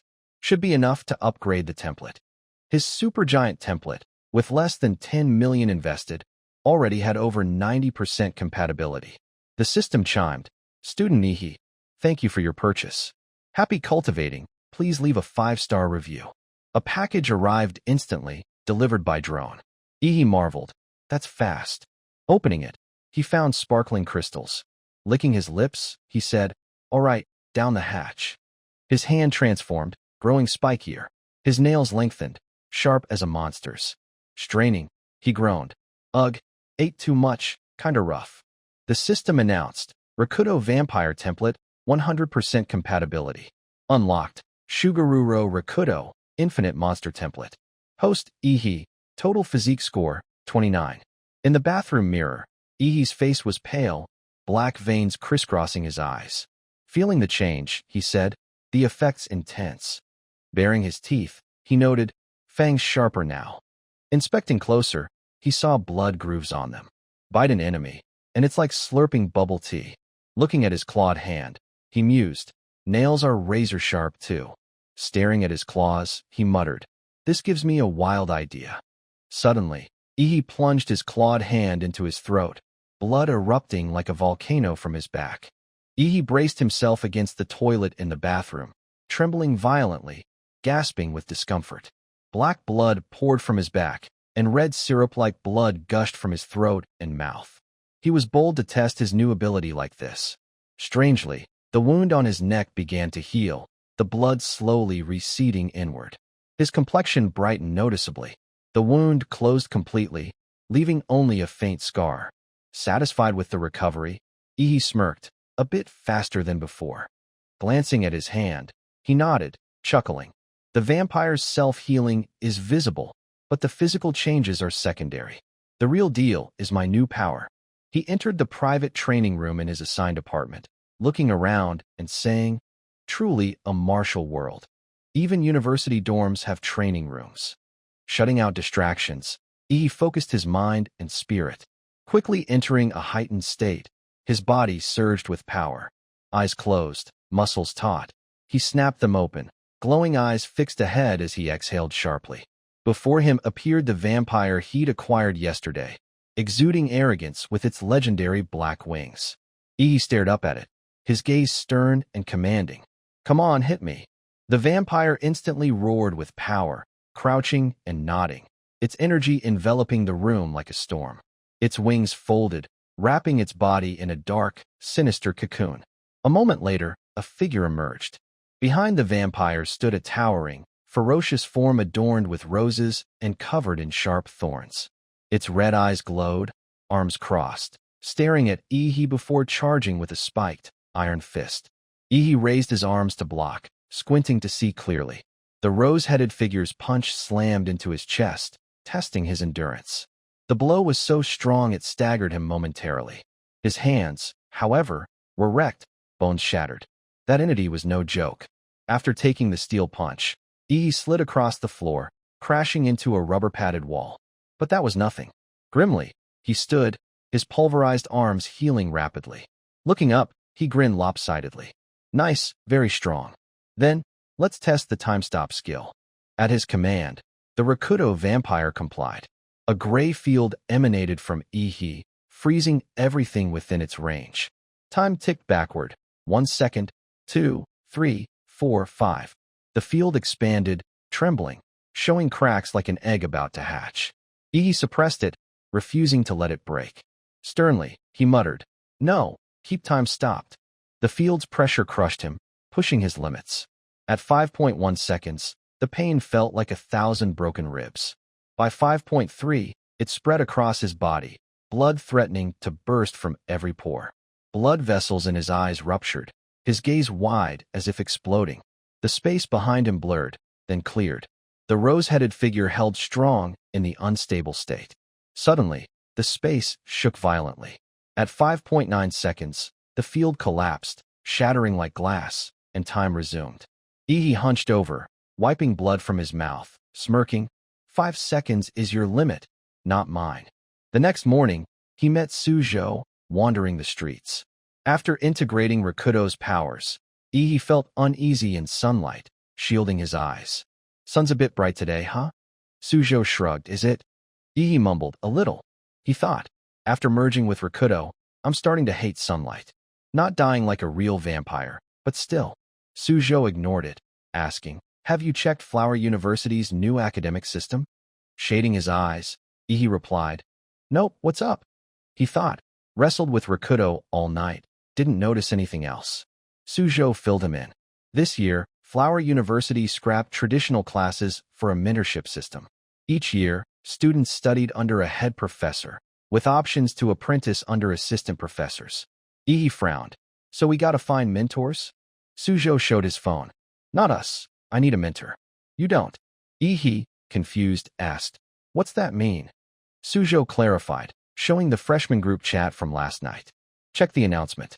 Since you collected all 12 zodiac pendants, the school's giving you the right to pick any mentor, and they can't refuse. Ihi's face twisted. Posted in the group? Isn't that a bit much? The scene shifts to Stadium A, packed with students in long lines, buzzing with chatter. So crowded. Seems like groups of 3 enter testing rooms, then mentors pick with lights. At the entrance, Ihi waved to Suzhou. You go ahead. I'll wander a bit. Since I can pick any mentor, I can join any time. Strolling outside, he muttered. Picking a mentor? Boring. Suddenly, a sweet, metallic scent hit his nose, blood. He sniffed, realizing it wasn't ordinary. He sprinted after it, thinking, normal blood wouldn't faze me, but this reeks of killing intent and hidden sin, fierce like an undercurrent. It's stirring my own bloodlust. Gotta find the source. Following the scent, Ihi stopped, stunned.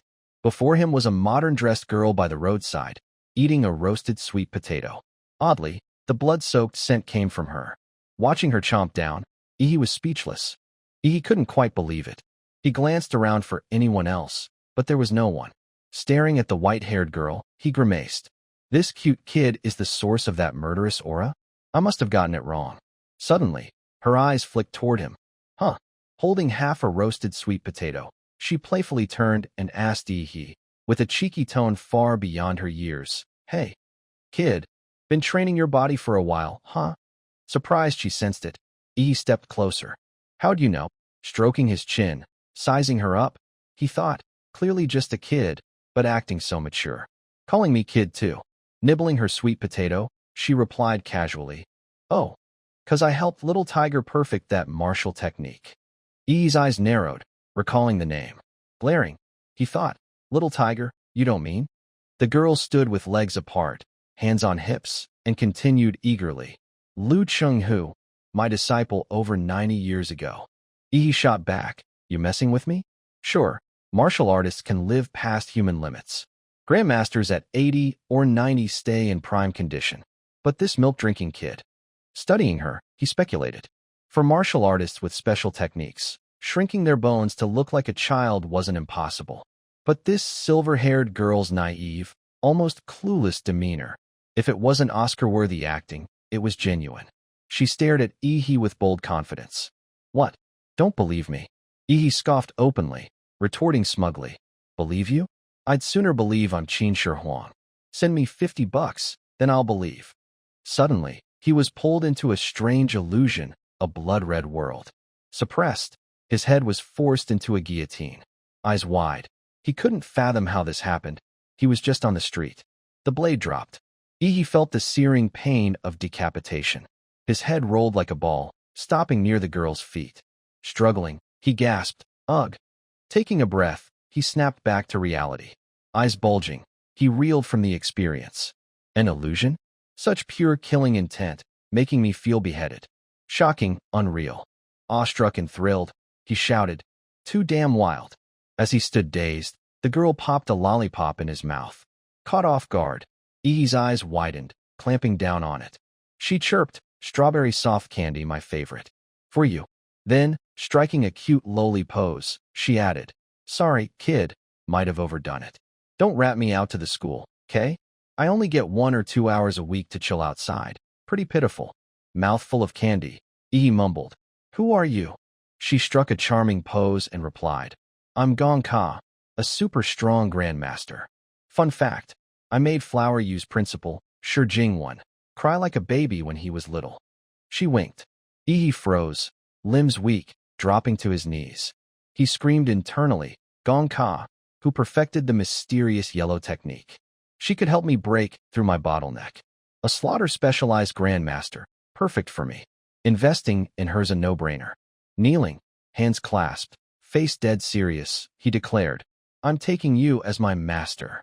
Yi, a drifter half my life, has found my true leader. I beg Master Gong Ka to accept me." His over-the-top act rivaled his father's master-bowing days. Gong Ka, stunned by his flip, stammered, Huh?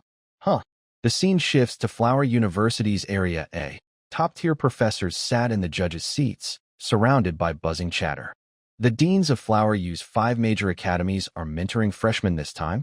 If any dean picks you as a disciple, your life's set. Dream on. Those are deans. Why would they care about us freshmen? Why are they here then?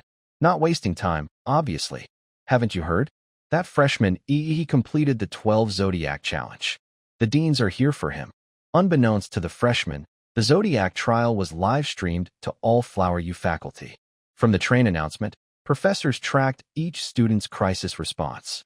AI analyzed facial expressions, scoring adaptability. Those who treated the trial casually or rushed recklessly into the Zodiac City scored low. In the city, fighting the Zodiac masks tested combat intelligence, practical skills, and organization, key grading metrics. Even failing to defeat a mask could earn high marks for excelling in any of these areas. He was the only freshman to consistently score top marks, but that alone wasn't enough to stun the deans. What truly shocked them was he slaying the dragon boss, an unintended target guaranteed to kill. Below, a bearded professor spoke to a female colleague. He probably doesn't even know who the dragon was. It was a model trained by Xia's Nuwa supercomputer based on data from National Guardian martial artist Fu Hongsheng's Flower U days. Even Nuwa couldn't replicate his divine double pupil ability in the Dream Sea illusion. But Fu Hongsheng is Xia's, maybe the world's, strongest martial artist. His Flower U record stood unbroken for 100 years. He killing a model trained on such a figure, even if not at full power, proves his world-shaking talent. Barring accidents, he'll at least become a grandmaster, maybe even a great grandmaster. Now, we must stay calm and wait for him to choose a mentor. Then, an outsider rushed in, shouting, "Bad news, deans. Emergency report. He has chosen former Emperor Yu professor, now special grade staff, Gong Ka, as his master." The waiting professors, who'd arrived early for Yi, leapt up, stunned. What? Back at Yi and Gong Ka, he was clinging to her. Despite her struggles, he wouldn't let go. "You want me as your master?" "Absolutely, I've chosen you, master." Yi thought, this lowly's over 100 years old. If not, kneeling to a lowly in broad daylight would get me 3 years in jail. Gong Ka, pushing him off, shouted, "But I got kicked out of Emperor Yu." Yi, undeterred, eyes gleaming, insisted, "Master, You said you only get 1 or 2 hours a week outside. Take me as your disciple, and in 2 years, I'll find a way to free you. His sweet talk worked. Gong Ka's eyes outshone his. Really? Deal. Yi smirked, suckered her. Things were going smoothly when a voice boomed. Hold it. The sound shook the skies. Hearing he chose Gong Ka, the early arriving professors, passed over, teleported to them. As they closed in, Gong Ka scoffed. Tsh, nosy bunch. A professor, built like solid iron, face unclear, objected. Senior Gong Ka, didn't you say you'd avoid students during your outings? Another chimed in. Besides, your mental state isn't fit to teach. Exactly, Senior Gong Ka, go home. Gong Ka, unfazed, faced Ihi. Go home. Then, to him, fine. What's your name? Ihi bowed respectfully. Master, I'm Ihi. She strode forward with her tiny but commanding steps, saying firmly, All right, Ihi, come home with me. Ihi followed, grinning smugly, strutting proudly before the crowd. The scene shifts to Flower University's Research Institute, a vast, towering structure with bizarre architecture. Ihi followed Gong Ka here, trailing behind, glancing around curiously, while Gong Ka, the old lowly, skipped along carefree. They reached the grand hall and entered an elevator. Inside, Ihi tilted his head and asked, Master, you live in such a remote place? Gong Ka replied casually, Yup. Decades ago, I had a bit of a breakdown, kept hurting people. So Flower, you tucked me away in this research institute. Luckily, I've got myself under control these past few years, so they let me out for fresh air now and then. Ihi, puzzled, asked, So I'm your first student in decades? Gong Ka squinted, unimpressed. You've got a weird brain. Shouldn't you be scared? Ihi, sweating buckets, thought. Scared you'll chop me up? Ding. The elevator reached floor -666. The doors opened to a long, narrow corridor with high walls, slightly claustrophobic. Ihi blurted, This huge institute, and they make the hallway so tight. Gong Ka explained, Because only I'm allowed to pass through here. Noticing a countdown display ahead, Ihi asked, What's with the countdown on that door? Before she could answer, Gong Ka shot forward like an arrow, sprinting and yelling, Damn it! We're late. Charge in. Caught off guard, Ihi couldn't adjust. Leaning against the elevator, he stubbornly asked, What's the countdown for? Master's in a rush, and this guy's dawdling. Gong Ka, still running, glanced back. When I go out, the digital clock starts counting down. If I don't return on time, an alarm goes off at the principal's office, and Flower You comes to hunt me down. Ihi gasped, That harsh. At exactly midnight, they barely made it. Through the narrow passage, Ihi, with his abilities, caught up in seconds. As he stepped inside, the door slammed shut. A protective grid activated outside, locking them in and keeping others out. Gong Ka sighed in relief. That was close. Ihi assessed himself, thinking, There's a weird magnetic field here. My martial energy struggles to manifest outside my body. Any martial technique used here loses a ton of power. Hearing his thoughts, Gong Ka chimed in. Obviously, this is my prison cell. She elaborated. To keep me contained, that punk Jing built me a 3-story luxury house. Entertainment, training, everything. But they also set up a high-powered electromagnetic field to suppress martial energy. She flopped onto a sofa. Despite her white hair, she looked like a teenage girl. Arm behind her head, she sighed. So I don't bust out from boredom. Ihi pursed his lips, thinking, They call it a cell, but this is a lavish apartment.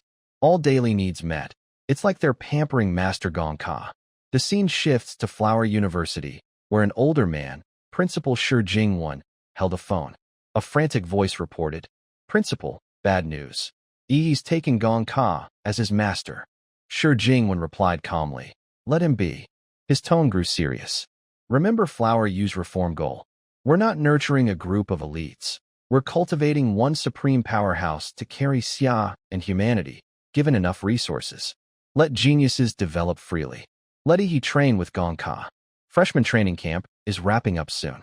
Then, Ihi, our whetstone, will sharpen those unpolished blades. The caller relented. Understood, Principal. Jing glanced at Gong Ka's profile on his computer. The caller added. Ihi followed Gong Ka into her sealed room. Everything's fine for now. But big data predicts a 5% chance of special grade Gong Ka losing control in prolonged close quarters. Gong Ka's profile read: anger issues, extreme danger, special grade combat power, 5 to 14% chance of losing control, 95% safety in shared space. Target: EE. 38% chance of injury, 10.3% chance of rescue. Safe rescue window, 1 to 3 minutes. The caller noted, he has an 89.7% chance of not surviving until rescue, and a 95.3% chance of not being saved post-rescue. Shi Jingwen stood, hesitating, then walked to a large door, gazing out. Special-grade combatants are either martial artists with suspended death sentences or those unable to control their power for various reasons. He spoke with seasoned insight. The state restricts their freedom. In Xia's crises, they're deployed to the front lines as guardians. Facing such a terrifying existence, I believe he's ready. Without facing death, how can one walk far on the path of slaughter? Xia's time is running out. The fools in the North Bolton Federation and the fanatic cultists of the Divine Descent Kingdom are stirring. Burdened with responsibility, he whispered heavily, "Young generation, grow up fast." Back at Gong Ka's underground 3-story cell, in the training arena, they arrived right after entering. Gong Ka said, "It's been decades since I taught. Let's spar, show me your strength." He asked, "Master, will you suppress your martial cultivation to apprentice level to fight me?" Gong Ka stretched, nodding. "Oh right, almost forgot to suppress it." Heh. Both warmed up. He rotated his arms, saying, "Master Gong Ka, I'm ready." Gong Ka, still stretching, huffed, "Hoo." She seemed thrilled to have a sparring partner. He took a defensive stance, hands positioned, eyes fixed on his new master of 30 minutes, thinking, I don't want to relive that beheading scene. Before he could think further, Gong Ka shot forward like a silver bullet. Tiny but ferocious, her speed was demonic. In seconds, her small hand with sharp nails reached his throat. He caught off guard, froze, a direct hit to my vitals? This is supposed to be a friendly spar. In his wide eyes, Gong Ka's face drew closer, her gaze dangerously intense. He thought, I simulated 5 evasion routes, but her blade always predicts me. Gotta go head on. With no time to dodge, he unleashed his Godzilla energy.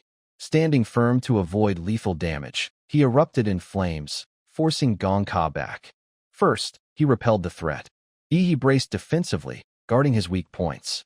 Gong Ka, thrilled by his reaction, grinned with unnaturally white teeth for her age, shouting, "Using Bloodline Awakening to boost defense and counter me? Too bad, kid, I'm faster." She looped upward, appearing above him, manipulating her body's form. Her arms twisted like ropes, coiling around Ihi's arms and body. Stunned, he was restrained, unable to move. Gong Ka's tiny foot slammed into his neck, cracking bones loudly. The near-death pain hit again, worse than before. His neck bones failing, Ihi screamed helplessly, his cries echoing through the room. After a brief clash, Ihi struggled to his feet. Gong Ka leapt back, keeping her distance. His face was battered, blood dripping from head to toe, body trembling. Looking at his master, he chuckled. "No holding back, huh, master? Even my Bloodline Awakening got smashed back to square one." Unfazed by his words, Gong Ka grew more excited, eyeing the blood covering him. Licking her lips, she grinned. Been a while since I tasted blood. Feels familiar." He wiped a gash under his eye, flashing a dangerous smile. "Master, in physical combat, I'm no match for you. Next, I'll unleash some rule-breaking martial techniques. Please guide me." As he spoke, a massive, imposing head materialized behind him, its eyes glowing, mouth emitting a long plume of smoke, exuding raw power. Ihi's eyes blazed with determination, the glint of resolve flashing in his pupils. He thought, good thing I grinded the supergiant template last night. Gong Ka, sensing his unleashed power, muttered, "This kind of martial technique from a mere apprentice? Did I just take a monster as my disciple?" Seeing the kid pull out new moves without hesitation, she smirked. "Fine, as your master, I'll go all out too." With a flick of her hand, Gong Ka unleashed a terrifying energy slash, hurtling toward Ihi like a blade of air. It was swift and devastatingly powerful, a casual move radiating dominance. The slash struck the giant head Ihi conjured, splitting it in two with one simple strike. A nuclear energy explosion followed, thick black smoke obscuring everything. From the blast, Ihi's transformed figure leapt out. Charging, he threw a punch, shouting, "Ancestral humanoid split form, mechanical bone armor." His body was now encased in Godzilla's armored shell. Gong Ka remained calm. As his fist neared, her pupils dilated slightly, betraying a flicker of surprise, before she gracefully spun aside. Ihi, in his hulking, spiked form, surged forward, his punch packed with destructive force. Gong Ka, unfazed, pursed her lips and inhaled lightly. In less than half a second, she thrust her small arm toward him, her eyes gleaming like a killing machine. A faint but undeniable energy radiated from her delicate arm. Despite Ihi's massive, powerful form, he couldn't withstand her. His armor cracked. "This hurts," he muttered. The Godzilla-based flesh and bone armor, dozens of times stronger than his supergiant form, was failing. Inside his supposedly invincible shell, Ihi gritted his teeth, enduring the pain of Gong Ka's attack. How is she tearing through me so easily? One eye widened in shock. In the split second he was distracted, Gong Ka was already in his face. Grinning mischievously like a child, she teased, "Hiding in this armored mouth. Huh, Ihi?" Fear crept in. Her perception is terrifying. I suppressed all vital signs. The century-old lowly beamed with glee, striking a playful pose. It was the playfulness of a killer. "Come out, disciple," she taunted, slashing across him. Ihi transformed again, sprouting countless bone spikes for defense, blocking her advance. Simultaneously, he shouted, activating his next form, Meteor Giant Split Form. "No way I'm jumping in blindly. That'd be suicide." Gong Ka, though wild, was still rational. She leapt back, keeping distance, her small hand scraping the floor, sparking flames. Ihi's supergiant head unleashed a massive nuclear Godzilla energy, enveloping it entirely. Aiming at Gong Ka, he challenged, "Master, your slash is fierce, but can you cut through this?" Seeing her step back, he grew bolder, smirking. "You won't melt under my nuclear breath, but how you handle it." Suddenly, a sturdy chain, stained with rusted blood, appeared out of nowhere, binding Ihi tightly. Moments ago, he had the upper hand. Now, he was restrained. 7 chains tightened from all directions. Looking up, he saw the guillotine again, reigniting that near-death sensation. It creaked rhythmically. His face twisted, staring up, muttering, "Can't escape the chopping block." As he spoke, the sharp blade descended with terrifying speed. Beneath it, Ihi trembled in fear. Struggling, sweating, he roared with all his might, "Jawarudo." At his call, Jawarudo appeared, its face dark and menacing. This time, Ihi summoned the rose-headed figure too. To counter Gong Ka's illusion, Jawarudo froze time, halting the blade. Ihi steeled himself, thinking, "Master's cornered me into her killing intent realm. This isn't reality. It's a mental illusion born of her murderous aura. To break it, I need mental strength to fight back." With time stopped, Jawarudo unleashed thousands of punches at the blade. The relentless barrage cracked the illusion. Signs of progress. Jawarudo kept hammering. Soon, the illusion shattered like glass, fragments falling midair. Escaping, Ihi felt a cool breeze on his eyelids. Awakening, he saw his outer armor completely destroyed. Beside him, Gong Ka munched on a lollipop, saying casually, "Oh, you're awake?" That turtle shell was tough. Ihi, still reeling from her speed and danger, wasn't ready. Startled, soul barely back in his body, he stammered, "Master." Around him, his armor lay in pieces. Exhausted, he propped himself up, thinking, "Looks like Master violently yanked me out of the giant's mouth, and my hardened crystal shield was brutally smashed. No way an apprentice could do this." Seeing him unharmed, Gong Ka turned away. Suspicious, Ihi squinted, smirking, and asked, "Master, you cheated, didn't you?" Lollipop in mouth, she tilted her head, retorting, "Cheated? I beat you fair and square. Where's the cheating?" Ihi pressed, "Really?" Gong Ka, unbothered, replied in rhythm with her candy chomping, "Yup, just used a bit more strength. You know, your master's super strong. Probably didn't control my force in a couple of hits." Her words were undeniable. Ihi, unwilling to accept it, pursed his lips silently, his expression betraying him. Gong Ka, catching his obvious doubt, mumbled, "Humph." Suddenly, she leapt up, placing her small hands on his shoulders, whining with teary eyes. "Come on, I won't cheat next time. Don't be mad, okay? Please don't leave. I haven't had a sparring buddy in decades." It was like a little sister apologizing to her big brother. Ihi puffed up, soaking in the moment. In the training room of the century-old Gong Ka, after sparring with her new disciple, she acted like a child, whining next to Ihi. He was flustered by the situation. A young girl, fine, but 100-year-old lowly? He waved his hands, yielding. "Hey, don't cry." Gong Ka kept pouting. "Humph." Then, with sparkling eyes, she turned and asked, "You're not leaving, right?" Ihi, wide-eyed, nodded. "I went through hell to take you as my master. Where would I go?" Hearing this, Gong Ka stood tall, puffing up proudly. "Ahem, I wasn't crying, got it." Ihi, startled, glanced at her and muttered, "Six, come here." Gong Ka skipped to her large fridge, grabbing something while saying, "All right, I've got a read on your strength. Compared to me back then, you're far behind, but compared to others, you're pretty damn impressive." She asked bluntly, "We can start training. What do you want to learn?" Ihi recalled how his punch was shattered yesterday, advanced martial artist techniques, and how you sliced through lightning and pierced my giant's arm. Gong Ka, casually opening a Coke, replied, "Slicing? That's tough to teach. Keep cutting things, and you'll get the feel." Ihi, confused, asked, "What feel?" Her eyes lit up, staring into the void.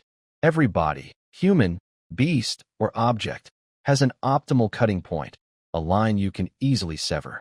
Call it the killing cut. Ihi got goosebumps, heart uneasy. The killing cut. Master's different from the dragon. If the dragon's cuts chase ultimate power and absolute sharpness, Masters are precise, like surgical dissection. Sitting on a bench with Gong Ka, who sipped her Coke, she advised sincerely, "Learning this is a hassle. I suggest breaking through to martial artist first. Your martial cultivation's stuck. Many of my techniques require higher conditions." Noticing his unsteady expression, she continued, "Know the difference between a martial artist and an apprentice?" Ihi asked, "What?"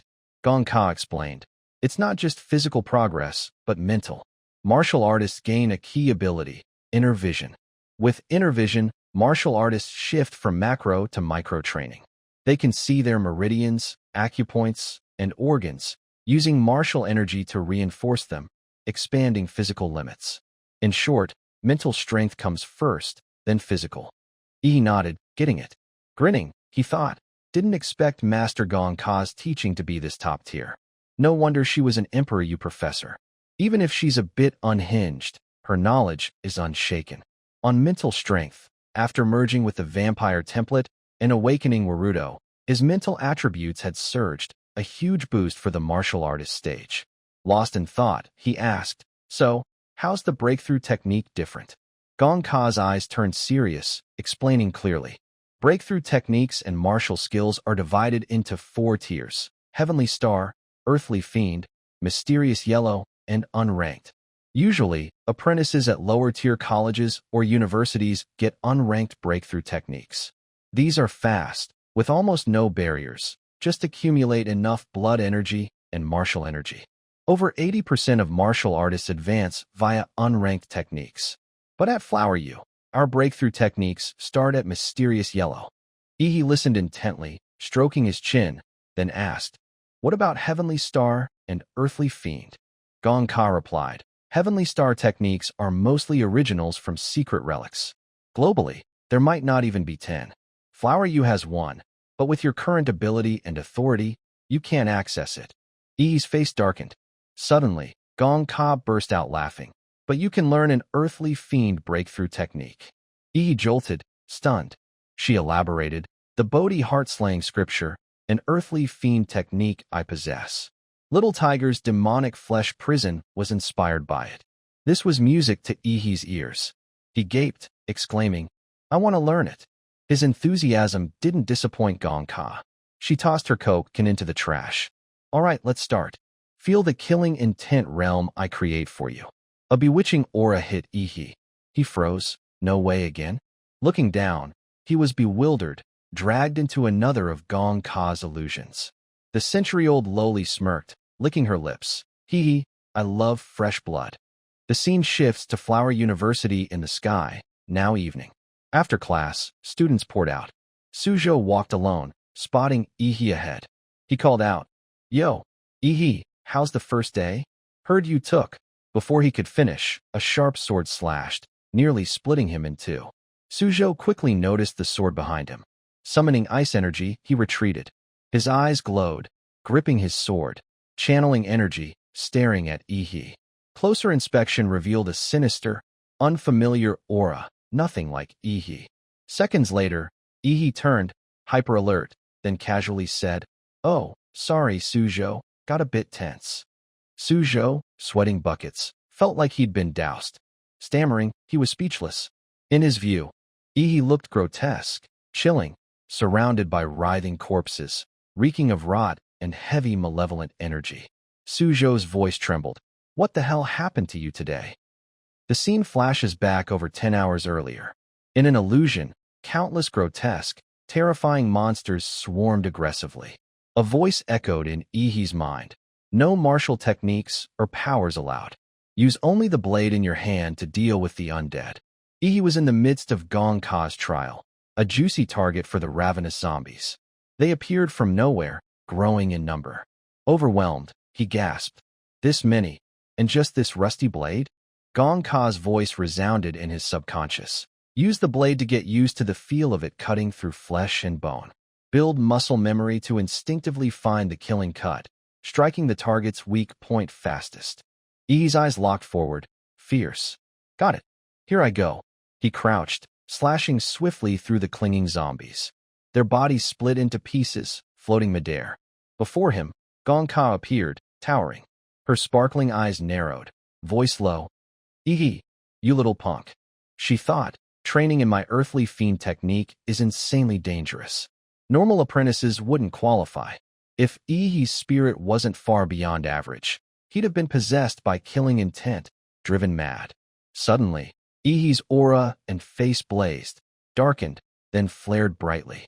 Even Gong Ka silently affirmed, he's truly sure Jing won, and Flower Yu's hope. I'm excited for your future. Back in the present, after his exchange with Suzhou, Ihi returned to his dorm, relaxing in a high-end magical bathtub, whistling and muttering. Phew, first day, and I'm wiped. Xia's top university lives up to its name. His phone rang. Seeing the caller, he perked up. Oh, VIP alert. It was Lu Qingzhu. The scene shifts to her cozy dorm room. Ihi answered. Qingzhu, classmate, what's up? Lying on her soft bedding, she replied cheerfully. My mom sent the stuff you needed. It's here with me. Rolling on her sheets, she continued brightly. She also said to thank you for helping me top the freshman trial group. Ihi grinned. Really? I'll swing by your dorm to grab it. Blushing, she stammered. No need. I'll send it via drone. Ihi agreed easily. Cool. You found a mentor today, right? Who is it? Sitting up, shyly, she said, Dean Bai. She says I've got talent and took me as her disciple. Ihi exclaimed, No way, that's awesome. Qingzhu hesitated, asking, What about you? Which dean did you pick? Ihi dunked his face in the bathwater, thinking, Better not tell her I rejected all 5 deans, or she'll lose sleep. He dodged, I've got a master. Feeling kinda beat, Qingzhu. She pressed, Hello? What did you say? He babbled nonsense, gulalululu. 6 months passed, and the first semester was nearing its end. For Flower U freshmen, it was eventful. Early on, Ouyangze allied with top talents from various provinces, forming the Dragon Blood Society, a major force among freshmen. As expected, after summer training camp, conflicts arose between local Flower U students and the society. Tensions escalated, leading to martial arena duels. The Dragon Blood Society lost more than they won, stunting their growth. The most famous freshman now was Xiang Jianhui. Calling Xiang Jianhui just Flower U's top freshman was inaccurate. He was a national sensation, the top scorer in Flower U's entrance exam. His live-streamed exam performance wowed netizens. Rumors even said Fu Hongsheng, the national guardian, saw him as the next top martial artist. As for Ihi, once a sensation at the semester's start, he'd faded from the spotlight. gone for over 3 months. The scene shifts underground to Flower U's Research Institute, Gong Ka's training room. Ihi lay face down, Gong Ka's tiny foot pressing hard on his shoulder. She shouted, urging, faster, faster. Each stomp infuses my refined martial spirit energy into you. Standing on him, she danced gleefully, saying, mixed with my insights from the Bodhi heart-slaying scripture, it'll stabilize your new martial artist realm and let you feel my delicate feet. What a deal, kid. Ihi, flushed red, bruised and bloodied, kept doing push-ups, grumbling. Ugh, what the hell? You sealed my martial energy, and this feels like carrying a mountain. Her energy coursing through him itched relentlessly. Gong Ka smirked. Roto, you weakling. Not even 1,000 push-ups yet. Gritting his teeth through excruciating pain, Ihi growled.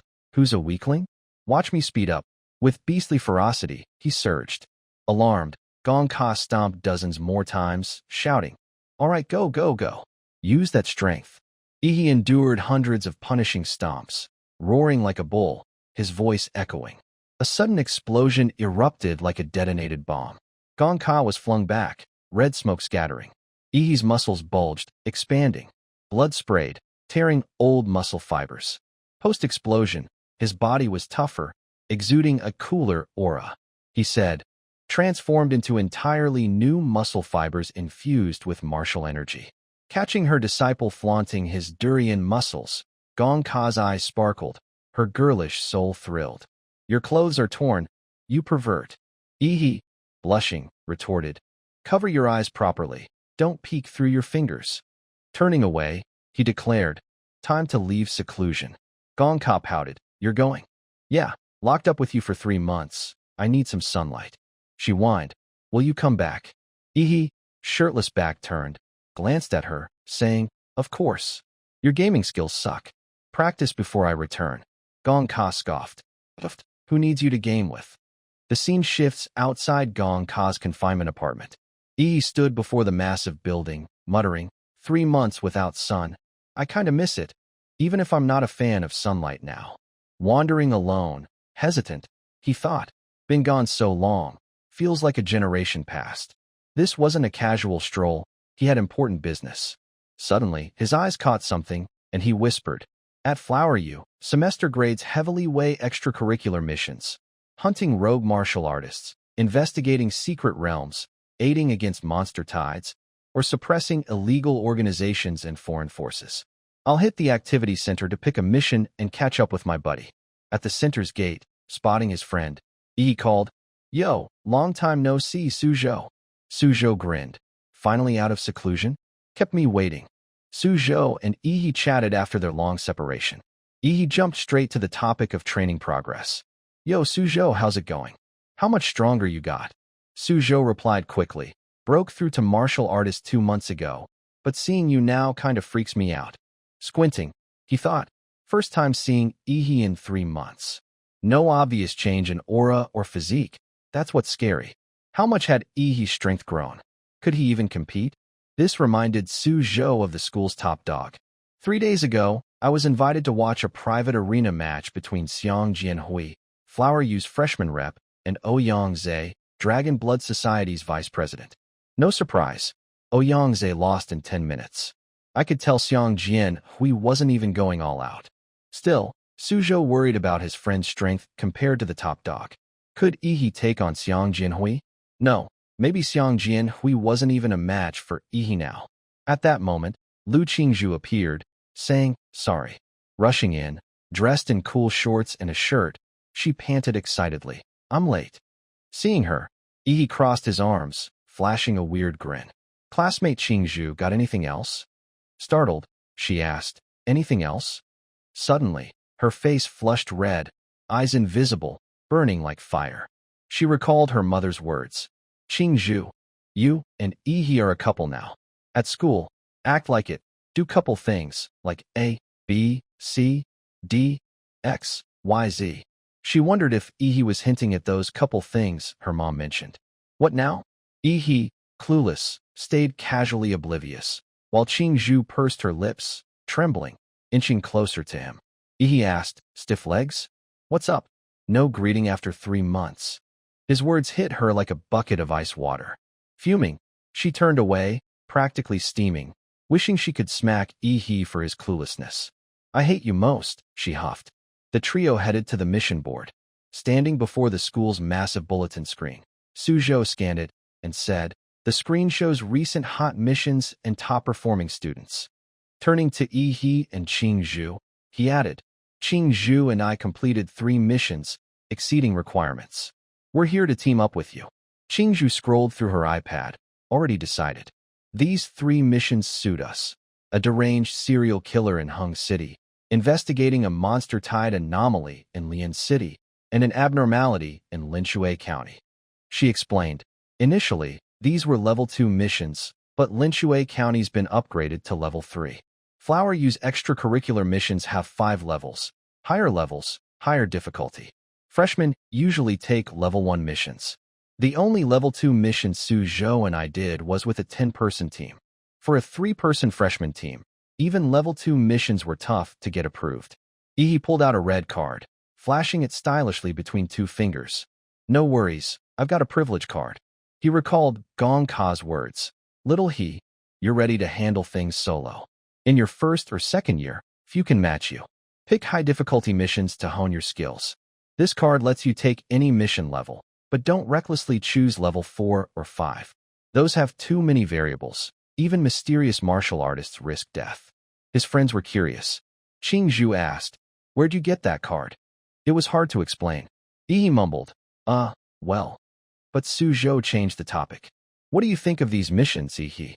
Seizing the chance, Yi answered, "Risk and reward go hand in hand." Relieved, Suzhou shifted the focus. He elaborated, "The first mission's pure pursuit. I think it's inefficient. After all, it's a sly rat the criminal team couldn't catch for months. The challenge is tracking, not killing. The second is investigation support. Hard to grow there. Great Xia Dragon Sparrow's handling it. So we just do grunt work, no real combat or scouting. The third mission, we control the whole process. No backup means big variables, but high risk, high reward. If we keep hiding in a greenhouse, what's the point of being martial artists?" I'm leaning toward the third. The decision was clear, exciting his friends. Qingzhu and Suzhou had no objections. "I'm in," they both said. Yi grinned. "All right, let's head out today." But at the support office, the advisor scolded them. "This isn't a game. Didn't a second-year team already fail in Linshui County? 3 freshmen daring to take a level 3 mission? You're overestimating yourselves." Stung, Yi waited for her rant to end, then flashed his card. "Ma'am, I've got a privilege card." She didn't buy it, growing more skeptical and annoyed. "Lying now? I'm calling the director to expose you." Determined to verify, she did. But after the call, her attitude flipped 180 degrees. "Yes, director. Yes." Smiling politely, she said, "Wishing you martial fortune." Yi teased, "I liked your wild, untamed vibe better." Mission secured, the trio stepped out. Yi led, waving to Suzhou and Qingzhu, shouting, "Prep up. I'm grabbing something." The scene shifts to the Mechanical and Magical Weapon Academy's forge. The system scanned, identity verified. Inside, a man in a white lab coat stood by advanced equipment. Yi spoke. "Dean, I'm here for the weapon reward from topping the Zodiac pendant trial." The dean turned. "Yi, choosing a weapon over an earthly fiend technique? Good on." He rambled, then presented a weapon crafted for Yi. "If Senior Gong Ka hadn't snatched you, never mind. Check this out. No attributes, but with a 95% martial energy conductivity and forged from renowned tough starfall alloy. It was a top-tier divine weapon. The 1.2-meter-long chopper had a broad, flat blade, dark with twinkling star-like flecks. That's starfall alloy's signature. Yi swung it to test its weight. "Perfect," the dean added. The blades covered in dense, serrated patterns, boosting weight and impact, making each swing devastating. It suited Yi perfectly. He sliced the air lightly. As he raised the handle, the dean explained, the grip's wrapped in special non-slip black leather, threaded with starfall alloy wires for martial energy conduction. Yi tested it, his light swings causing the skirts of 2 nearby assistants to flutter wildly. The dean, pleased, said, "Each swing carries a whistling wind and dazzling light. Well balanced, not too light, Fits your hand perfectly. Customized from your body data 3 months ago. Surprising it still suits you after breaking through to martial artist. After testing, Ihi turned to leave, saying, "Truly worthy of Emperor Yu's blacksmith, top-notch." The dean called after. "Obviously. Even Senior Gonka would call me daddy in forging." Ihi cut in. "Dean, don't let Senior Gonka hear that." The dean coughed, flustered. "Ahem, Ihi, keep that quiet." The scene shifts to Linshui County, where the 3 freshmen arrived. Ihi and Suzhou led, Qing Zhu trailing behind. Suzhou said, "Due to the mission's confidentiality, we're here as regular university students." Ihi scanned the area with his ability, thinking, "First, since the life magnetic field. My Godzilla template's at 71% this semester, enough to cover the whole county. Our arrival might stir some old rats in the sewers. Letting them escape would be trouble. Rat extermination's never about killing, it's about finding." Suzhou nodded, serious. "Let's head to the house flower you arranged." A man on a tricycle passed by, spotting the trio by the roadside. "Hey, kids, where you headed? Want a ride?" Seizing the moment, Ihi smirked lopsidedly. Mission start.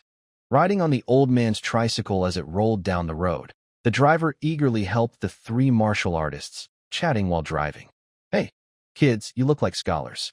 Which school you from?" "Here for summer vacation." Ihi replied, "I'm from Linshui County, bringing my 2 classmates to visit. Studying at Yun City University now." Surprised, the man turned sharply. "From Linshui County? Who's in your family?" "Why don't I know you?" Ihi answered calmly. "My grandpa was Isho Rome, passed a few years back. I moved away after that." The man nodded, focusing on the road. "So, you're from the old E family." Ihi thought, "Good thing I picked up some local dialect on the plane. Flower U's identity info is legit." The man grew friendlier, laughing heartily. "Good, good. Remembering your roots. Kid, you'll be blessed for it." Soon, they arrived at the mission base, Isho Rome's old house. The trio stepped off the tricycle. Ihi stood, gazing at the house for a long moment. The man pointed inside.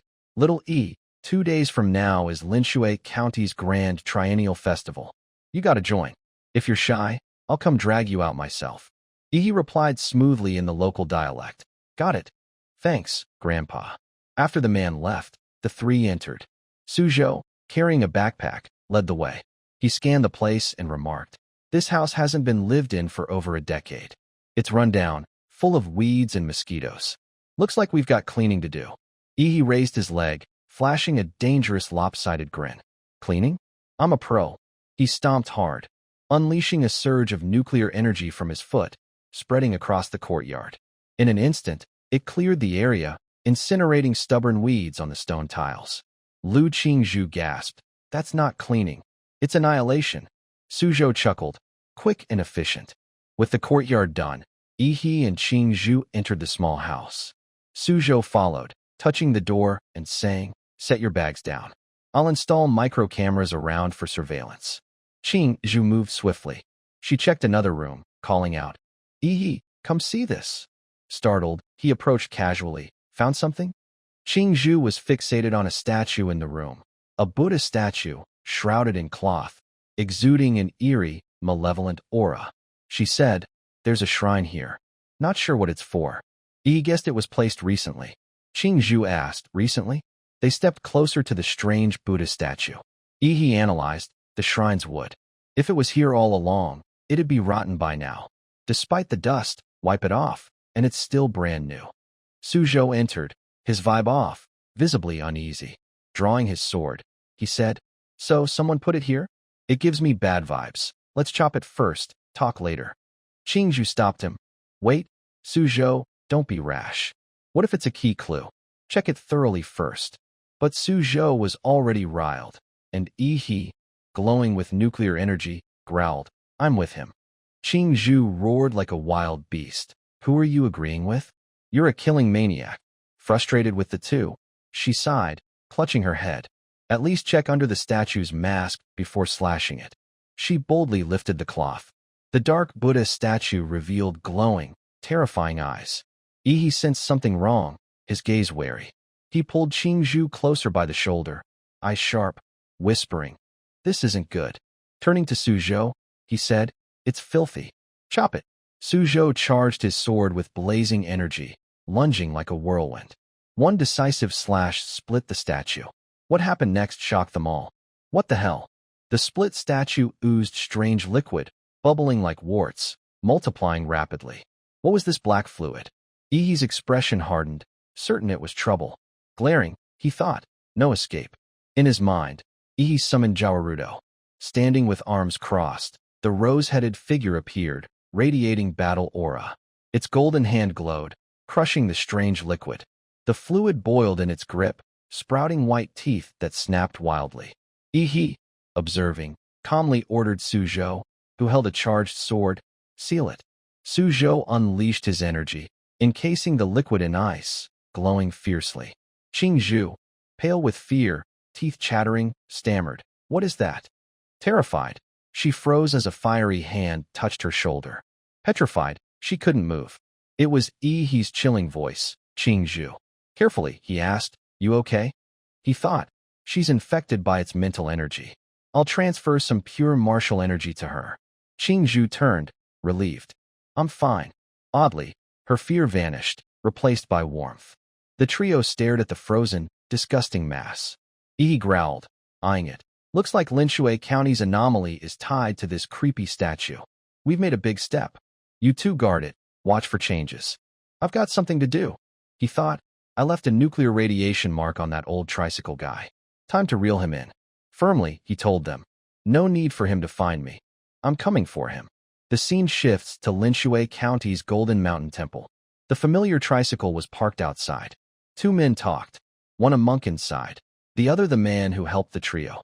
The monk, poised and calm, said, "Benefactor, the abbot awaits inside." The old man nodded eagerly. "Good, good." He followed the monk through a long, deep tunnel to a large secret chamber. The massive gate was covered in golden talismans, flanked by fierce Buddhist statues.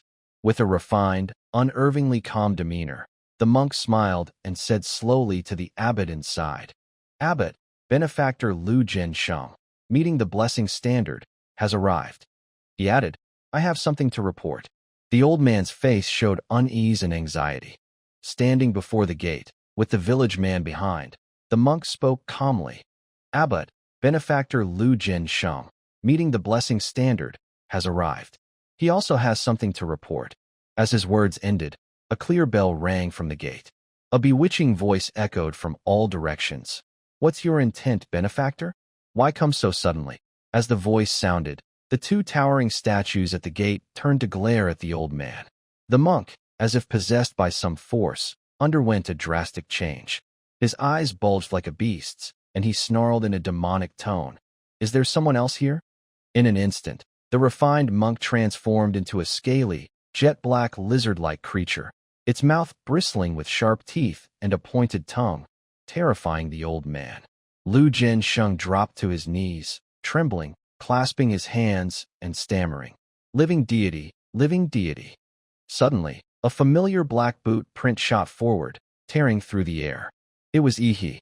He launched himself, delivering a crushing kick to the transformed monk's head. Caught mid-posturing, the monk was immobilized. One kick obliterated his head like a burst sugarcane sack, powered by Ihi's Jodo-enhanced strength.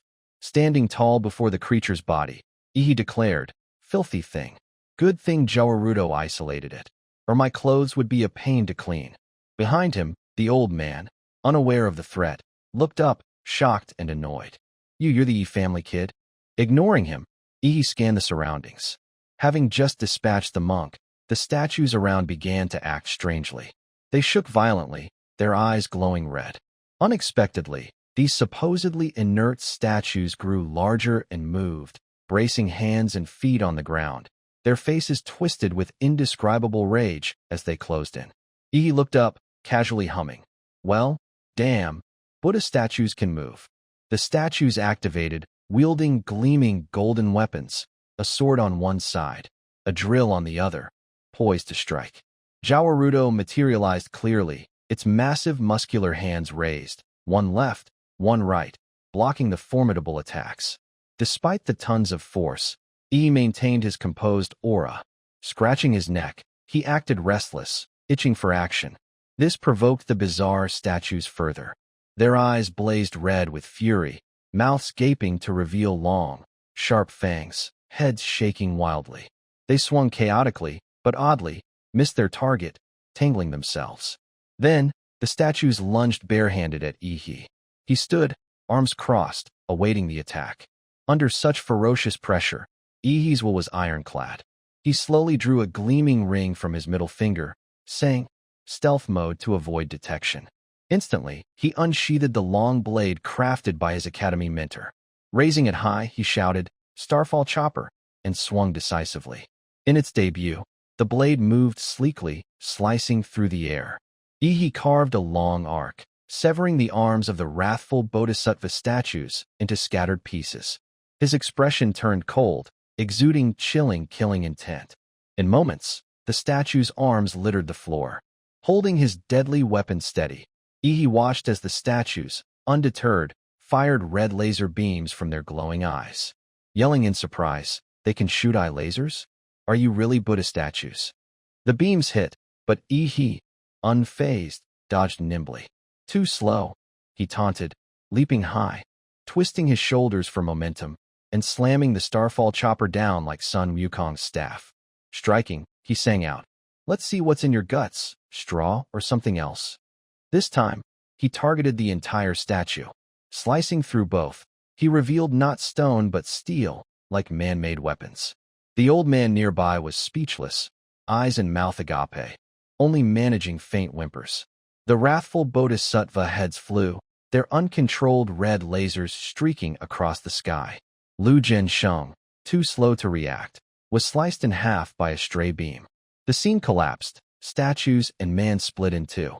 Ihi, the one who ended it all, sheathed his blade, muttering, "Umitba, not living things after all.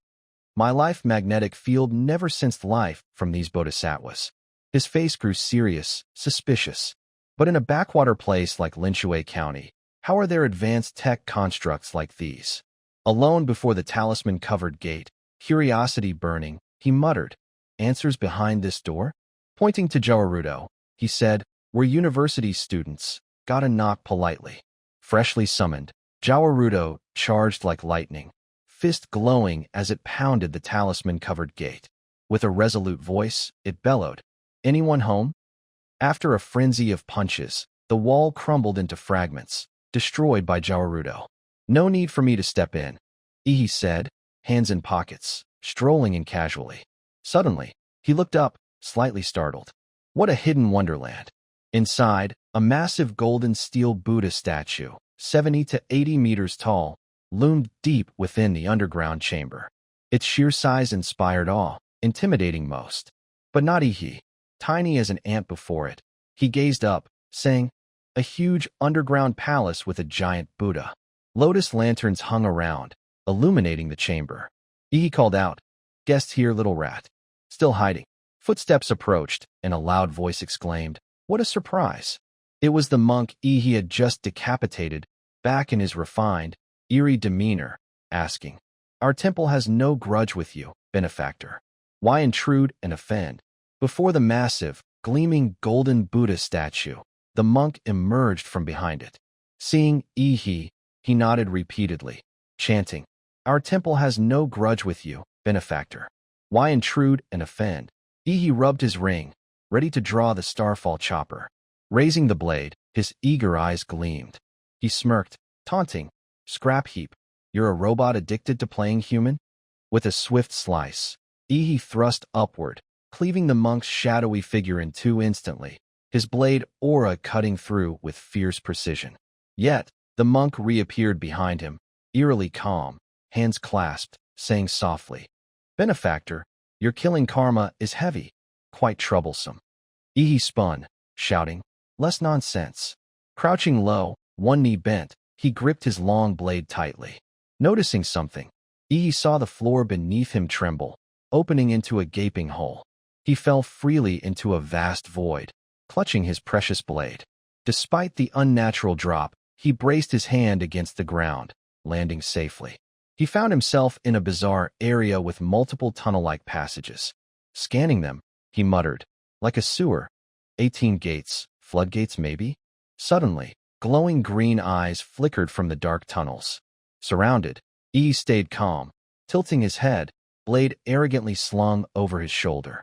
More lizard monsters, a ton this time, each with martial artist fluctuations from level 1 to 2. His eyes surged with battle excitement.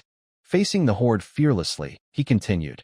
Their life fluctuations are nearly identical. Mass-produced? Biorobots. Think numbers will crush me? Those who tried are buried under meter-high grass. Yi lunged, slamming his blade into the ground, unleashing a tempest of power. He roared, mysterious yellow blade technique. His body radiated immense killing intent, the surrounding air turning crimson as he poured it into the Starfall chopper. Crouching, gripping the blade, he bellowed, mysterious yellow blade technique, Azura triple slash, first slash, 1,000-mile slaughter. The condensed killing intent extended the blade to 30 meters.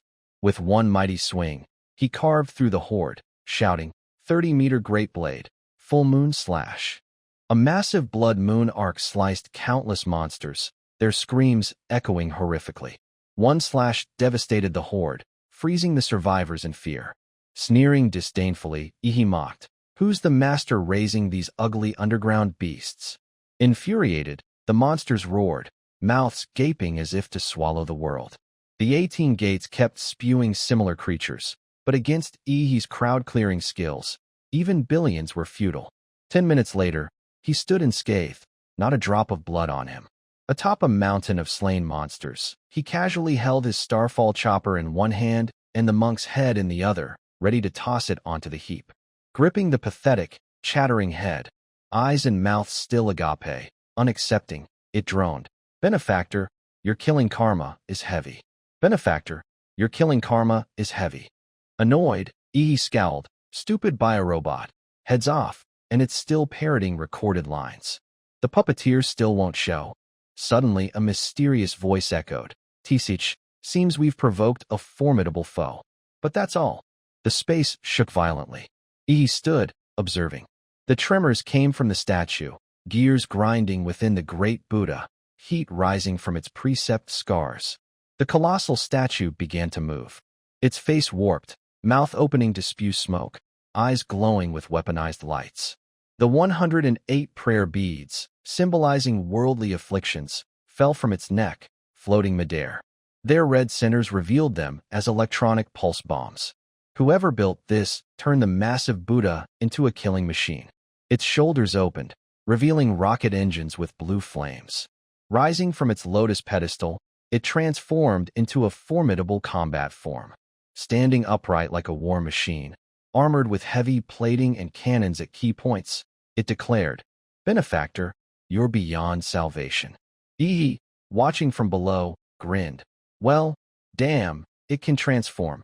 The machine didn't hesitate, slamming its massive hand toward Yi's tiny head, roaring, "Return to reincarnation."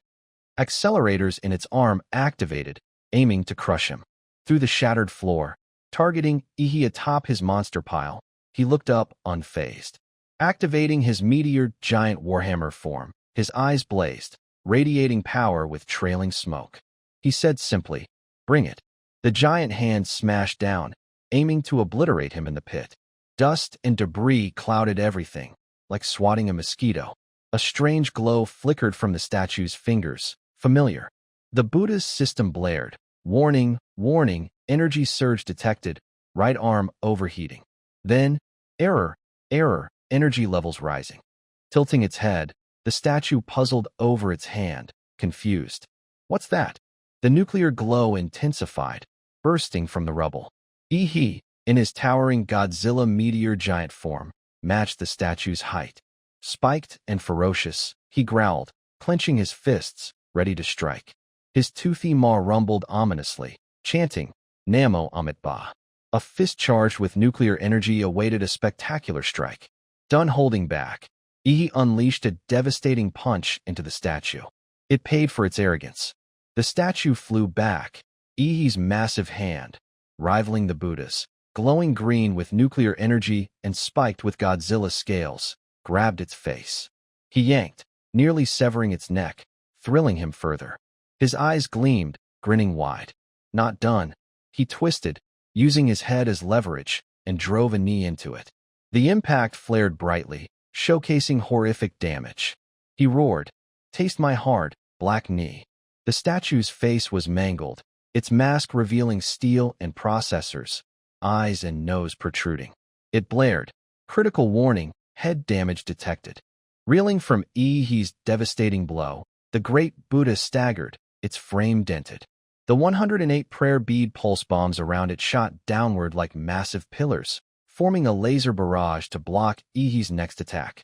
The self-guided beads focused their lasers on him, triggering a massive, resounding explosion. The statue's combat system blared, "Fire all rounds."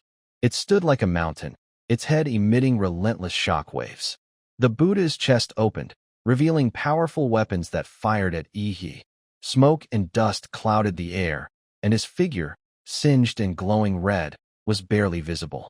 The statue's peeling face revealed metallic eyes, scanning back and forth. A voice, as if remotely controlled, grumbled, "Tsh, what kind of monster is this guy, forcing me to use so many weapons?" Suddenly, the statue's artificial eyes locked on a spot ahead, zooming in with alarm. Astonishingly, He's supergiant form was unscathed, only lightly charred. Rising through the smoke, he declared arrogantly, "Your toys are just heat weapons, useless against a martial artist." This enraged the statue's controller. It reloaded new guns, resuming combat. Through its speakers, it roared, "Persistent ghost, I'll send you to Nirvana." The statue unleashed stronger shockwaves, preparing new moves. But jagged bones shot up from the ground. He's meteor giant power, pinning the Buddha midair. He shouted, "Humanized star pong," opening his Godzilla maw wide. A blazing blue light surged from his throat, unleashed with terrifying force toward the giant statue. Furious, He yelled, "Fake monk, time to die." Crouching, he poured all his strength into the attack. From his gaping mouth, a ferocious nuclear blast erupted, targeting the abomination. Pushing his power to the limit, he growled, "Sorry for wrecking your robot model." After the searing breath, silence returned. Surveying the scene, he muttered, "A huge cave dug in a mountain, filled with lizard men and moving Buddhas. The mastermind's likely a mad scientist obsessed with research." Reverting to his human form, He landed lightly. The Buddha's massive body lay in ruins, like scattered toys. Wandering over its wreckage to the lotus pedestal, he said, "As expected, there's a passage below. Let's see what's under this." 30 minutes earlier, in a sleek, modern lab, two men watched a large screen. A young, handsome scientist spoke to his colleague. "Doctor, that man took out the 4-machine bodhisattvas at the gate. But don't worry, our door uses the latest materials and structure. He can't get in." Soon, He appeared on the screen. Both men trembled, hunching over. "No worries, Doctor, we have the biorobot army. 10,000 of them, enough to exhaust even a grand martial master, and it'll clear our biorobot stock." Then, He's image appeared, standing atop a mountain of slain monsters, wielding his 30-meter blade like a farmer reaping crops. The scientists were speechless, horrified by his power. The young one, losing his polished demeanor, shouted frantically, his composure gone, "Doctor, we've got our trump card. Trust our design. The 4 great Buddha armors are built to handle Lord-level beasts. A petty martial artist is nothing." Just then, the screen showed He obliterating their prized creation. The lab fell silent. You could hear them swallow. The scientists leaned on each other. The young one, desperate, said, "We've got one last hope." But the older doctor snapped, "Shut up." His wrinkled face, one eye cybernetic, twisted in fury. "What a jinx. The enemy's at our doorstep, and you're still." "No matter, the above-guard team can buy us minutes." Stroking his sunken chin, the old doctor muttered, "Retreat now. Once out, activate the base's self-destruct. No leaks allowed." This was Dr. Fong, a former Level 3 Prometheus Institute researcher, later recruited by the secret Laserbird organization. The trouble began 10 years ago when Laserbird targeted Linshui County. After covertly replacing all monks at Golden Mountain Temple, they exploited the locals' trust in the temple, brainwashing and controlling the county's residents. Under the guise of blessings, they lured locals into body modifications, turning them into free test subjects for Laserbird's biotech experiments, providing vast clinical data. Now, the base had to be abandoned. As the two key researchers headed for the secret exit, a blue beam sliced through the ceiling and the lab door exploded. The scientists panicked. He descended, arms crossed, radiating a demonic aura no one dared challenge. With his signature cocky, eerie grin, he sneered, "Abbott, were you running?" The young scientist yanked Dr. Fong back, ordering guards to cover their escape.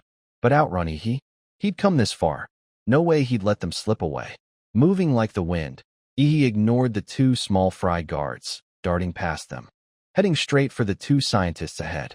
The frail, elderly Dr. Fong stepped forward to face Yi, asking, "What do you want? We can talk this out slowly." The old man was stalling, discreetly reaching for something in his pocket. "Just press the watch to trigger the self-destruct," he schemed. Laserbird had implanted microbombs in every key researcher or operative, with their families and friends under surveillance to ensure absolute loyalty and secrecy. But Yi caught every move. Before Fong could press the button, Yi seized his wrinkled hand. The old man groaned in pain. Ugh, writhing before Yi. Without a word, Yi acted. He gripped Feng's wide-open mouth, silencing him instantly. Muffled whimpers escaped as Feng's small feet dangled off the ground, his groans steady. Choked to the point of suffocation, Feng's wrinkled, bald head flushed red. One eye bulged, staring helplessly at Yi, powerless to act. Expecting death, he was on the brink. Only for Yi to release him, letting him crash to the floor. Dr. Fong collapsed, gasping desperately. Yi glared down, his voice steely. "Next, I need to know everything you've done in Linshui County." Fong, overwhelmed by Yi's menacing aura, gaped, unable to speak, frozen in nameless terror. In the underground lab, Dr. Fong, caught and hoisted into the air, slumped against the wall, panting miserably. Yi stood with hands in pockets, casually asking, "Tell me, did you kill the 3 young martial artists before? What the hell are you doing here?" The mad old man, defiant despite his state, dared to retort. "Haha, I can't tell you about our experiments. There's a listening device in my brain. If I mention company secrets, the bomb inside me will detonate." He noticed a hole in one of Feng's inner teeth, emitting faint green smoke. The old man sneered coldly. "I'm dead either way, so I'll choose a glorious death." He intended to poison himself to avoid leaking information. Venom seeped from his mouth as he clenched it, suppressing anaphylactic shock, his face contorted, body convulsing like a seizure. His bizarre behavior piqued Yi's curiosity. Crouching, Yi observed with annoyance, smirking lopsidedly. "Poison capsule in your mouth? TCH, is everyone in Laserbird this suicidal?" Suddenly, the room flashed red with a blaring alarm. Yi tilted his head, clicking his tongue. His heart stopped. The self-destruct sequence kicked in. Instantly, he summoned his vampire template. His face turned menacing as he muttered, "Too bad for you. Death's a luxury in my presence." In a flash, the vampire carried out Yi's command. Its sharp, root-like hand pierced Dr. Feng's throat. Vampires could turn humans or corpses into undead, but most became mindless zombies, unable to heal, their bodies decaying. But with my supergiantization and vampire powers combined, Yi thought, something extraordinary happened. Feng's body glowed with strange red energy, his sparse hair standing on end. His face rejuvenated, and his cybernetic eye fell out as his real eye regenerated. With a boom, the frail old man sat up, bowing respectfully to Yi. "Master, I've been revived by vampire blood, restored to my prime." Yi continued, "I can create perfect vampires, retaining memories and talents, immune to sunlight, with powerful self-healing, utterly loyal in mind and body." Satisfied, Yi grinned. "You can't die anymore, so the self-destruct's off. From now on, you're mad scientist. Your past is irrelevant. Your only purpose is to serve me." The vampire in Feng's body responded instantly. "Serving master is my honor." Yi nodded. "With the progenitor's power, we share a mental link. Those trackers are useless now." His eyes blazed with intense magical energy. "Now," he declared, "I want to know when this city was infiltrated." Energy from Yi's eyes synced with Feng's, triggering a reaction. Yi accessed Feng's memories. A younger Dr. Feng appeared, trembling, facing something unknown. Turning with a crazed expression, his eyes glowed red, holding a human arm, mouth smeared with sauce. Xiao Lu, lunch break's not here, and you're sneaking food? Xiao Lu stammered. Sorry, Professor Feng, I was starving. Feng glanced at his plate, sighing. Raw meat again? My teeth aren't great, this is tough. The young scientist added. Professor, these were offerings to the Buddha from locals, 3 young outsiders, quite tasty. Yi, in the memory, shouted. No way. The memory shifted to an old woman slumped in a temple hall. Feng's voice echoed. Asleep again. In the Buddha hall, some even dozing while kneeling. The young scientist's voice rang out. Isn't that perfect? Take them straight to the lab for storage. Feng mused. They came to pray for blessings and suddenly passed out. Why? The young scientist replied casually. Professor, isn't sleep a basic need? Yi muttered, something's off. The memories shifted again. Feng prayed before a Buddha statue, chanting, Heavenly Kingdom descends. He lifted his sleeve, revealing a strange code etched on his arm.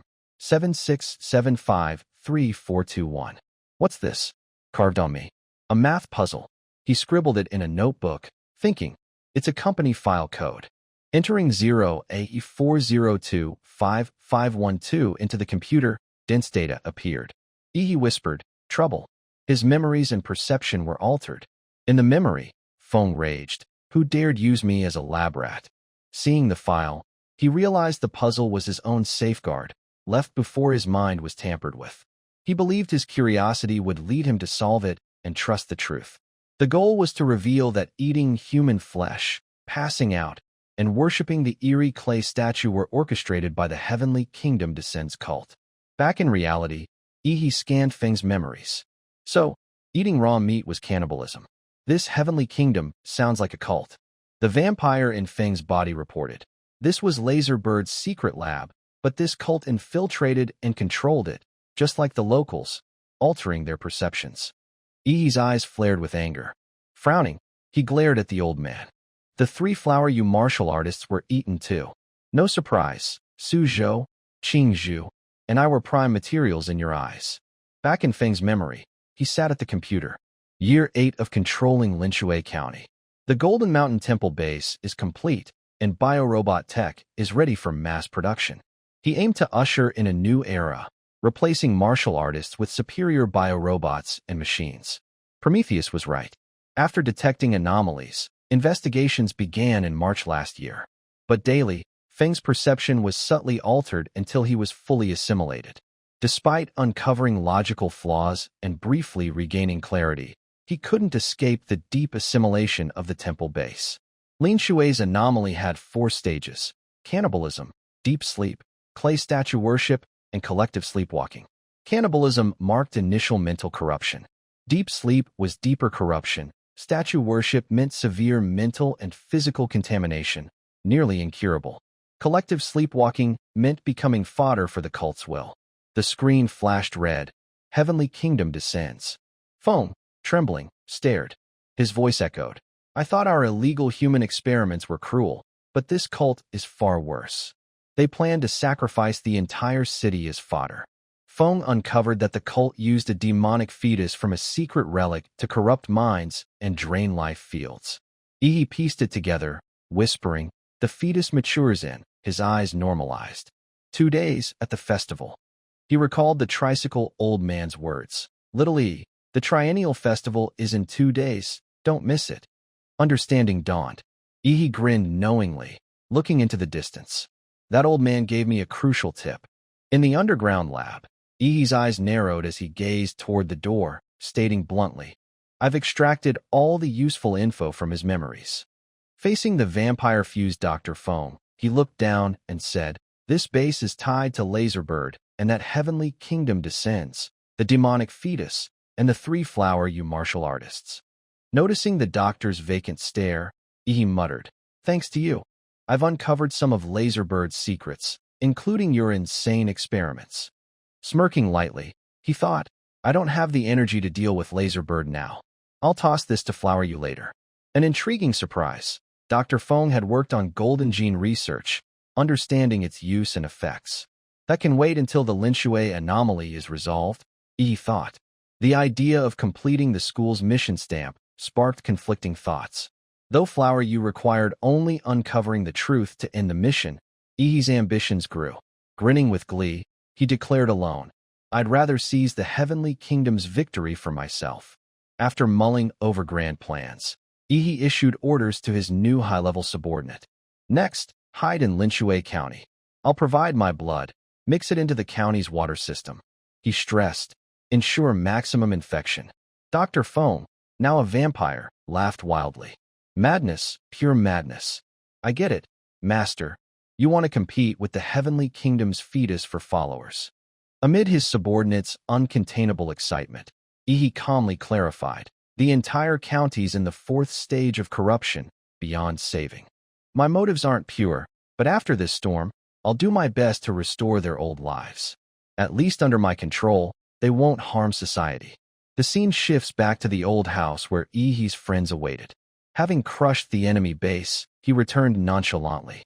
Waving as he entered, he said, "I'm back. Guys, avoid the local food." Lu Qingzhu and Su Zhou were about to scrounge for food, but Qingzhu's dark expression and constant muttering of "Phew" told Yi they'd figured out what Lin Shui's food was. Su Zhou's face was grim, staring at the table's food with disgust. Qingzhu and I investigated. The locals are likely eating human flesh. You knew, didn't you, Yi? The whole city's under some distorted perception, enslaved by something. Yi smirked inwardly. This killer's got it mostly right, but kept silent. He decided to share the full story. After hearing it, Qingzhu stood, slamming the table. An illegal lab infiltrated Lin Shui for years? How's it this chaotic? Su Zhou, arms crossed, shook his head. So, a powerful biotech group fell to Lin Shui's anomaly? Yi didn't answer immediately. Impatient, Qingzhu frowned, urging, "This is beyond level 3, right? Should we call Flower Yu for backup?" Yi's face fell, sweat pouring like a shower. "Call Flower Yu? How do I snatch the victory then?" Switching to his top-tier acting mode, he declared, eyes blazing with resolve, "No worries, it's just creepy, not dangerous. Don't scare yourselves. If we run for help at every danger, what can we achieve?" Successfully manipulating their mindset, Yi stepped closer, placing hands on their shoulders. "Next, we hold tight until night. We've seen cannibalism and statue worship. Only collective sleepwalking remains." His expression turned grave as he shared his theory. This heavily corrupted city will reveal its truth at night. The scene shifts to the evil capital, Laserbird's headquarters, where the board convened to discuss Lin Shui and the destroyed Golden Mountain Temple base. 30 minutes ago, they learned the temple base's self-destruct activated but stopped seconds later. Something went wrong. Contact with the base was lost. The meeting aimed to address this. A shadowy director with dangerous eyes spoke softly. "Simple.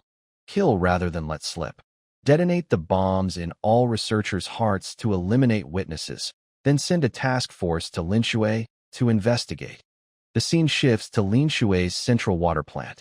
A sudden explosion rocked the area, the bomb in Dr. Feng's heart, triggered by Laserbird. Luckily, his vampire body survived, trembling, clutching his bleeding chest. He reported to Yi, "Master, Laserbird activated my bomb. I removed it and am healing. Their task force is likely en route."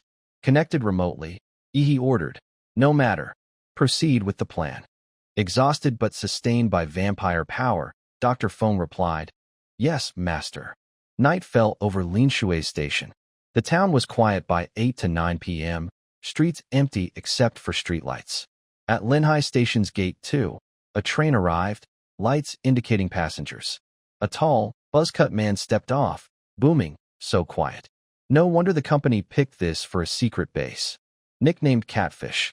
A woman followed, pushing a suitcase, saying before stepping off, the company confirmed Great Xia Dragon Sparrow wasn't involved with the temple base.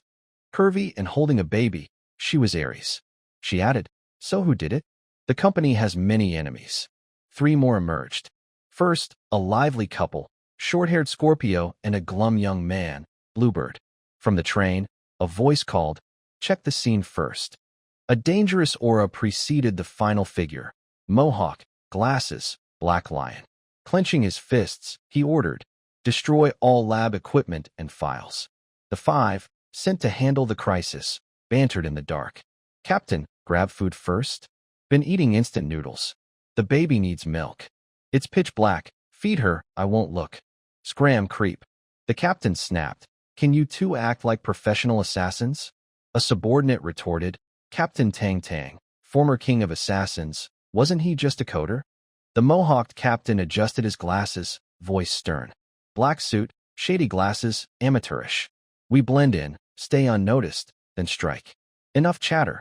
Scorpio, Bluebird, investigate Linshui Area A. Catfish, Aries, check the temple base. Move. The town's buildings were pitch black, like a dead city. Scorpio and Bluebird entered a house. A basin held human flesh, swarming with flies. Scorpio gagged. This city's wrong, inhuman. Eating people? No wonder it feels off. Moving to the living room, she muttered. This mission's no joke. Her eyes caught a clay statue, identical to the one at Ihi's safe house. Her pupils widened, sensing its impurity. This clay statue. Meanwhile, Bluebird took a call from HQ. The temple base incident is clear. A powerful martial artist single-handedly destroyed it, scattering thousands of biorobot corpses. The fortress-grade mech was brutally dismantled. No survivors. Dr. Fong, the lead researcher, was missing, no body found. The call cut off abruptly. What's wrong? Bluebird peered out the window, startled. Here. The street was filled with sleepwalking locals, some naked, faces serene, eyes closed, moving toward their house. Collective sleepwalking? And they're surrounding us.